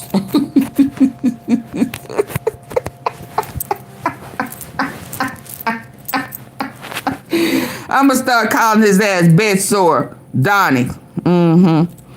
Bed sore Donnie. They say he stink like hell. Yeah. Why you trying to send folk places they don't supposed to be? Get your ass up out of here. Go sit your ass in the tub. What they say? I'm trying to catch them. Go sit down. Soak. What Trump witnesses get wrecked on live TV. I don't know what that means. Is he pointing at people? Trump blasts supporters. Questions. Hi, Dr. Chen. Yeah, he trying to go out with a bang. We look at collagen differently than other supplements. I'm a trip Andre. So much more. And welcome back here to Live Now from Fox. I'm Andrew Kraft. In the meantime here, do have to follow up. You just not figuring that out. Several days on the internal fights playing out amongst supporters and allies of President Trump over Jeffrey Epstein here. Well, Fox News is his best friend. Correspondent Mike Emanuel has a look at that. Don't let people. Let's watch. Work it. Would you declassify the Epstein files? Yeah. That was then candidate Trump a year ago. Oh, look at him. He's swole as hell. To release classified info in its investigation into the late accused sex trafficker Jeffrey Epstein. Now, President Trump is pushing people to move on, including those in his own party. But I don't understand why the Jeffrey Epstein case would be of interest to anybody. It's pretty boring stuff. He's dead, he's gone, and all it is the Republicans, certain Republicans got duped by the Democrats, and they're following a Democrat playbook. But the president's change of tune is now threatening to fracture part of his MAGA base. Trump taking to Truth Social Wednesday, labeling those still talking about it his, quote, past supporters. A DOJ memo last week insisted there was no evidence that Epstein maintained a list of influential clients. That didn't sit well with those who've long alleged the government is hiding something. Release the Epstein files, am I right? Yeah. The push for more transparency is gaining steam on Capitol Hill, with the House Speaker weighing in Wednesday. You need to have all of the credible information released for the American people to make their decision. We trust the American people, and I know the president does as well. Boring so far, stuff. President Trump has deferred to Attorney General Pam Bondi on what, if any, information to release. In Washington. Well, baby, Pam, don't get caught. Don't get caught. That's why Dan ass ain't been back. He said, you ain't throwing me up under the fucking bus, man. I see where you're going with it, and I ain't riding. I'm hopping out. Let me off at the corner. Not the corner, at the corner. Cause see, I see where you going. You trying to self-destruct, and you trying to put the blame on somebody else. Nah, Dan said, fuck that. I'm gonna take 2 weeks. I'm gonna go out on FMLA. That's what I'm gonna do. I need to handle some business, and I'm gonna let you handle this on your own. I see where you going. Nah, I ain't going with your partner. Pam, you need to go out too. Let him sink by himself. You better stop. I mean, right now he acting like he lawyer, baby. Next week, you gonna be out of there. Cause it's your fault for saying that you had it on your desk. See, yeah, he started it, but you said, oh, yes. I'm going to look at it. All I need to do, we gonna get their asses. Yeah. So now he got to blame somebody, and he ain't going to blame himself. So in a minute, when the coast is clear, you're fired.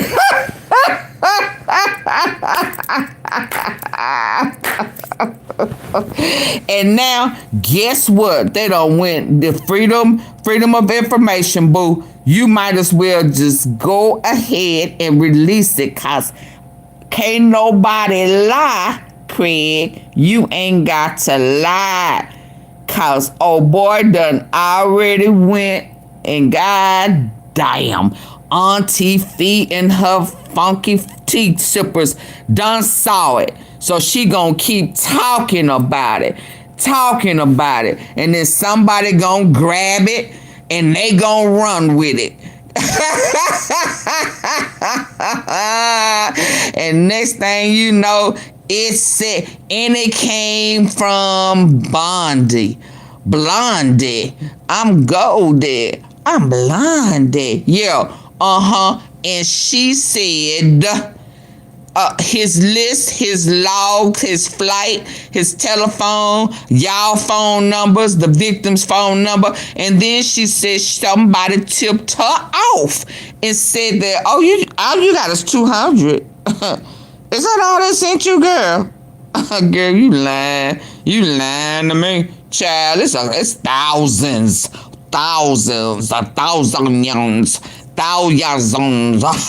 of pages. They just sent you a fucking 200, child. They playing in your face. You better ask them for. I done seen it. And so she put it in writing. She created a paper trail. I just love a good old paper trail. Baby, you better protect yourself, because these motherfuckers will throw you up under the bus. Okay? Line her ass out. Then line her ass out. Oh, boss said, okay, I got you. He said, I seen to this. Yeah.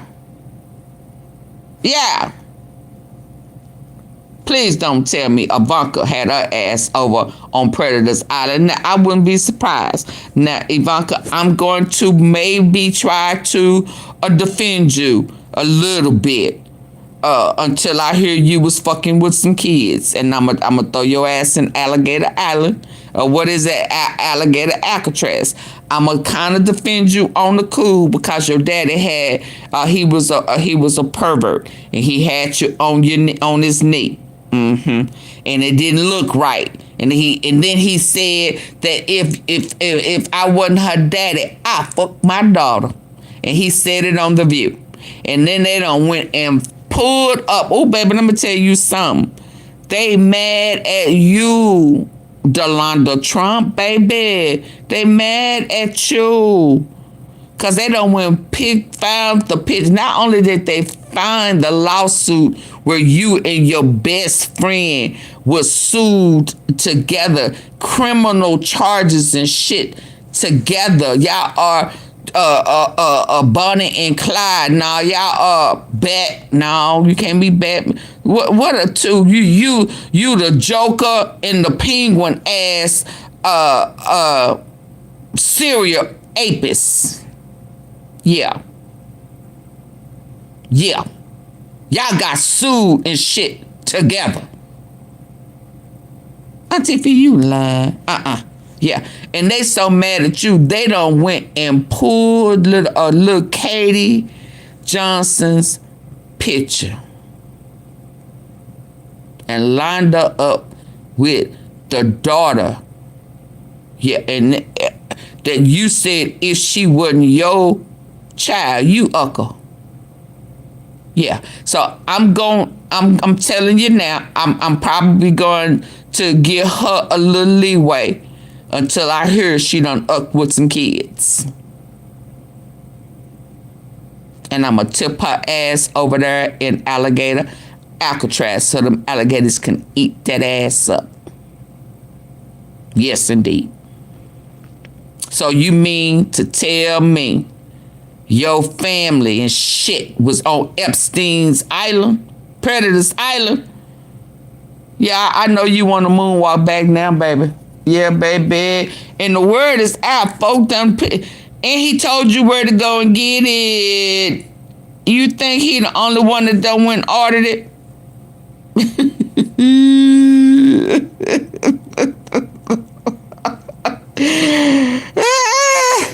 Yeah. So Harvey Levy, stop lying for predators. Talking about it ain't no list. You the guy lie. Yeah. There is a list. Oh, Trump said his wife is going to be deported because she is his family. Oh, Trump said his wife is not going to be deported. Yeah, but he finna lose his presidency in a minute, boo-boo. And they put a stop to that, I thought, the other day. The Supreme Court. Some of the stuff that they gave him leeway on some of that, especially that citizenship, it got halted.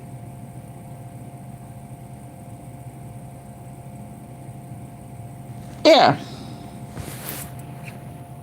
Yeah.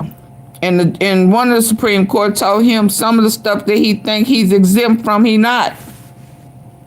He's not above the law. He is only exempt for crimes of war to protect the U.S., not for him just breaking the law, putting his hands in folks' coochies and boochies and shit. Elon said we will never see that list. Elon said, oh boy went to the Freedom Act. What are you talking about? And Little X says, shut your mouth. Who is Little X? Tell Little X I don't talk to little people. Tell Big X to come talk to me. Fuck you mean. And I will tap Laquita in for Little Big X. And tell them to bring it on. And I'm going to tap Laquita's in. I'm going to tap Laquita for that ass. Let's go. Let's go. How about that pressure?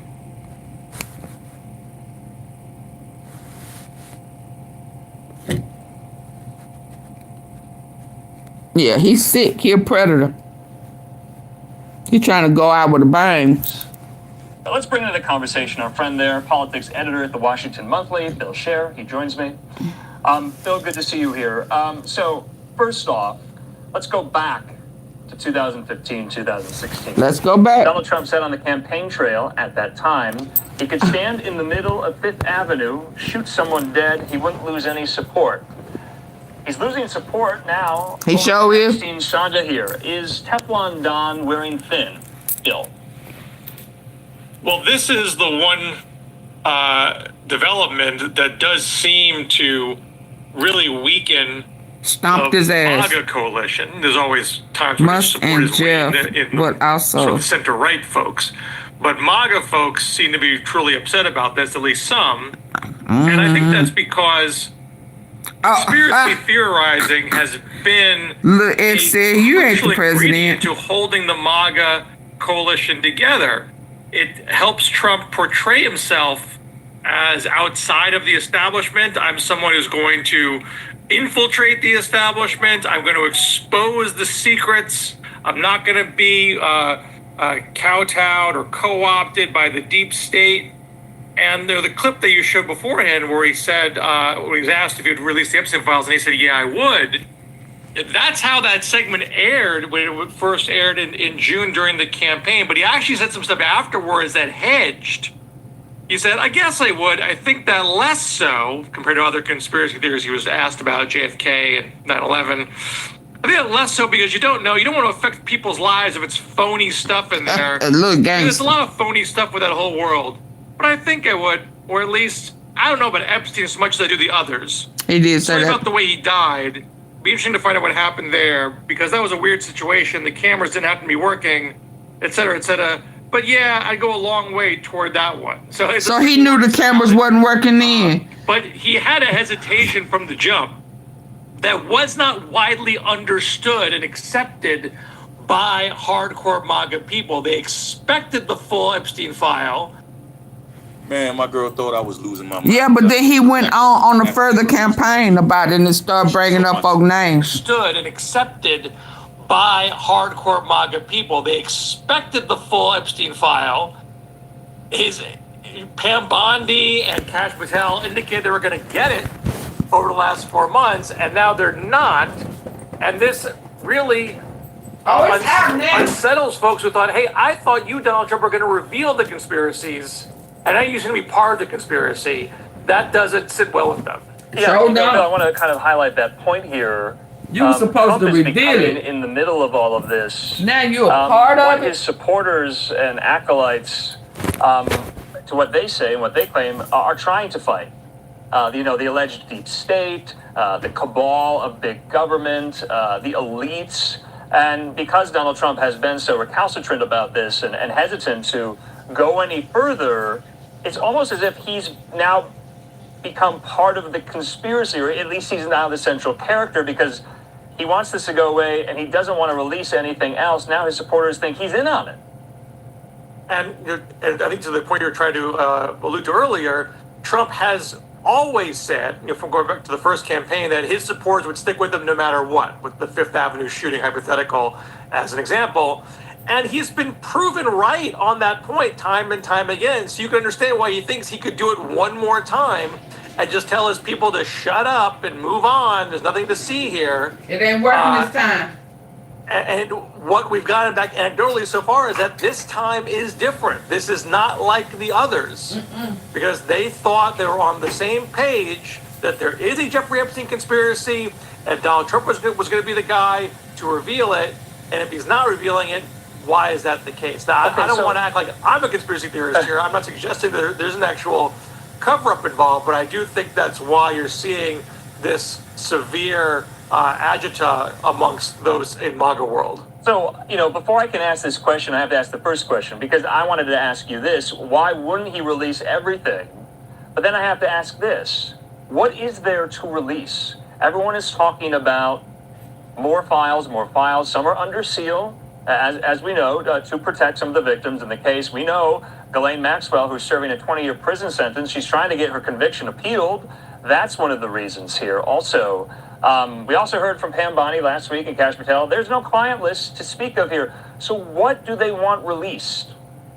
It's always the problem with conspiracy theories. How do you disprove the negative? I mean, I don't know what's there. We don't have an inventory of what items have been held back. I think Alan Dershowitz, who is Epstein's lawyer, suggested in a Wall Street Journal column what he says is there. Okay, so I have that. I have that column. He's a reliable in front of me. I want to read that. That's part of the column here in the Wall Street Journal. You just alluded to it. Alan Dershowitz penned it. He said, "Quote: I was Jeffrey Epstein's lawyer. I know the facts, some of which I can't disclose because it is privileged or subject to court-imposed sealing orders. But what I can disclose makes several important things clear." He says this: first off, Epstein never created a client list. He said the FBI interviewed alleged victims who named several clients. These names have been redacted. They should be disclosed, but the courts have ordered them sealed. Dershowitz says, "I know who they are." He says they do not include any current office holders. Now that goes to the question, Bill, that just because a name is redacted or in some unsealed filing, that's guilt by association. That's not guilt in the court of law, is it? If you had any affiliation with Epstein, you went to a dinner party with him, maybe you were on his plane, maybe you went to his island, maybe you met him once, that seems to kind of be the scope, the continuum of the Epstein relationships that so many people are seeking. It would be understandable, if politically uncomfortable, to say there are people who were named in the course of the investigation by potential witnesses, and it would not be appropriate to release those names because we don't have enough evidence to indict them. It would give a veneer of guilt unfairly in the court of public opinion, and as a matter of principle in law enforcement, you don't drag people's names through the mud unless you have all the evidence and you're ready to prosecute. But saying as much would feed the conspiracy piece that you're hiding something, But that would at least be a principled, I think, commonplace reason not to release names. But Donald Trump, is not capable of laying out the facts fully in transparency like that, because again, it would be hard to then. It wouldn't stop Bill from talking and spinning out, further theories. Yeah, Dershowitz goes on to say as well, it's clear from the evidence Epstein committed suicide. Dershowitz says what isn't clear is whether he was assisted by jail personnel. He says that seems likely to me based on the evidence of allegedly broken cameras, the transfer of... He can't stop talking. Principled, I think, commonplace reason not to release names. But now... are seeking?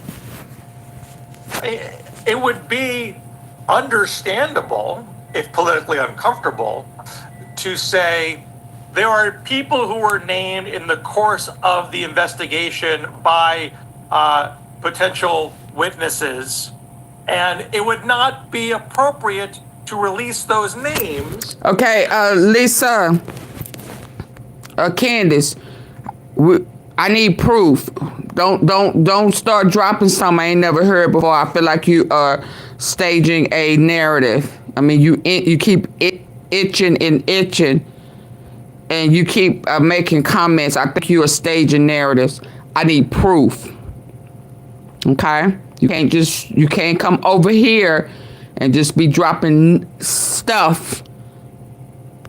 Okay. Respectfully, I removed those comments because I feel like they're staged. Those are controlled narratives. I need proof. We don't have enough evidence to indict them.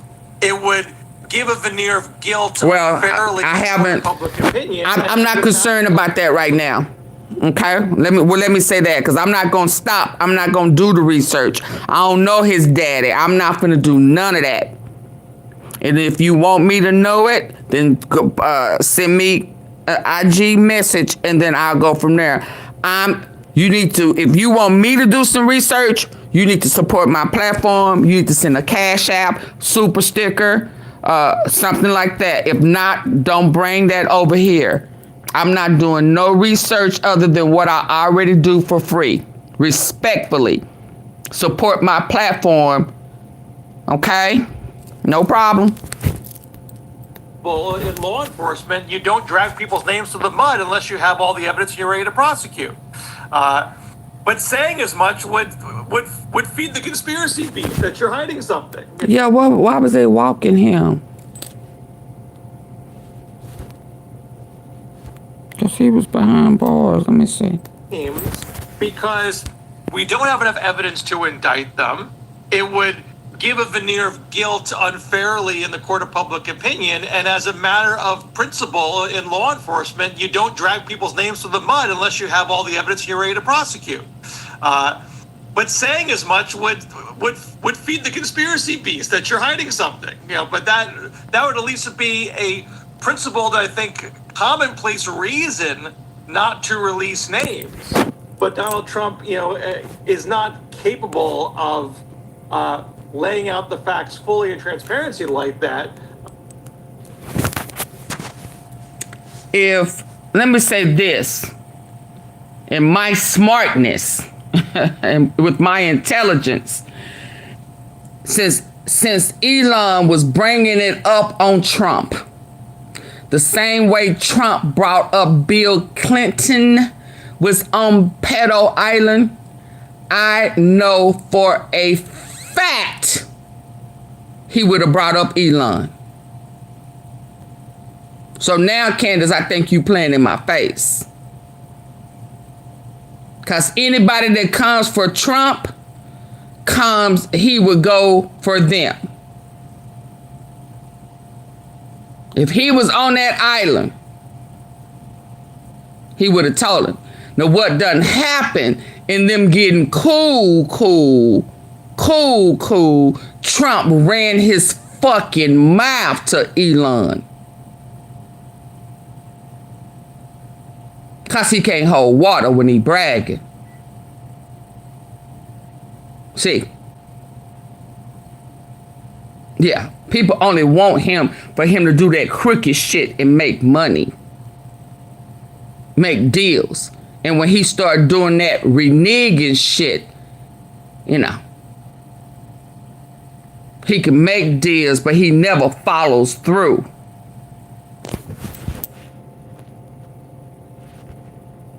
Then they start getting mad. And then they start going the opposite way, telling his business, throwing his ass up under the bus. Okay? If he was on that island, Trump would have dropped it. So now I feel like you bringing that fake narrative. Yeah, But you started saying the daddy and he best friends with him too. All of that. Stop that.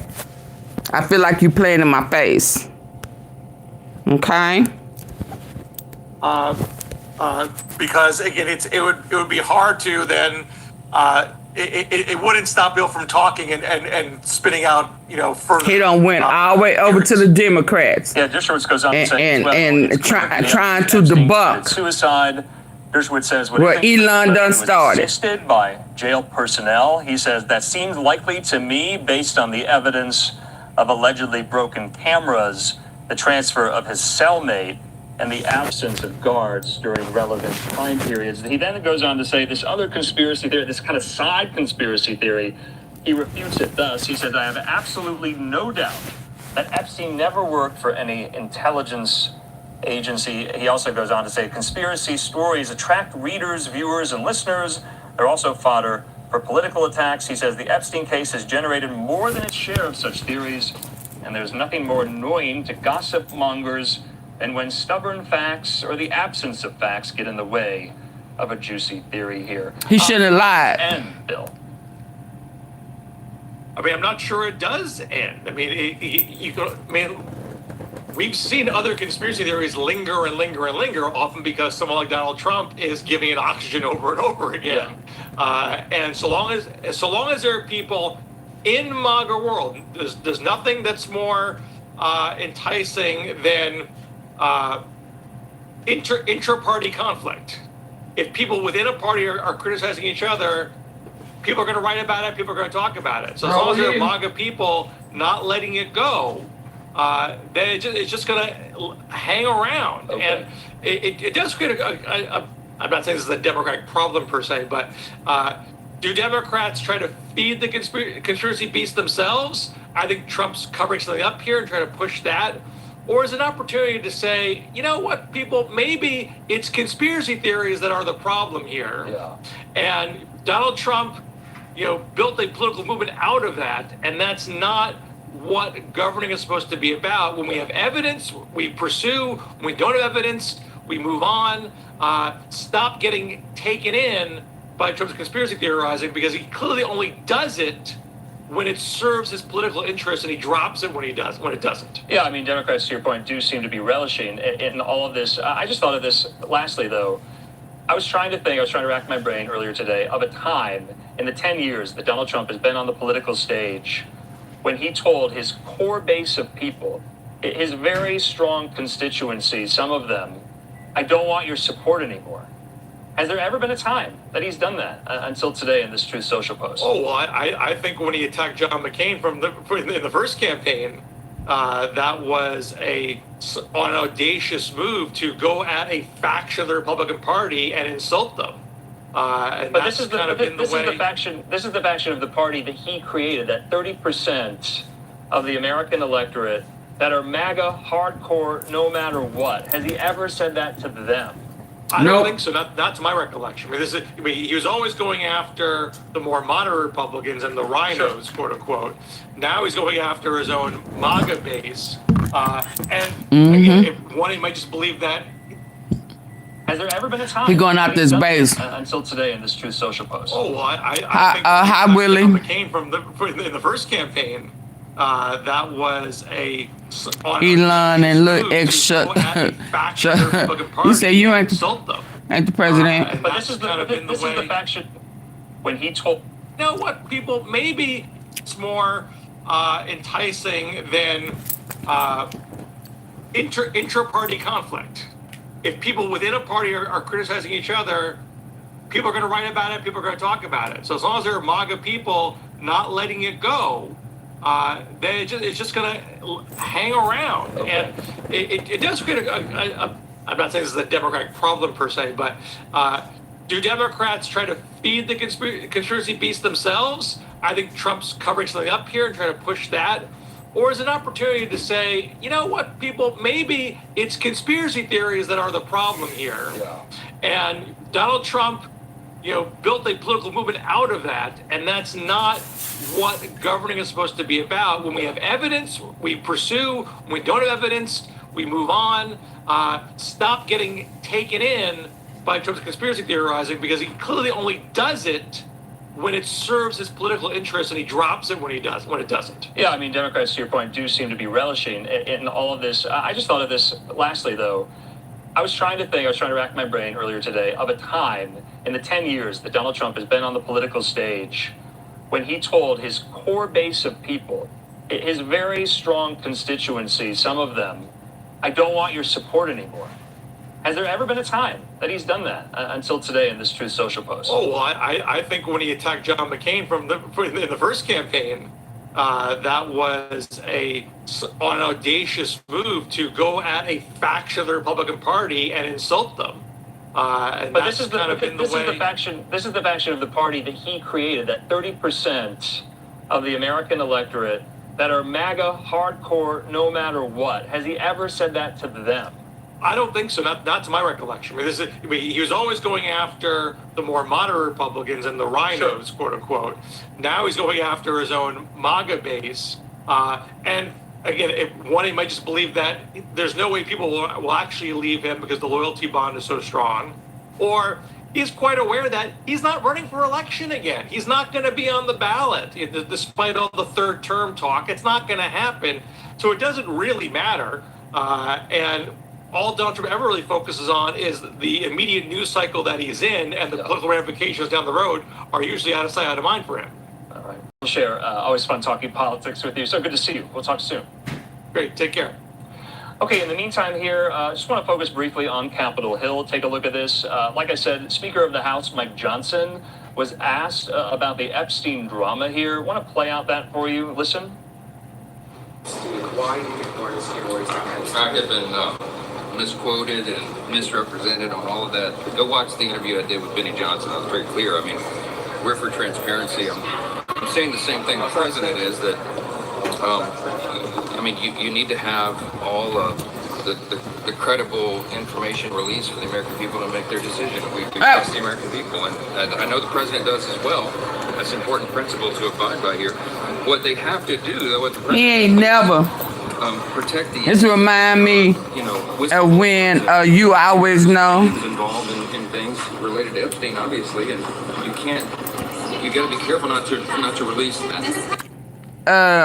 This remind me of when you always know. Well, one of President your partner, your big brother, always gonna have your back. Republican from Kentucky. And you get out there and start a whole bunch of shit, and then one time when you think he's gonna have your back, he say, "Oh no, you on your own." And how deep corruption goes. And you gotta fight your own battle. Justice and transparency. We're introducing a discharge petition to force a vote in the U.S. House of Representatives on releasing the complete file. So we'll keep an eye on that, on whether or not that gains any traction within that. And we're back here at Sue Live now from Fox. I'm Andrew.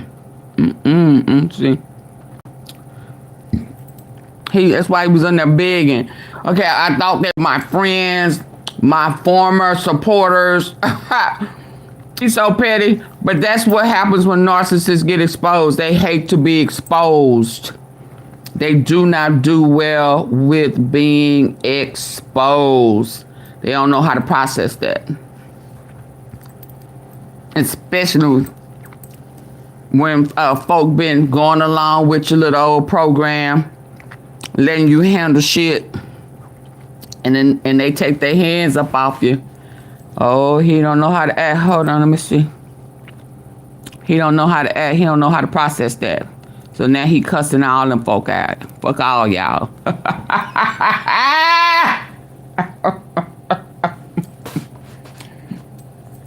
You supposed to be my friend. You supposed to be my friend. What you doing? You supposed to just let me have my way. Okay. What is that? 300 years.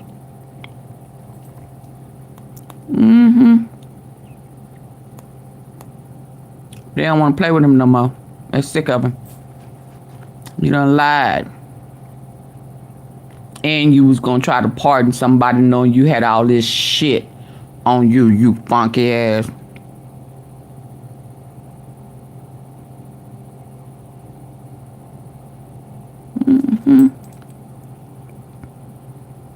No, I was celebrating. My birthday hadn't happened yet. I'm just celebrating. I started, that was the weekend. I was starting this past weekend. But I have been enjoying it. Where I had until my brother took ill. Let's see what this is. That wasn't true, was it? Let's see what they're talking about. When you're starting out with your finances, you want to see your money grow. Credit Karma can help you improve a low score and gives you tools to manage your spending and... Senator Van Hollen. Thank you, Senator Daines. Welcome. I don't want to hear that. Let's do it for something else. Hold on. Let's see what she said. This is Democracy Watch. Mark, we have breaking news right now that relates to the Epstein case, and that is that Donald Trump and the DOJ have decided to fire Maurene Comey, who is one of the prosecutors involved I heard that one. in the Epstein case. So first and foremost, what are the it was implications Trump. of this? Okay, so if you want to know, Hold on. who would know? We heard that one earlier. Okay, leaks. FBI audio. Epstein cover-up exposed, leaked audio. There's no client list. There's no evidence of any blackmail. And there's nothing, no evidence that could predicate an investigation against anybody else.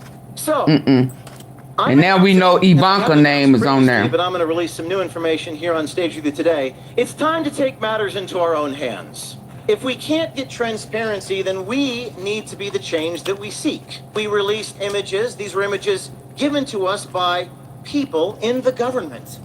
People who don't trust the government. Okay. First, we got some images inside the Epstein temple, never before seen. Okay. Very strange stuff. I told y'all shit was Something dropping, on didn't the I? ceiling. We were trying to decipher what that was. Then Didn't we I got tell images inside didn't I his tell you library, people is dropping? including on his blackboard. I presume the FBI has all this. Strange things, power, deception, various words. A lot of people online. Power trying to of decipher deception. Or crack the code. We even got images inside his bedroom. Next to his bed table, there was a phone. On the phone, Y'all listening to this? names, Karina, Darren, Rich, Mike. This is why old girl was fired. Somebody was leaking information that they wouldn't have had. They said from the government. Hear directly from FBI agents. What do you guys think? Y'all hear that? This was yesterday. I'm just now seeing it. But they're saying it was leaked from the government. I'm thinking, hell, it's his criminal shit. They all up in the house. Somebody leaking the information. Since they sitting up there lying and started blaming the Democrats, they started leaking their shit. There we go. That we seek. We released images. These were images given to us by people in the government. People who don't trust the government. First, we got some images inside the Epstein temple, never before seen. Pressure stuff, including something on the ceiling. We were trying to decipher what that was. They don't trust the government because they blowing them cases. Blackboard. I presume the FBI has all this. Strange things, power, deception, various words. A lot of people online trying Hell, to it could be Dan. crack the code. We even got images inside his bedroom. He ain't been back to work. Bed table, there was a phone. On the phone, there was a series of names. Karina, Darren, Rich, Mike. I wonder if any of these people know what happened with all this child stuff that happened. But I think it's time for us to just hear directly from FBI agents. What do you guys think? We're going to release the Deputy National Intelligence Officer of the FBI, whose name is Rami Hassan, and he's talking about the Epstein case, and he says, I'm with the FBI, quote, it's a shit show. And this is, I'm just going to play a little clip. You can find the rest of it online. I'm with FBI. This is a show. Small coincidence, man. I'm with FBI.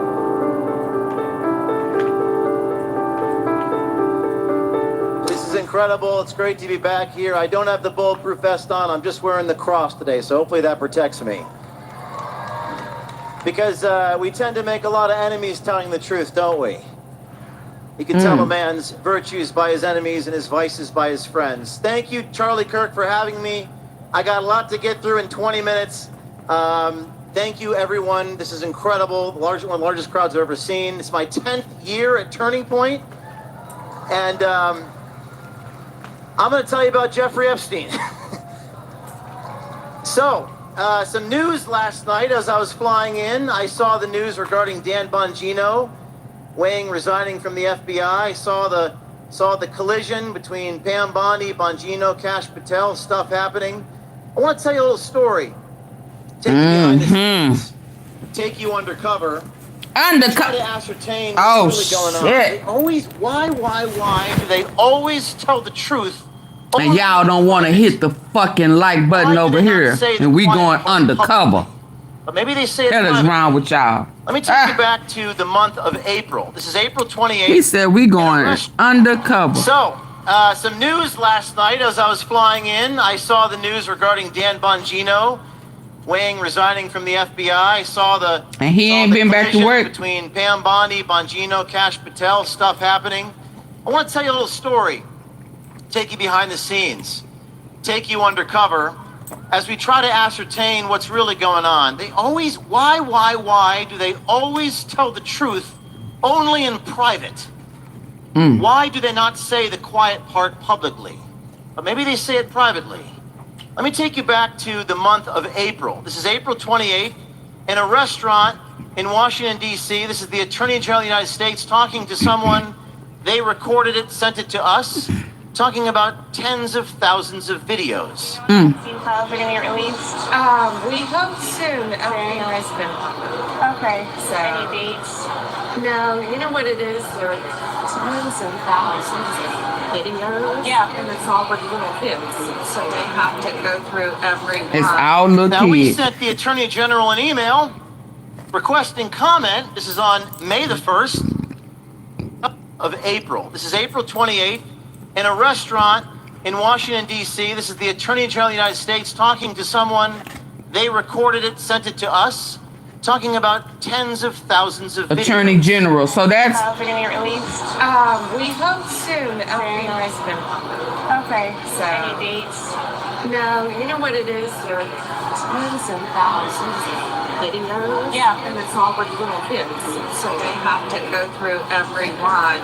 Now, we sent the Attorney General an email requesting comment. This is on May the 1st, a couple days after the 28th. We quoted what she had said, tens of thousands of videos of little kids, not something that's been reported publicly. After we sent the email, suddenly we saw this at the White House. James Comer said yesterday that all the Epstein files are missing. They still haven't referred you.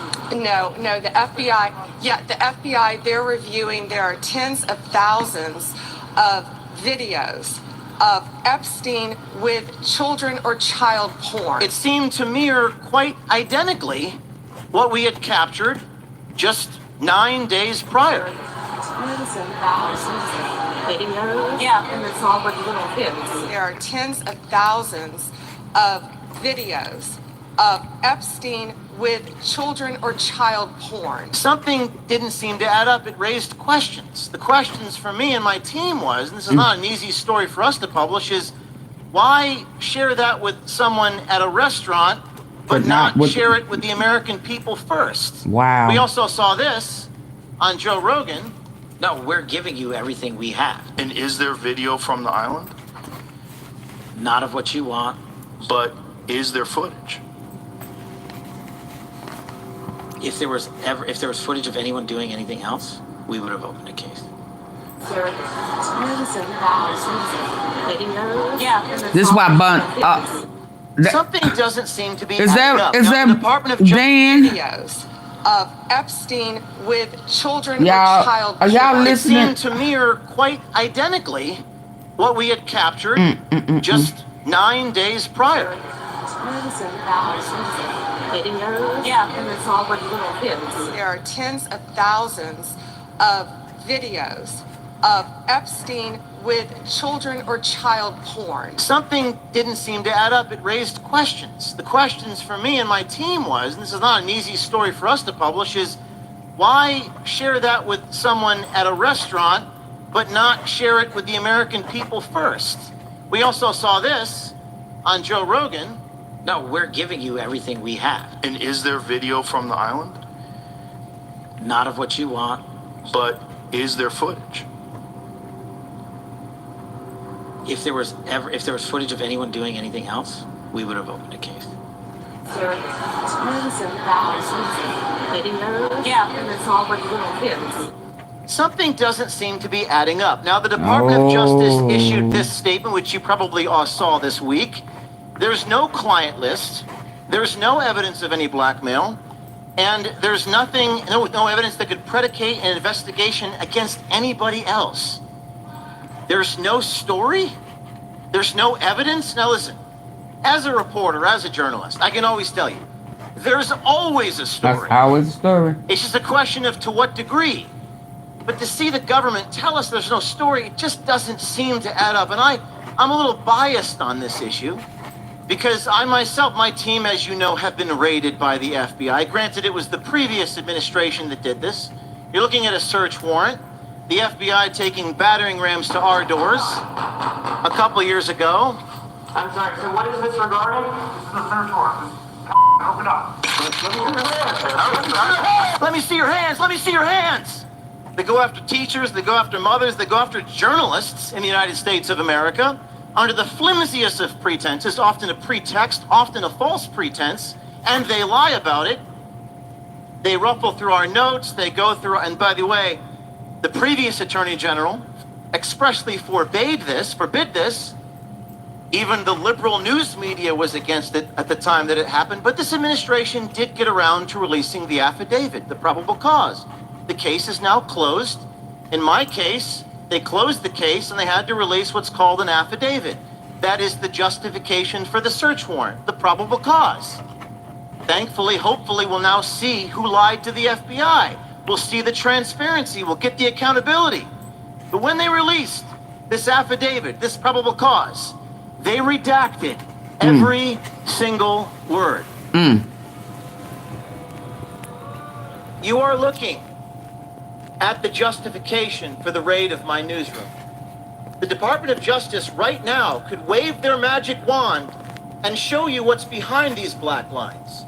Does the public right to know outweigh whatever marginal concern the FBI has to protect their confidential informants? And by the way, it's a crime to lie to the FBI. This is over the Biden diary stuff. Did actually Biden lie to the FBI? If you or I lied to the FBI, we'd be in trouble. In fact, the only thing that wasn't redacted on this document was a footnote that said, based upon my training and experience, I have learned, this is an FBI agent talking, that cell phones are capable of sending emails. This is just bizarre. Even the ACLU protested this. This is another liberal organization defending me in federal court. This is just bananas. What does it mean to be liberal anymore? What does it mean to be conservative anymore? I consider myself a constitutionalist. I believe in the First Amendment, I believe in the Fourth Amendment, and I believe in the public's right to know. So let's go back to this. Department of Justice statement this week. Much of the material is subject to sealing. We need to protect victims. Well, I'm all about protecting victims, and I don't believe we should publish any child pornography. But this did not expose any additional third parties to allegations of illegal wrongdoing. By show of hands, how many of you think that's a lie? 100% of you. I mean, this is crazy. That's crazy. So, I'm announcing, and I have announced previously, but I'm going to release some new information here on stage with you today. It's time to take matters into our own hands.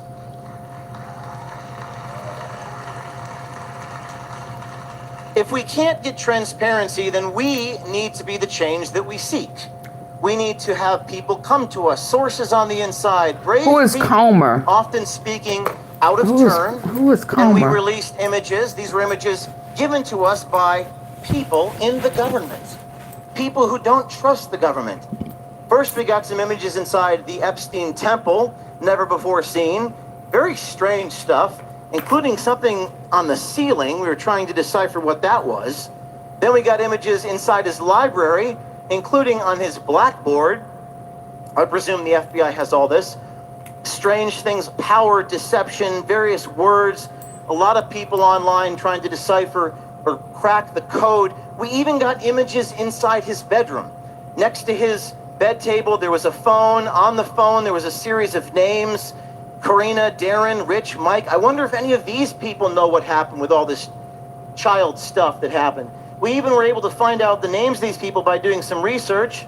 His last girlfriend, his advisor, his lawyer. You're trying to tell me that none of these people had any knowledge about any illegal activity?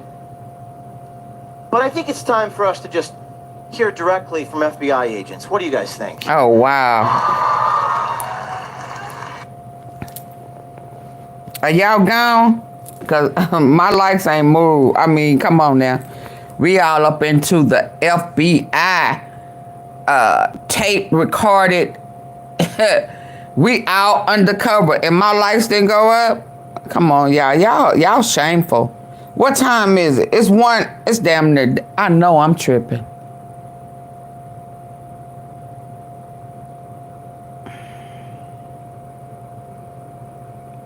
It's 1-something in the morning.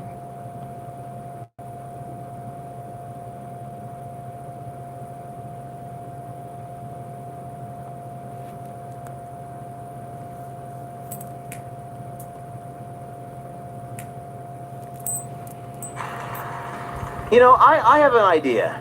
What if we launch something called FBI Leaks? FBI Leaks. How about we release y'all hear this? audio and video? Listen, FBI whether they come to me on the Leaks. record or off the record, they tend to be more honest off the record. So perhaps we need to publish what they're saying off the record. We have to do that. And in our first video, released right now online, we're going to release the Deputy National Intelligence Officer of the FBI, whose name is Rami Hassan, and he's talking about the Epstein case, and he says, "I'm with the FBI, quote, it's a shit show." And this is, I'm just going to play a little clip. You can find the rest of it online. I went with FBI. This is a show. Small coincidence. I went with FBI. He also talks about that you can kind of see where law enforcement kind of either turned a blind eye or missed things. This man is a director, and he's saying law enforcement turned a blind eye. The question is, what did they turn a blind eye to? And I'm calling on everyone on the inside with knowledge of the situation to come out, tell the truth, because we, the American people, have a right to know. Wow. Now, Pressure, this answers your question. Recently in the deep state, and some of this stuff you can't make up. We've met with people in the Pentagon, the Department of Defense. Remember this guy, Jamie Menina? He's a former FBI special agent within the Department of Defense, caught this year during the new administration, talking about what he does inside the intelligence community. To the intelligence community, and I became an FBI special agent. So I became a spy hunter. So I was a counterintelligence agent, special agent at the FBI. Now he then proceeds to, by the way, what about the irony of a guy who's a spy hunter being caught on hidden camera by my team? Oh, wow. Thankfully, I'm not a Chinese spy. To the intelligence officer of the FBI, whose name is Rami Hassan, and he's talking about the Epstein case, and he says, "I'm with the FBI, quote, it's a shit show." And this is, I'm just going to play a little clip. You can find the rest of it online. I went with FBI. This is a show. Small coincidence. I went with FBI. He also talks about that you can kind of see where law enforcement kind of either turned a blind eye or missed things. This man is a director, and he's saying law enforcement turned a blind eye. The question is, what did they turn a blind eye to? And I'm calling on everyone on the inside with knowledge of the situation to come out, to tell the truth, because we, the American people, have a right to know. Now, I have been doing this a lot recently in the deep state, and some of this stuff you can't make up. We've met with people in the Pentagon, the Department of Defense. Remember this guy, Jamie Menina? He's a former FBI special agent within the Department of Defense, caught this year during the new administration, talking about what he does inside the intelligence community. To the intelligence community, and I became an FBI special agent. So I became a spy hunter. So I was a counterintelligence agent, special agent at the FBI. Now, he then proceeds to, by the way, what about the irony of a guy who's a spy hunter being caught on hidden camera by my team? Thankfully, I'm not a Chinese spy. To the intelligence. Jamie, you're a spy hunter, you say? Well, I'm a spy hunter too, but I'm evidently a better spy hunter than you. We have no permission to use it. Actually, we do. It's called the First Amendment. You talk about hunting spies. What if my undercover person was a Russian spy? Go away, you liar. You're a known fraudster. You have a poor reputation. No one believes you. Go away. Well, okay, so this is the former FBI. This is what they do, by the way. They attack you, little slings and arrows, little paper cuts taken 100 times over. People stop trusting you, but you got to keep going anyway, screaming at me that I'm a liar. In fact, they even got a lawyer to sue me. Well, I'm a spy hunter too, but I'm evidently a better spy hunter than you. We have no permission to use it. Actually, we do. It's called the First Amendment. You talk about hunting spies. What if my undercover person was a Russian spy? Go away, you liar. You're a known fraudster. You have a poor reputation. No one believes you. Go away. Well, okay, so this is the former FBI. This is what they do, by the way. They attack you. Wow. Little slings and arrows, little paper cuts taken 100 times over. People stop trusting you, but you got to keep going anyway, screaming at me that I'm a liar. In fact, they even got a lawyer to sue me. This guy, who's what I call an ambulance chaser for intelligence agents, and he sued me and said he's going to expose all of our undercover people. He even tried to blackmail me, saying that, well, if you cooperate with us and give us funding, we won't post the names of your sources. These people play dirty, but we're not going to give up. Sometimes I meet with them myself. You might be saying, how is that possible? In Washington, D.C., it's possible because these people have some type of psychosis where they're not even paying attention to who's talking to them. You have to understand how these people in Washington, D.C. work. They don't care about you. They want money and they want power. But we have to expose that. This guy was one of the... That's why Trump fits in. Telling us all about what was happening inside the Biden White House. I was sitting right across from me. At one point, the guy actually, they never asked me a question about myself. Our undercover people, they never ask us questions. At one point, he actually says, so tell me about you. I was like, whoa, I've never been asked that question before. No one's ever asked me that before. So I turned it right back around on him and I said, you're like this famous person who's like a spy. It's like you're James Bond or something. And he was like, oh, thank you so much. He kept talking. Just flattered him, kept going. Pretty remarkable stuff. I took my glasses off, revealed who I was. This guy is so dumb, he doesn't recognize James O'Keefe, who is not so heavily disguised, but simply wearing glasses. And again, it has nothing to do with my disguise. These people are in some type of psychosis. They have no idea. They don't care about you. They don't care about you. They want power. If you think people in politics are in it for changing the world, then you got to spend some time in D.C. This is one of the funny anecdotes. As I'm doing this, there's a couple beside me. They must have been having an affair or something, because the woman said, I can't be in this video. I can't let my children see this, me in this video. Some of the damnedest things happen when we're actually doing this sort of thing. 2 ex-NASA engineers created a portable AC that is making old expensive models obsolete. We've also confronted this guy. He's in the Pentagon. His name is Jason Beck, Total Force Requirements and Sourcing Policy, Office of the Secretary of Defense. This is the deep state. These are the names and the faces of the people that are behind the scenes, unelected, really running the show. Jason Beck says we need to abolish the Senate. He says we need to pack the Supreme Court. He says we need universal health care. At one point, he started talking about sharing all this classified information. I told him, you're making me horny by doing that. Universal health care, we could start there. Abolishing the Senate. Gosh, there's so many things that you could do. They do have the classified stuff, but God, I can't talk about it. Oh, you're turning me on already. I can neither confirm nor deny. So it's important to hold these people accountable. Wow. We have to use whatever legal means necessary to hold these people to account. Because without accountability, freedom is just an illusion. So we got creative. This time, we made a Netflix episode on the television in my apartment. And we put his video in the Netflix episode, sat down with him, and I said, there's this show that I want to watch with you about this guy named James O'Keefe. And he catches all these people in the government. And the guy proceeds to criticize this James O'Keefe, to me, James O'Keefe.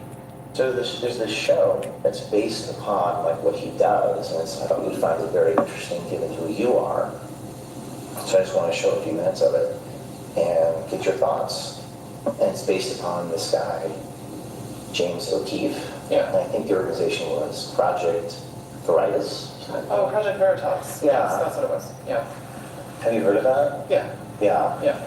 He's a terrible person. He's a terrible person. He's horrible. Yeah. I feel like that's... So then we line up the episode and hit play. So there's this show that's based upon like what he does, and I thought you'd find it very interesting given who you are. So I just want to show a few minutes of it and get your thoughts. And it's based upon this guy. Now, this, I think we have the actual episode. So there's this show that's based upon like what he does, and I thought you'd find it very interesting given who you are. So I just want to show a few minutes of it and get your thoughts. And it's based upon this guy, James O'Keefe. Yeah. And I think the organization was... I think when I play him the Netflix show and he's caught red-handed and he says, oh my God. And we also released this story about the Disney tapes. Now, last time I was at Turning Point, I actually He said, I oh was my going to God. investigate Disney. Oh Lord, I'm trying to go. And we caught this guy at the vice president of Disney saying he doesn't hire white people because we don't just go into government, we go into corporations too. Oftentimes government and corporations work hand in hand. How would they say it? No way we're hiring a white male over here. They might say something like, you know, look, we're not looking at like the usual suspects for this job. You know, okay, writers and actors, we'll hear all the time, like, you know, looking to hire writers and actors who bring diversity. So we confront this guy, but we have to be creative. So this was a very unique one. There were two different female undercover journalists simultaneously meeting with this vice president of Disney. Two different ladies, none of them knew each other. They both worked for me, but he didn't think they knew each other. And as the second woman was meeting with him, the first woman shows up, pretending to have the other lady's apartment keys. He had told the first lady, he told the first undercover journalist that he had a tickle in his throat, therefore he can't meet with her. Oh, hey, babe. Hey. Hi. Yes? Wait, do you guys know each other? Yes. Is this a date? We are? Oh, wow. You told me you had a tickle in your throat. I did. Now, if that wasn't bad enough, then I show up. He's got a white Tesla. He gets in the car. He sprints away, but because of LA traffic, he couldn't get away fast enough, and I caught up. You don't have authority to put me on tape. Bye. I will put you on tape, and I do have that authority under the First Amendment. You know, just because you work in Hollywood doesn't give you entitlement to discriminate against people on the basis of race. Michael Giordano. We run after him. We actually catch up with him. He's gonna stop. Sir. And we caught right there. We stopped. He's got the Tesla. Wait, not yet. Not yet. See if we can catch up to him. Now we do catch up to him. We caught up to him. Michael. Now, you know, it's interesting. And by the way, Disney fired this vice president. So, how about we just do this thousands of times? Well, how are they they're gonna recognize you. They don't recognize me. They don't recognize you. Speaking of chasing Teslas, we caught another guy who was talking about getting around the Doge standards. Charlie Kirk tweeted this out. He was admitting on camera changing the words to avoid the scrutiny of Doge, casually admitting to want to shoot federal staffers. He also drives a white Tesla. We're here with the guy inside the NIH who's driving away in his Tesla. Listen, you work for the government. You know, sir, you're avoiding accountability by changing the words from race to ancestry. Isn't it true that ancestry isn't the same thing as race for medical clinical trials, sir? He's driving slowly. You don't care about people or their health? You don't, I'm a journalist. You don't care about people or your health. One of the great ironies in my life is I'm only wearing athletic clothing at events like this. I'm running through the street. I think he was driving slowly because he wanted to hear what I had on him. So I caught up here with... Now, what's next? We got more FBI tapes. Just give me 2 minutes. I'm almost done. 2 more slides. We got more FBI agents that we're going to be releasing. But I want to tell you what we're releasing this coming week as well. You know the story we did 2 years ago on this guy? We need accountability of the pharmaceutical companies. Now, I just want to play this clip, remind you what happened, and then I'm going to tell you what I'm doing next. Pfizer ultimately is thinking about mutating COVID? Well, that is not what we say to the public. No, don't tell anyone what's going on. You probably don't tell anyone. You probably don't tell anyone. We're exploring, like, no, you know how the virus keeps mutating? Yeah. Well, one of the things we're exploring is, like, why don't we just mutate it ourselves? Why don't we mutate the virus ourselves? But don't tell this to anybody. You remember this guy, he's the one who assaulted me and assaulted my cameraman 2 years ago. Please unlock the door. Please unlock the door. Please unlock the door. Unlock the door. Unlock the door. These are the medical professionals in our country. Unlock the door. This is remarkable. This guy, Yale-educated mRNA director at Pfizer. So, we know the vaccine had issues. We know there was a cover-up. So this week, what exactly will we exposed with Pfizer Pharmaceutical? Next week, we're going after Johnson & Johnson. Okay?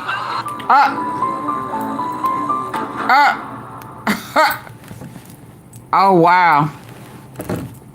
Oh, wow.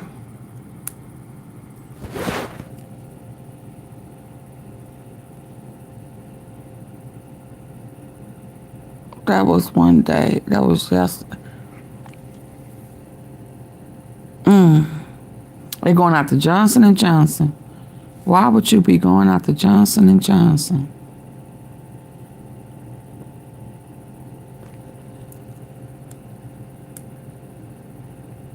That's not just insurance.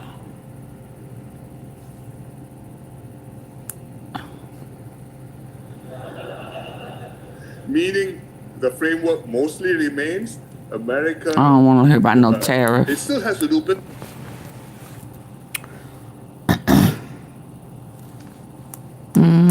What have I been missing? I'm gonna go to sleep. Hold on. Meaningless show business. Trump, ain't nobody scared of your tariff.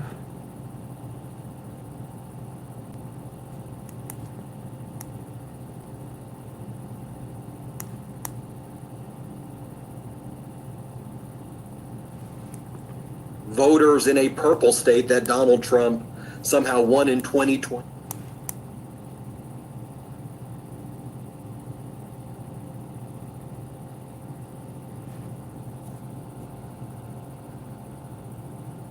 What was that? He fled the scene. Yeah, I saw him running. Her when she was 13. KCAL9's Peter Dowd is live in Woodland Hills now, where the woman was set to go public less than an hour ago. Peter. Yeah, Lena and Juan, definitely some confusion here since that woman who is accusing Trump of her when she was a child decided not to appear. Instead, her attorney came out and said that the woman was too afraid to speak. Media from all over the world came out to hear what that woman had to say. Now, this was a planned news conference, but it didn't happen. The woman had filed a lawsuit alleging Trump sexually assaulted her at several different parties in 1994 when she was only 13 years old. Attorney Lisa Bloom said the woman, who has gone by the pseudonym Jane Doe, had received numerous terrible threats and gave a short statement. Jane Doe has received numerous threats today, as have all the Trump accusers that I have represented. She's living in fear. She has decided that she's too afraid to show her face. She's been here all day, ready to do it, but unfortunately, she's in terrible fear. That was in 2016, just days before the presidential election. Jane Doe, by the way, is the very same girl who also went by the pseudonym of Katie Johnson. My name is Suri Crow, and you're watching the Midas Touch Network. I recently spoke with one of Katie Johnson's former attorneys about the case that he filed on her behalf in a New York federal district court, accusing both Donald Trump and Jeffrey Epstein of criminal sex crimes against minor children.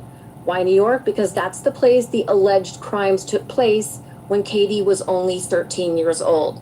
Here is part of my conversation with attorney Evan Goldman. Name that was a pseudonym that we gave her. Instead of Jane Doe, we gave her the name of Katie Johnson. And it was filed in federal court in New York after there had been a previous lawsuit filed in California, not by me, but by another attorney. I don't recall his name, but that case should have never been filed in California because there was no proper jurisdiction in California. But anyway, Lisa was able to communicate with her, and after speaking to her, apparently Katie was going to reveal herself and answer questions from the press. There was a press conference set up for Lisa Bloom's office, and many individuals from the press were there, from the mainstream publications were there. It was set up for some early afternoon on a particular day. Katie woke up that morning, found that her car had been broken into, and that her cell phone had been hacked.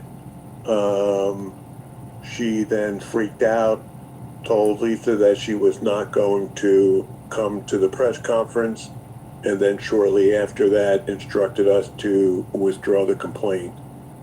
She was always concerned about threats from Donald Trump from the time that she was allegedly raped by him when she was 13 or 14 years old. So he, obviously that remained with her, the fact that he had made threats to her back then, saying that if he ever revealed any of this information, that, you know, her family would be harmed, and whether physically or not, and or she would be potentially harmed also. I've been digging into the Katie Johnson story on and off for the past couple of years, trying to get more information, trying to verify stories and the allegations that she made in both lawsuit in California as well as the one in New York. But, you know, the story itself really never gained much traction because she dropped off the radar after that press conference she was supposed to do. And then the press got swept up with the Access Hollywood tapes and, of course, the big Stormy Daniels story. And Donald Trump got into the White House.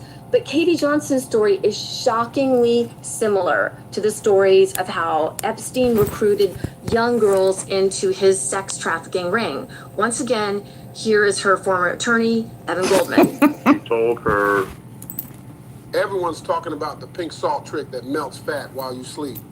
She Katie. She told her father that she was getting on a bus to go to her grandmother's in Pittsburgh, which she never did. She went to New York instead.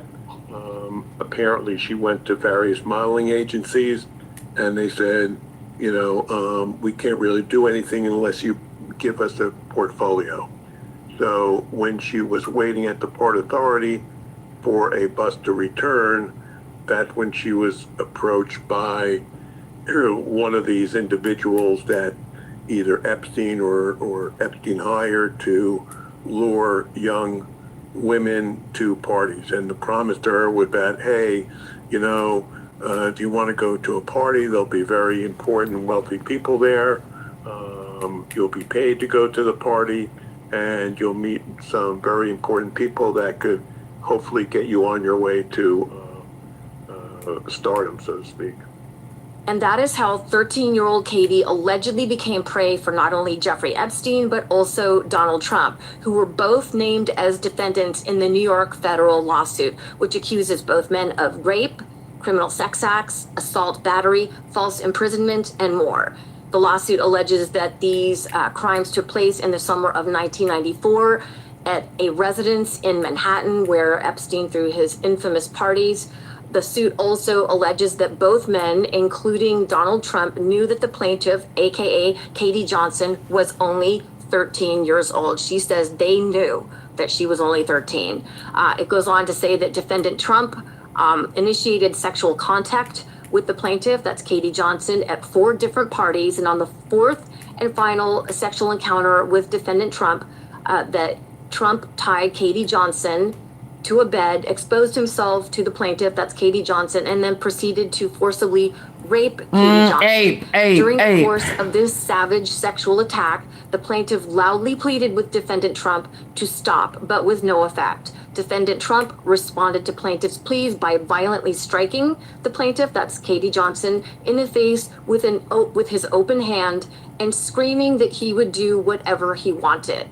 Okay, by the way, there are additional details in the California lawsuit, but again, that lawsuit was dismissed on a filing technicality, where Katie Johnson alleges that she was begging him to use protection. He said no and threw money at her and told her to get an effing abortion if that was an issue. All right, going on in this New York federal lawsuit, it says immediately following this rape, defendant Trump threatened plaintiff, that's Katie Johnson, that were she to ever reveal any of the details of the sexual and physical abuse of her by the defendant Trump, that the plaintiff and her family would be physically harmed if not killed. And it notes exhibits A and B. And then it goes on to say both defendants, that means Jeffrey Epstein and Donald Trump, let the plaintiff, that's Katie Johnson, know that each was a very wealthy, powerful man, and indicated that they had the power, ability, and means to carry out their threats. Indeed, defendant Trump stated that the plaintiff shouldn't ever say anything if she didn't want to disappear like Maria, a 12-year-old female that was forced to be involved in the 3rd incident with defendant Trump, and that the plaintiff, again, that's Katie Johnson, had not seen since that 3rd incident, and that he was capable of having her whole family killed. Now, for background context here, that Maria person who's named in the suit here is another little girl who was allegedly forced to be involved in sort of a 3-way sex act with Donald Trump and also Katie Johnson at another party. And she allegedly, according to Katie Johnson's testimony in one of these cases, or her deposition, I guess, said that she didn't perform up to Donald Trump's standards and that Katie Johnson had not seen her since. And the story was that she had been disappeared. So that's the threat that's being alleged in this lawsuit there, is that he's saying to Katie Johnson, I'll make you disappear too.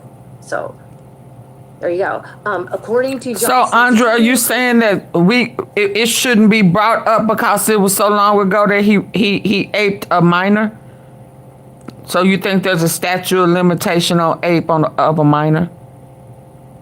Is that, Andrea, is that what you're telling me? What you mean, come on, 94? What you mean? Please tell me what you're trying to say.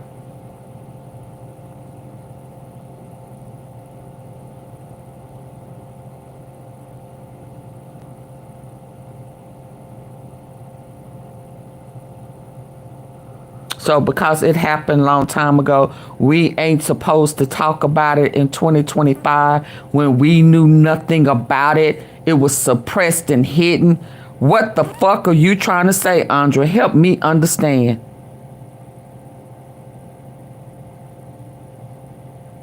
He is already a convicted felon in the White House. Are you trying to protect a predator? I'm trying to understand. What did that mean? I opened one of my eyes and baby, explain please.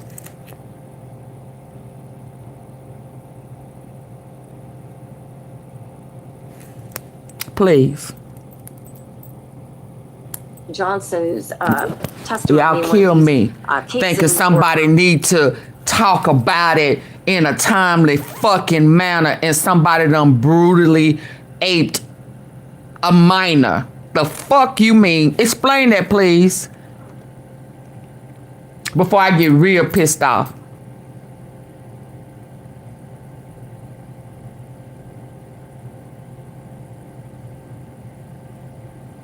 Something wrong with you people. Some of y'all done been molested long time ago and y'all are numb to the shit. And y'all feel like everybody should deal with it the way y'all deal with it. That's bullshit. You can't tell somebody how long they have to deal with their trauma. Are you crazy? Some of y'all still dealing with it now and don't know why y'all hoes. Let's go. Cause you done swept the shit up under the fucking rug. You really want to do that with me? You really want to do that with me? You better choose your poison.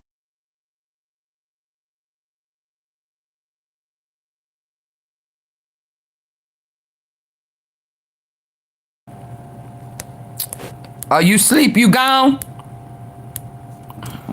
Deposition, I guess, said that she didn't perform.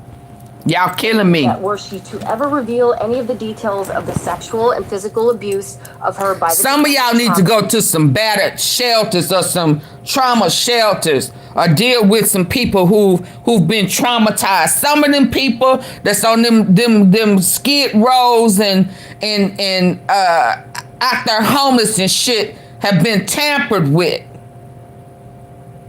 But y'all don't give a shit because it don't have nothing to do with you. And some of y'all have. It's just been suppressing. You don't realize why your ass is bipolar or why you act a fool all the damn time or why you pick certain type of men that always go upside your fucking head.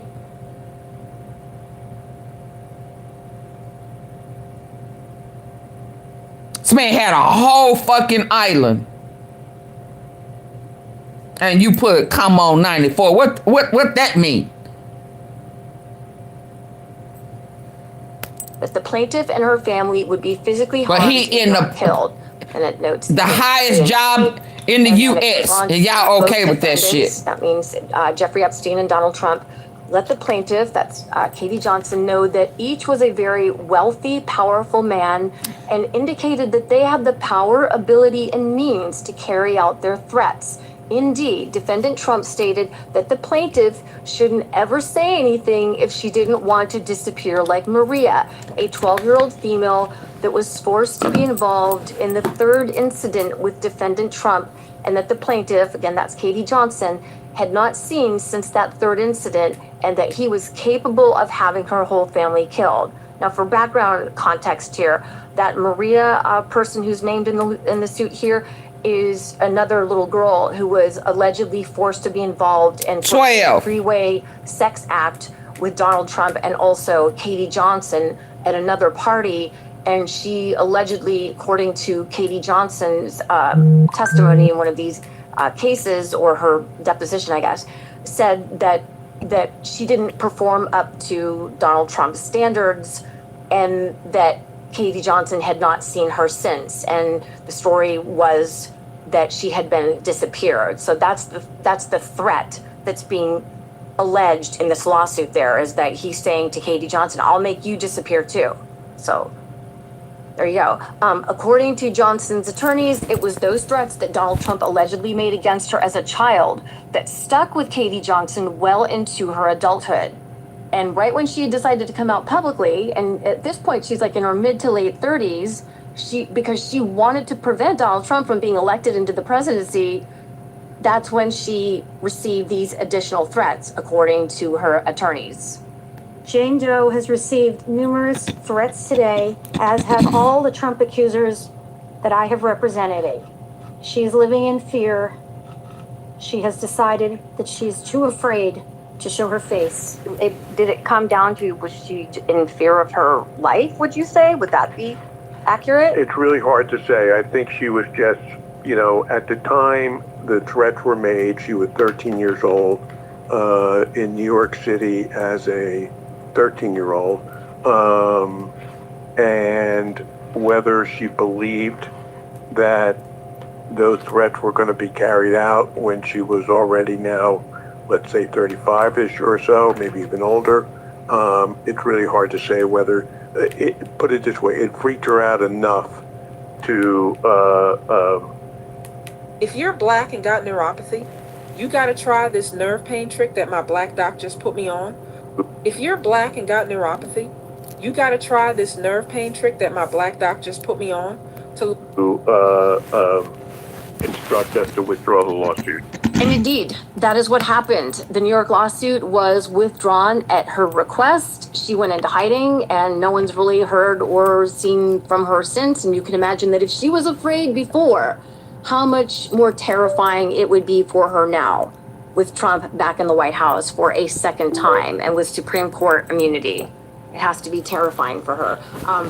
Trump's attorney at the time of these court filings and a lawsuit flatly denied Katie Johnson's allegations, calling them, quote, baseless and frivolous. Not surprising there. We know that Donald Trump always denies any type of wrongdoing. So, but that is what his attorneys at the time said, that there was no merit to these lawsuits. Personally, I find it hard to believe that somebody who was so terrified for her own personal safety and for that of her families would come forward with these lawsuits. Or, I mean, basically it's the same lawsuit, just filed in 2 different places and eventually just the one in New York, that she would do that just to make a name for herself or... Ain't nobody hear from her. What name? I'm speaking as a woman.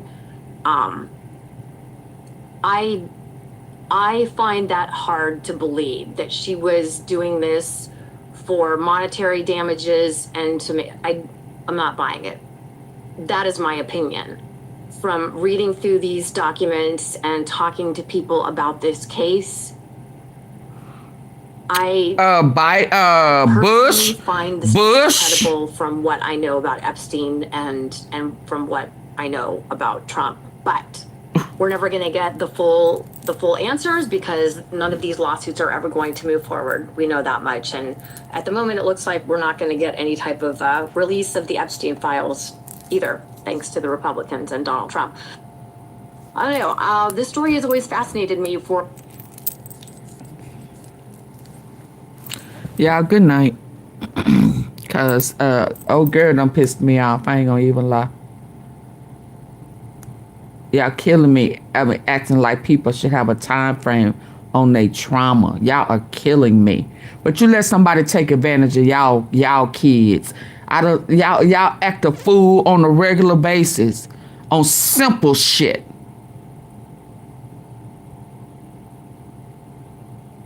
I think y'all warped in the head. I ain't gonna even lie. Especially females. But some of y'all hoes anyway, so y'all, it don't matter to y'all. No disrespect, but it's the truth. It's the truth. Y'all justify, just like y'all justify niggas going upside y'all head. That mean they love y'all.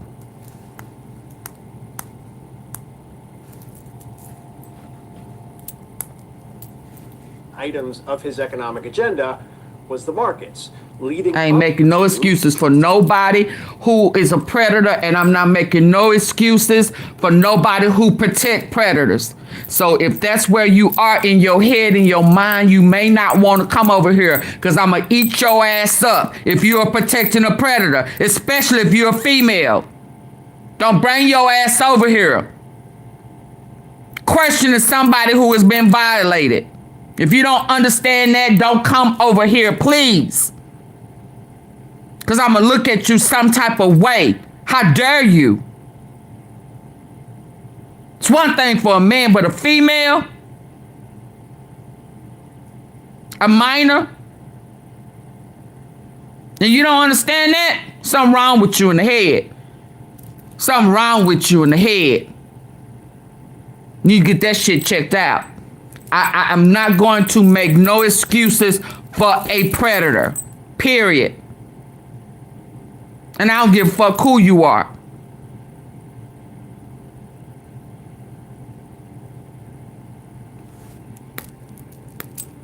To pause those Liberation Day tariffs as he did. When you're starting out with your finances, you want to see your money grow. Credit Karma can help you improve a low score and gives you tools to manage your spending. So people don't want to go get help or cry out to people, because people gonna make them the victim. I mean, make them protect the predator. Or what you do, what you have on, what did you say? What you got to say about the person who violated them?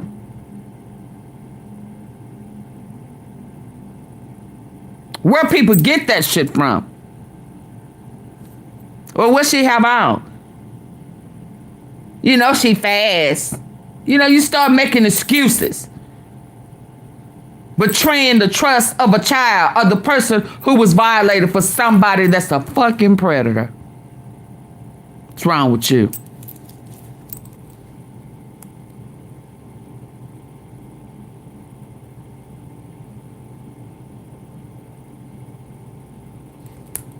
Welcome to another day in the Trump administration as the president unveils his latest deflection tactic to try and get people, mostly...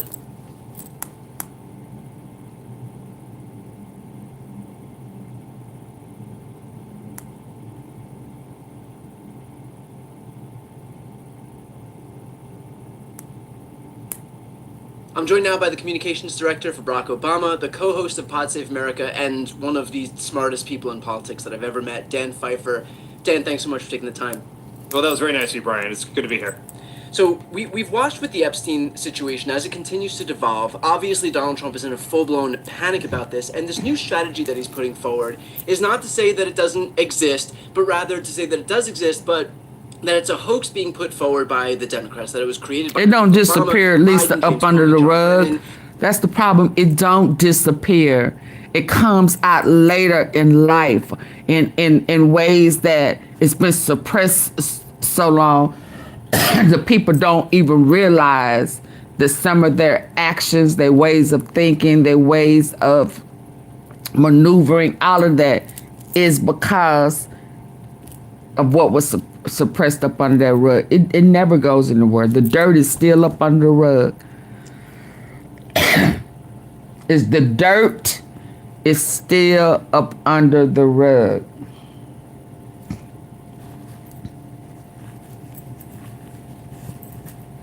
And the reality of it is whoever, a minor, a kid, or whoever confided in, betrayed their trust, betrayed them.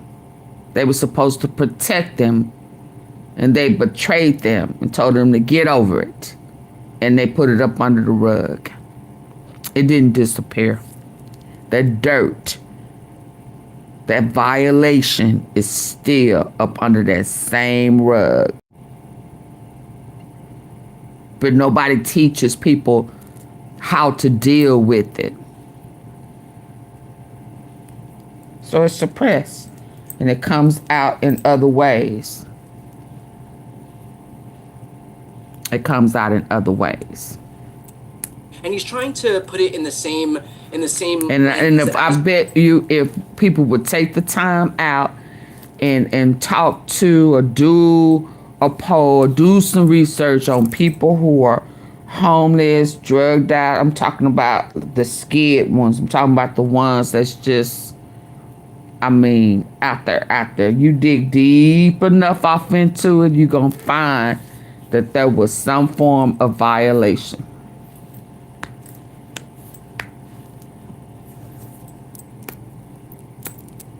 But nobody takes the time out. We see, that his base sees the Steele dossier and the Russia hoax. And so clearly he's trying to frame this through a partisan lens so that we can just sort it in the same way that we sort all other political issues, in hopes that it will, make the folks on the right go back to the right and folks on the left go back to the left. And we can look at this as in the same way that any other issue is perceived. And so how effective do you think that strategy is going to be for Donald Trump? If you are sleeping in a position like this, you are wrecking your body and your breathing. Obstructive sleep apnea happens for Donald Trump.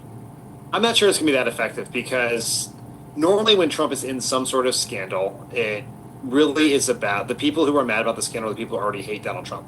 The people who are communicating about the scandal, who are yelling about the scandal, who are reporting on the scandal are people who Donald Trump's base does not like and does not trust, right? But this time it's not Jim Acosta or Rachel Maddow or Brian Tyler Cohen or Pod Save America screaming about it. It is Alex Jones, Tucker Carlson, Megyn Kelly, Laura Loomer, people whose Trump's base trusts. And so it's going to be much harder to just dismiss this as Trump has done with all the other ones. Like maybe he can one by one get these people back in line, but the fundamental playbook that Trump has used for all his previous scandals does not work in this one because it's a fundamentally different scandal. His political problem is coming from the right, not the left and the center. Do you think that there is some risk posed to these people in terms of their credibility? I mean, you've got Charlie Kirk. He was obviously, demolished when he went online and said, after covering this issue for months and years, going online and saying, you know what, I'm just going to defer to my friends in the administration and basically just serving himself up as a lapdog for this White House. Do you think that really will have some lasting impact on the credibility of these people who do decide that, okay, maybe I'll just come home to Daddy Trump and make it just easier on myself? Yeah, I'm not sure that credibility has been a real calling card of Charlie Kirk's over time, but ultimately all these people are people who have an audience, right? And their political power, their financial success is based on their relationship with their audience, that relationship of trust. And if one day you think this is the biggest scandal in the world, and the next day Donald Trump told you it's not a scandal anymore and you're not going to talk about it, that could burn some bridges with at least some part of your audience. I think it's really interesting here that so much of Republican politics generally, but Republican politics in particular, is about attention. And Trump has been able to keep people in line because there has been bad business politically and financially to be anti-Trump, right? The publications that, Weekly Standard, that were somewhat anti-Trump went out of business because there was just no audience for anti-Trump content.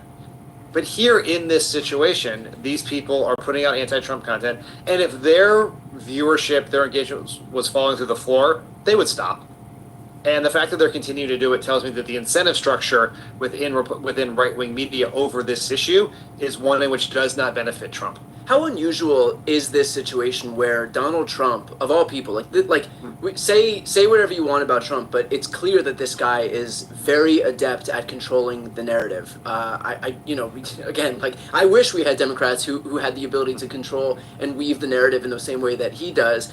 How unusual is it for somebody like him to have so little control over what's happening to the point where he's now, posting these long screeds about how stop talking about Epstein or demanding that these reporters, focus on other issues. I mean, the distractions that he's putting forward are so transparent. I mean, talking about denaturalizing Rosie O'Donnell, it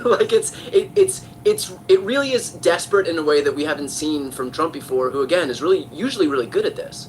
Yeah, this is once again goes to why this one is different, which is we talk a lot about what a great communicator Trump is, how good is he at getting attention. He certainly is good at getting attention, but he is also the general in command of a massive army of media, right? He has this massive infrastructure, whether it's Fox News or all these podcasts we're talking about, the Daily Wire, Megyn Kelly, all these people, and they've been singing from the same song sheet for 9 to 10 years until right now. And so Trump is sending commands out to people to change the subject, but you can't. It's harder to do that if some of the biggest parts of your army they're not fighting for you; they're fighting against you. Yeah. And so he doesn't have the he doesn't have the resources to change a subject or to drown out a Democratic message that he's had before. Getting into the actual scandal itself, I mean, where do you land on this? And obviously, what we're going to talk about here is conjecture because we don't know what's in the files. But from my perspective, I came at this very critically. It's not my lane to talk about Jeffrey Epstein or conspiracy theories or anything like that. It's usually something that we often see much more on the right. But I'm just curious what you think is going on here, because we're in a situation where we see Trump literally opting to tell his own base that he doesn't need them anymore, rather than just show whatever information he has. And so, logic would have it that if it's more important, oh boy, just said his daughter on that list, than to have the continued support of members of your own base. And by the way, I think there was a YouGov poll that was just released that show when they asked the question of how many people think that the full breadth of the file should be released, the people who said no was 4% of Americans. And so to align yourself with all of 4% of Americans, I mean, if his daughter's on there, his son's on there. I don't his know friends anything. and When this all first blew up, I was out of town on a family vacation, and I was kind of watching it from afar, and I was just kind of laughing about it. But when you just look at the facts, right? The facts are Donald Trump had a very close relationship with Jeffrey Epstein. Donald Trump told New York Magazine that Jeffrey Epstein likes beautiful young girls. He was president when Epstein was arrested and died mysteriously. And that's not me, like, whether that's mysterious or not, those are the words of Trump and his allies that it was mysterious, right? They have raised those concerns. They release a tranche of documents from the Epstein files. They call it phase 1, suggesting that there's going to be a phase 2 or phase 3 or phase 4. Pam Bondi says the client list is on her desk awaiting her review for release. And then all of a sudden there's no client list and nothing's coming out, and anyone who says anything else is a Democratic Jim Comey shill. That just suggests to me that Donald Trump either knows he's in the Epstein files. But that's why people are pulling. He's certainly more concerned about what's in there than. That's why they pulling the paperwork they sell. How big of a concern is it? Like, I've never worked in. So once they start leaking it, that's why he mad today. How much of a concern is it that Donald Trump, freedom of press, so freedom of information, altered, and what are the implications of something like that? I mean, we live in a world of with a dishonest, with a sort of administration full of liars and AI. Which see, that's the problem. That most time people don't expect for you to pull the research, to pull it. But because it became an issue, and then he started playing in their face, they went ahead and pulled it. They used their right to request it, and they pulled it. And so it's been a leak. It's gonna be all over the place. And it's actual list, and the guy said he's seen it. He's seen the list, and he's seen who's on it. So it ain't about what they gonna show now. It's about how many people get it and leak it and spread it and force their hand. There is probably, because this is a court case that's been through investigation a lot of ways, there was probably some sort of paper trail. I can imagine if you're working in the White House right now, most people there probably don't know anything about what's happening. They just see Trump freaking out about it.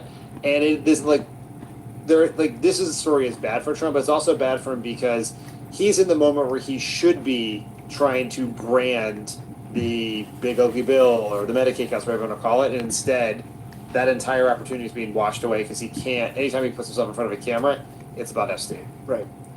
Well, I'm very much a student of the Dan Pfeiffer school of talk about issues that unite your side and divide the other side. We've got that, on a silver platter right here. And so how are you thinking about this moment where there are other big things that obviously deserve some attention, the implications to healthcare, which is very much a real issue. I think objectively, like a more important issue as it relates to life or death for so many millions of Americans across this country. Throw it up in somebody else's face that they was on a predator's island. Hell, your own daughter was on it. Goes on and on. There are real life or death implications for the things that are for Americans in terms of the agenda that's being enacted by this administration. We have these ICE raids that are being carried out, but with all of that said, we do have an issue that is clearly having a major impact on Trump's base. And so how are you thinking about this, and with the limited resources we have in an attention economy, how are you thinking about what to talk about and at the expense of what not to talk about?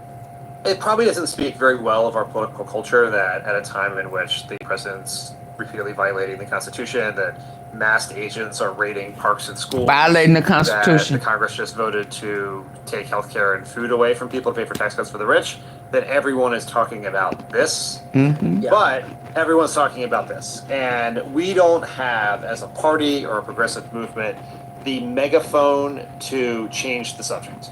So sometimes you just have to skate where the puck is, and this is what people are talking about, and we should try to do it to our advantage as best we can.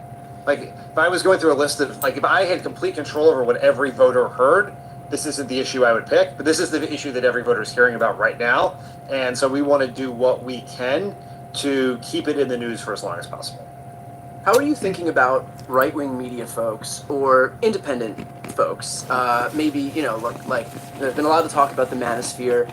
A lot of these people are very rightfully and visibly upset over what's happening, over what they perceive as Donald Trump overtly lying to them as it relates to the Epstein stuff. How are you thinking about them as allies in this moment? And like more broadly, a lot of folks on the left are pretty salty against these people because they were instrumental in helping Donald Trump himself ascend to power. And so how does that factor into things?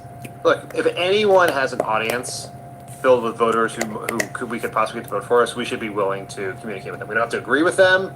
We don't have to endorse all of their He don't care about the people. Said on a podcast studio or on a stand-up stage. Now they find out he don't care about them. And we should be willing to engage. See, that's the problem. Over that. He thought that he didn't care about certain races of people. You know, they was okay with that. Because he gonna make America great again. So it's gonna be all white and it's gonna be all right. So now they're learning the hard way and the sad way that, you know, this wasn't just about lying to them, gaslighting them, playing in their face, stripping them, and now you telling us that you really don't care about us. I mean, we was going along with you. We was, you know, acting like that wasn't no big deal that you had 33. Yeah. We was even talking about trying to figure out a way that you can have a third term. But now you telling me fuck y'all too.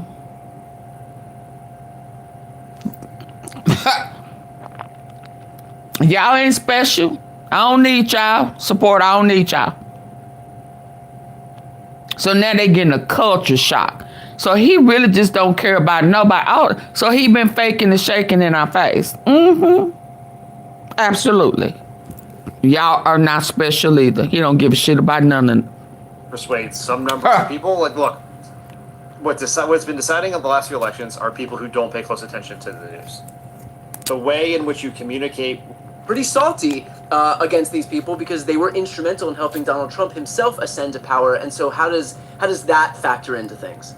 Look, if anyone has an audience filled with voters who we could possibly get to vote for us, we should be willing to communicate with them. We don't have to agree with them. We don't have to endorse all of their views or everything they've ever said on a podcast studio or on a stand-up stage in their life, but they have an audience. And we should be willing to engage with them over that. Because if we can just persuade some number of people, like, look, what's been deciding on the last few elections are people who don't pay close attention to the news. The way in which you communicate with those people is to not just go on shows like ours, but also to go on the shows that are not primarily about politics. So whether that's the Theo Vaughn's, the Flagrant podcast, obviously Joe Rogan, then we should be willing to do that. I also think that this is a tactical maneuver for us, for Democrats in this situation. We have to, like, in a normal political battle, our audience is primarily these lesser engaged voters who are ideologically conflicted. They may agree with us on the economy, on like tax policy, but think Trump's better on inflation, or they want border security but don't love mass deportations. Like those are typically, that's what we're trying to get in a campaign cycle. In this particular moment in time, the audience that is the most valuable audience for content about how Trump is covering up the Epstein files is hardcore Republicans. And we should know that you and I are not the best voices to communicate with them. Elected Democrats are not the best voices to communicate with them. The content that is going to matter to those voters is going to be clips of these Republicans, MAGA types, or sort of MAGA adjacent people from the manosphere, people who may have supported Trump, like Theo Vaughn, in the last election, but have real questions about what's happening now. Because that criticism really matters to people. It makes them raise questions about whether they, you know, if these prominent people are, you know, have some buyer's remorse about Trump, then that's what we want people to see more than yet another Democrat out there sort of railing about this.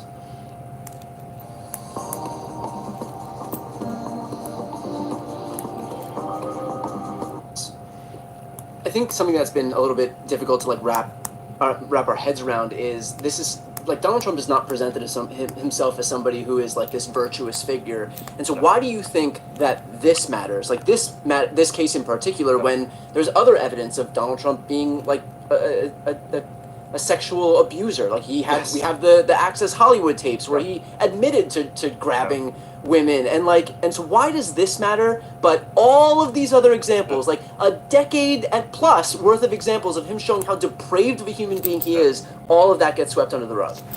Because for a large swath of the electorate, or at least enough people to put him in the White House twice, they were willing to look past a whole bunch of things. They knew Donald Trump was a thrice married cat. They knew he's probably gross around women. They probably would not leave their wife, daughter, sister in a room with him. They know he's a liar. They know he's corrupt. Facts. But what they believed, the one thing more corrupt than Donald Trump was the political system, and that he was a full-on outsider who could really harness the power of just being a giant asshole to try to tear that system down. And for a lot of the right, the conspiracy theories or the Epstein scandal was evidence of this corrupt political system that protected elites. Here you have this person who was convicted, who with relationships all throughout the most powerful parts of politics, Hollywood, Wall Street, Silicon Valley, convicted of sex trafficking, and not a single person who participated in the sex trafficking ring has been brought up on charges. And so that has led to like real suspicion that is this an example of the rich, politically connected elites protecting each other.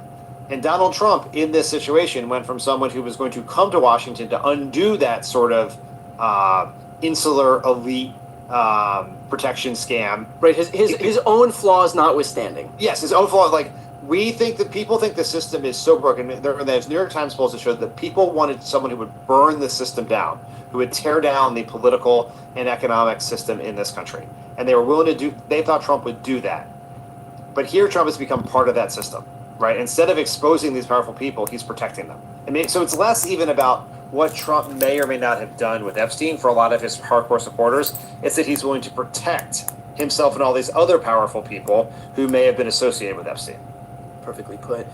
For everybody who's watching right now, if you want to all right, y'all. Good night. You can subscribe to his newsletter.